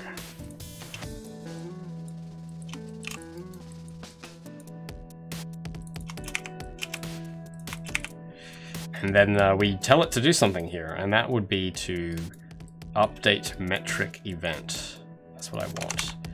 And because this I've already set up earlier, and then we just plug in that value to here, and that'll turn it into a time code format, with minutes, hours. That's what this does basically. It's just a format node, and that'll make it look like a stopwatch. That's basically what that does.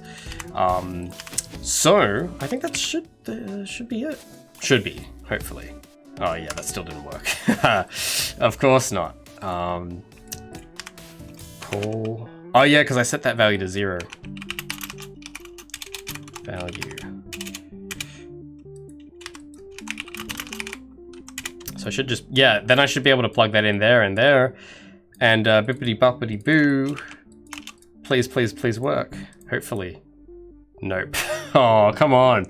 Oh, it didn't work. Oh, well. Maybe I'll have a Boolean as part of the argument to set the starting value as well. Or maybe I just set the value manually, because I don't know, maybe that's not working. Yeah, it's not doing anything. Is it even registering this? Okay, well it's getting to this part of the code, it's just not working. Maybe I do this. Is that working? Yeah, that doesn't do anything. Bind. Yeah, something's not happening. Something's wrong here. Bind. Oh, this needs to come after. That's why. That has to go after this. That could have been why this didn't work.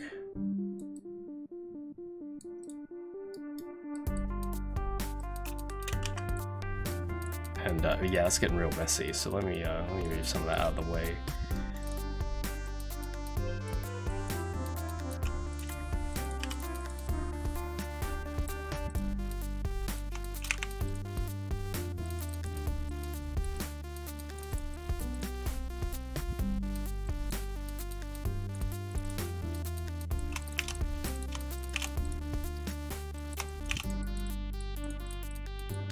All right, whether or not this will work, not sure. Yeah, no, that didn't do it. Because it should be showing 4 minutes at the top when I started. So it's not doing that, which is it's not good. It's not even getting to a print. That's very bad. I mean, I'm sure these are supposed to print, right? Let's try that. Yeah, no, that, oh yeah, it doesn't even do this. Oh, maybe, hold on, event begin, is that, oh, event construct. Maybe I need to put it here. Yeah, give me a moment. Maybe I need to do that. Yeah, no, that did nothing. There's no begin play here, right? Oh, yeah, no, that won't work because begin play happens after construct.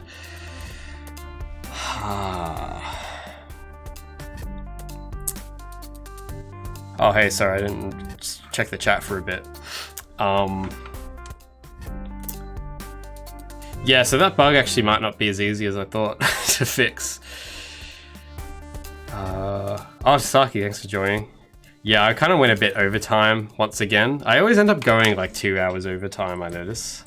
I just can't stop working. So it's a bit of a problem. But yeah, okay, well that's not gonna work. Actually, no, this should work. Hold on. If I print a string, it should, yeah, okay, well, I guess not. That's so weird. What if I do this? Please work. Yeah, okay, well, print strings, okay, well, they don't do anything here, I guess, so I guess I can't test with that. Well, that's well, yeah, now I'm not actually sure if this is like the UI element not rendering or the actual value not being set. I guess there's only one way to find out. And that is going back to I was gonna say snap back to reality. Snap back to reality. So yeah, what I might actually do here is just print this number instead and see what goes down. Okay, well that prints a number, but it's not showing on the HUD, so it's definitely the HUD that's not doing it. And when call set value, set. Oh, I'm an idiot. Oh no, why? It's because that's the small stopwatch, not the big stopwatch. I'm using the big stopwatch. Yeah,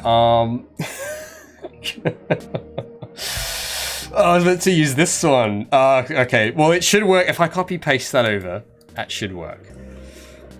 I mean, that's the idea. So let's like, yeah. So I was just doing it to the wrong, because I'm using the big stopwatch component, not the small regular sized one. So it,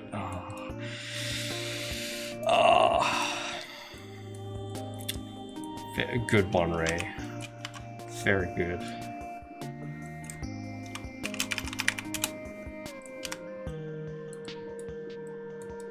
Okay, trust me. This is the one. This is the one. It'll work this time. Trust me. Said every programmer ever. But not for real though. This is gonna be it. It's gonna be the moment.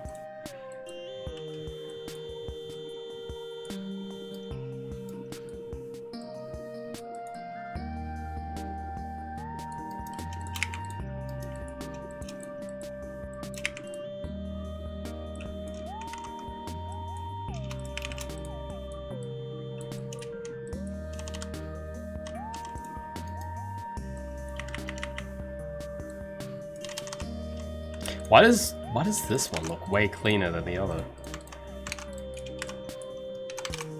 I mean, assuming that works. I hope it works. Let's compile. Oh, that failed to compile. That's bad.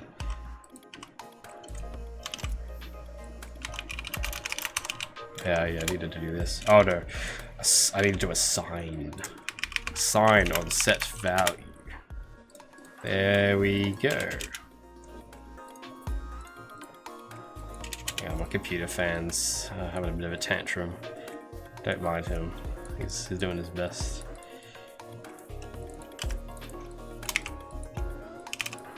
So, I mean that should be it, right? Oh yeah. Let's see. Please work. Please work. Yes, it works. It says the time at the top, and it doesn't say 0. It says 4 minutes, and then it starts counting down. Yeah, we did it. I don't know. Oh man, I never thought I'd be that excited about text showing up on my screen. Man. So let's, yeah, like, I don't know why it looks way messier on this other one, so let me fix that up. Real quick. I don't know why I made it look all weird.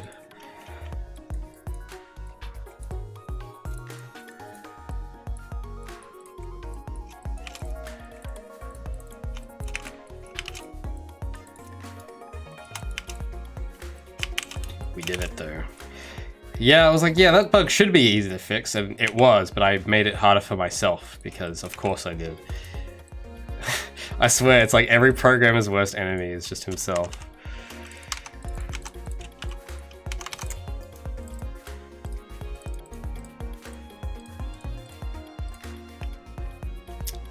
Yeah, but I have a print string that's still triggering, that shouldn't... Yeah, there we go, yeah, let's get rid of that. I don't need the print strings anymore. We're going past that now. Alright. Let's redraw that bubble so it fits everything in. Oh yes. It's all coming together.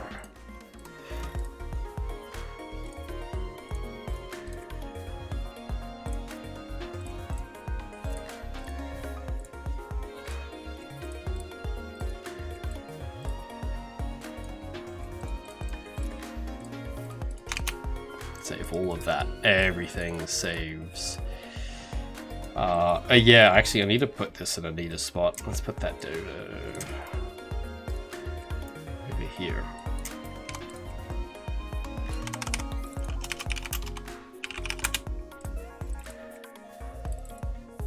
So now we have that argument that plugs into it. That might come in handy a bit later. We could have like an item that maybe boosts your time. Something like that. That is now in the realm of possibility. So yeah, I'm just gonna do just one quick test because I want to make sure that actually worked on both of those components. So I will go to my HUD component and we'll do a quick test. I'm gonna add like the regular stopwatch to see if the code still works on the regular one as well. So it should, yes, it does. It says 4 minutes. Yes. All right, well now I can sleep. Hell yeah. We did it. We saved Christmas. Alrighty. It feels so satisfying to actually see the time limit show up. And it works, and it starts counting down, and I didn't have to like really write any new code for it. I just had to fix the old stuff, and it works. And as Todd Howard says, that's the benefit of having a fully dynamic game engine. All of this just works. 16 times the detail. Oh, that's great. So yeah, I just need to kind of maybe get some... I don't know how extreme I'll go, because I mean, the meshing pass isn't necessarily a priority. Like, as long as the blockout's good, then I'm happy. But I think I do want to spend a bit of time adding a few meshes to it, because I can. And then I want to add some music. And then I think it'll be ready. But yeah, I think this level, yeah, I gotta do some... I want to try it. I want to experiment a bit with the music. It's something I've been wanting to try for a while. And I want to use this level as the opportunity to test it. So that'll be exciting work. Hopefully, I wonder if I can get that done, like, quickly.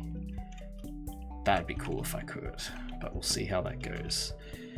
But yeah, guys, that's right. This is a Gabbers moment where we got everything working.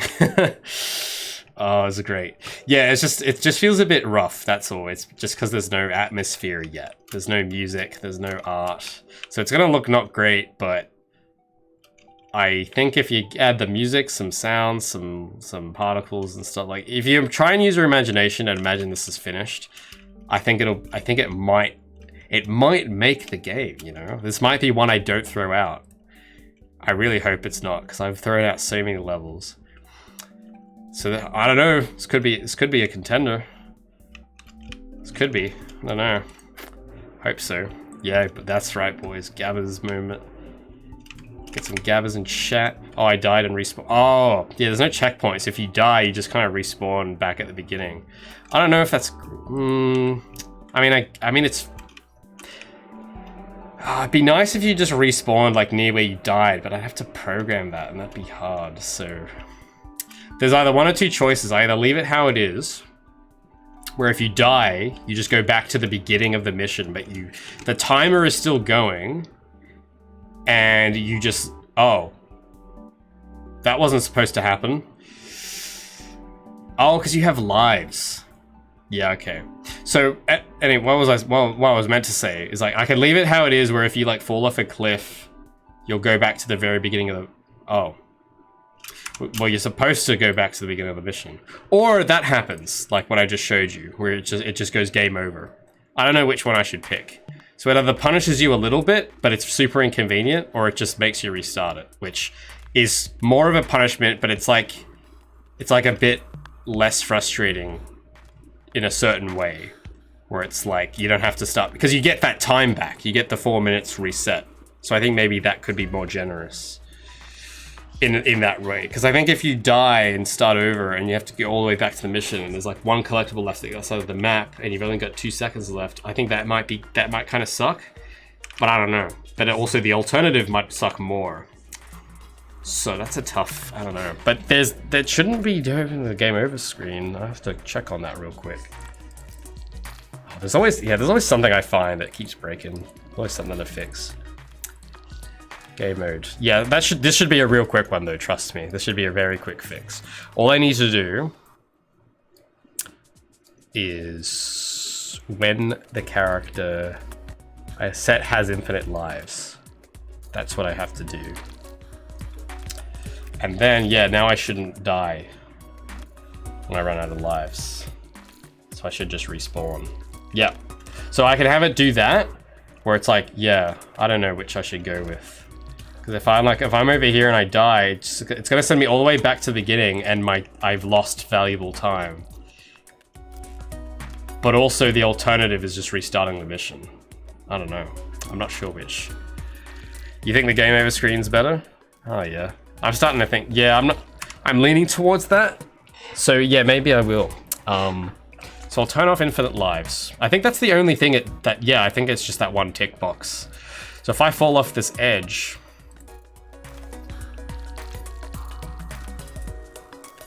yeah, it's just mission failed. And then I restart, and then it just gives me my 4 minutes back. So yeah, that does feel a bit more forgiving. Yeah, so I might leave it like that for the moment. Oh, I love that momentum though. Just that bit, I want to redo that. Oh, I know why I respawned and it didn't show the game. It's because I added this new keybind that I haven't told anyone about. If you press R, it actually respawns you, because everyone kept asking for a quick respawn feature for the speedrunning. So I've added that, by the way. I forgot to announce it, but yeah, if you press R, it respawns you. So you don't have to click pause and go restart and hit the prompt and, you know, like a slow person. So that's quality of life. I think I added that months ago, but I totally forgot about it. Wait, hold on. I want to do that. I want to do that bit again with the rail. Can I make it? Yeah, that momentum. Oh, I like it. Very cool. Oh, thanks for the posture check, my guy. Well, yeah, I think that might be. Yeah, it's like 2:30 in the morning, so I think I've deserved sleep after all that. Tomorrow's Sunday, which is good because I usually take Sundays off, so it's kind of nice. I have this little system where the last thing I have to do in the week is stream, so it's like kind of nice and chill, and then after that I can just do like nothing the next day. So yeah, so there's our mission. We got gameplay, we got block out, we got collectibles. Damn. Let's hope with a bit of polish that this leaves a good impression. So, and we actually have an NPC now. Hooray, our first NPC. Oh, so yeah, so let's make sure that's all saved. So yeah, that's I think that'll be about it for me. Thanks everyone for coming to watch.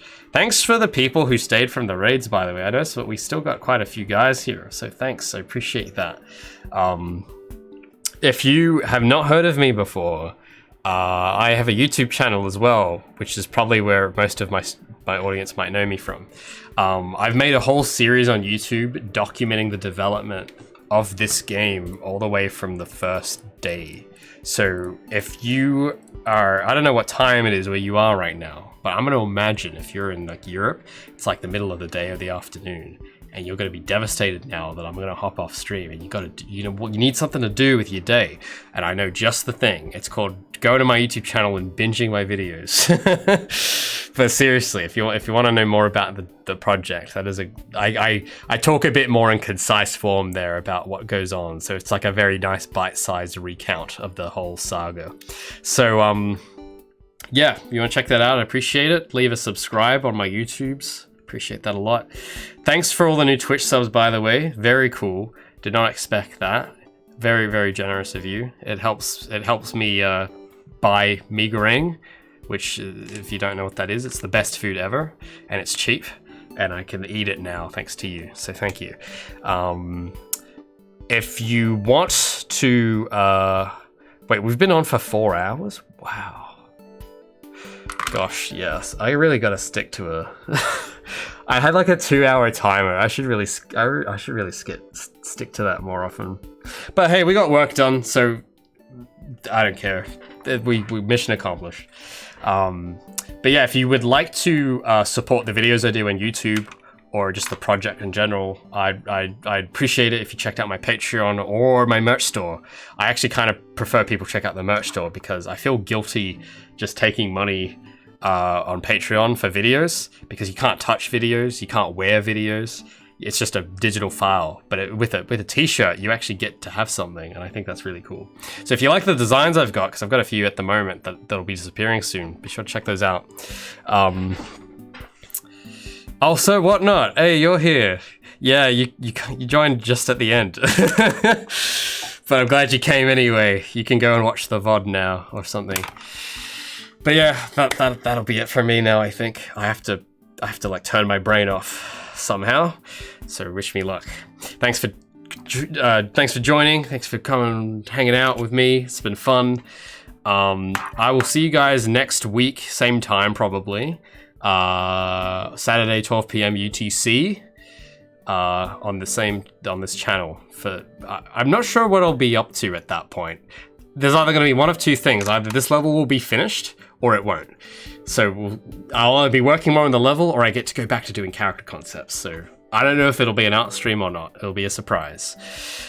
Anyway, that is all I have to say. Over and out, gamers. Thanks for joining.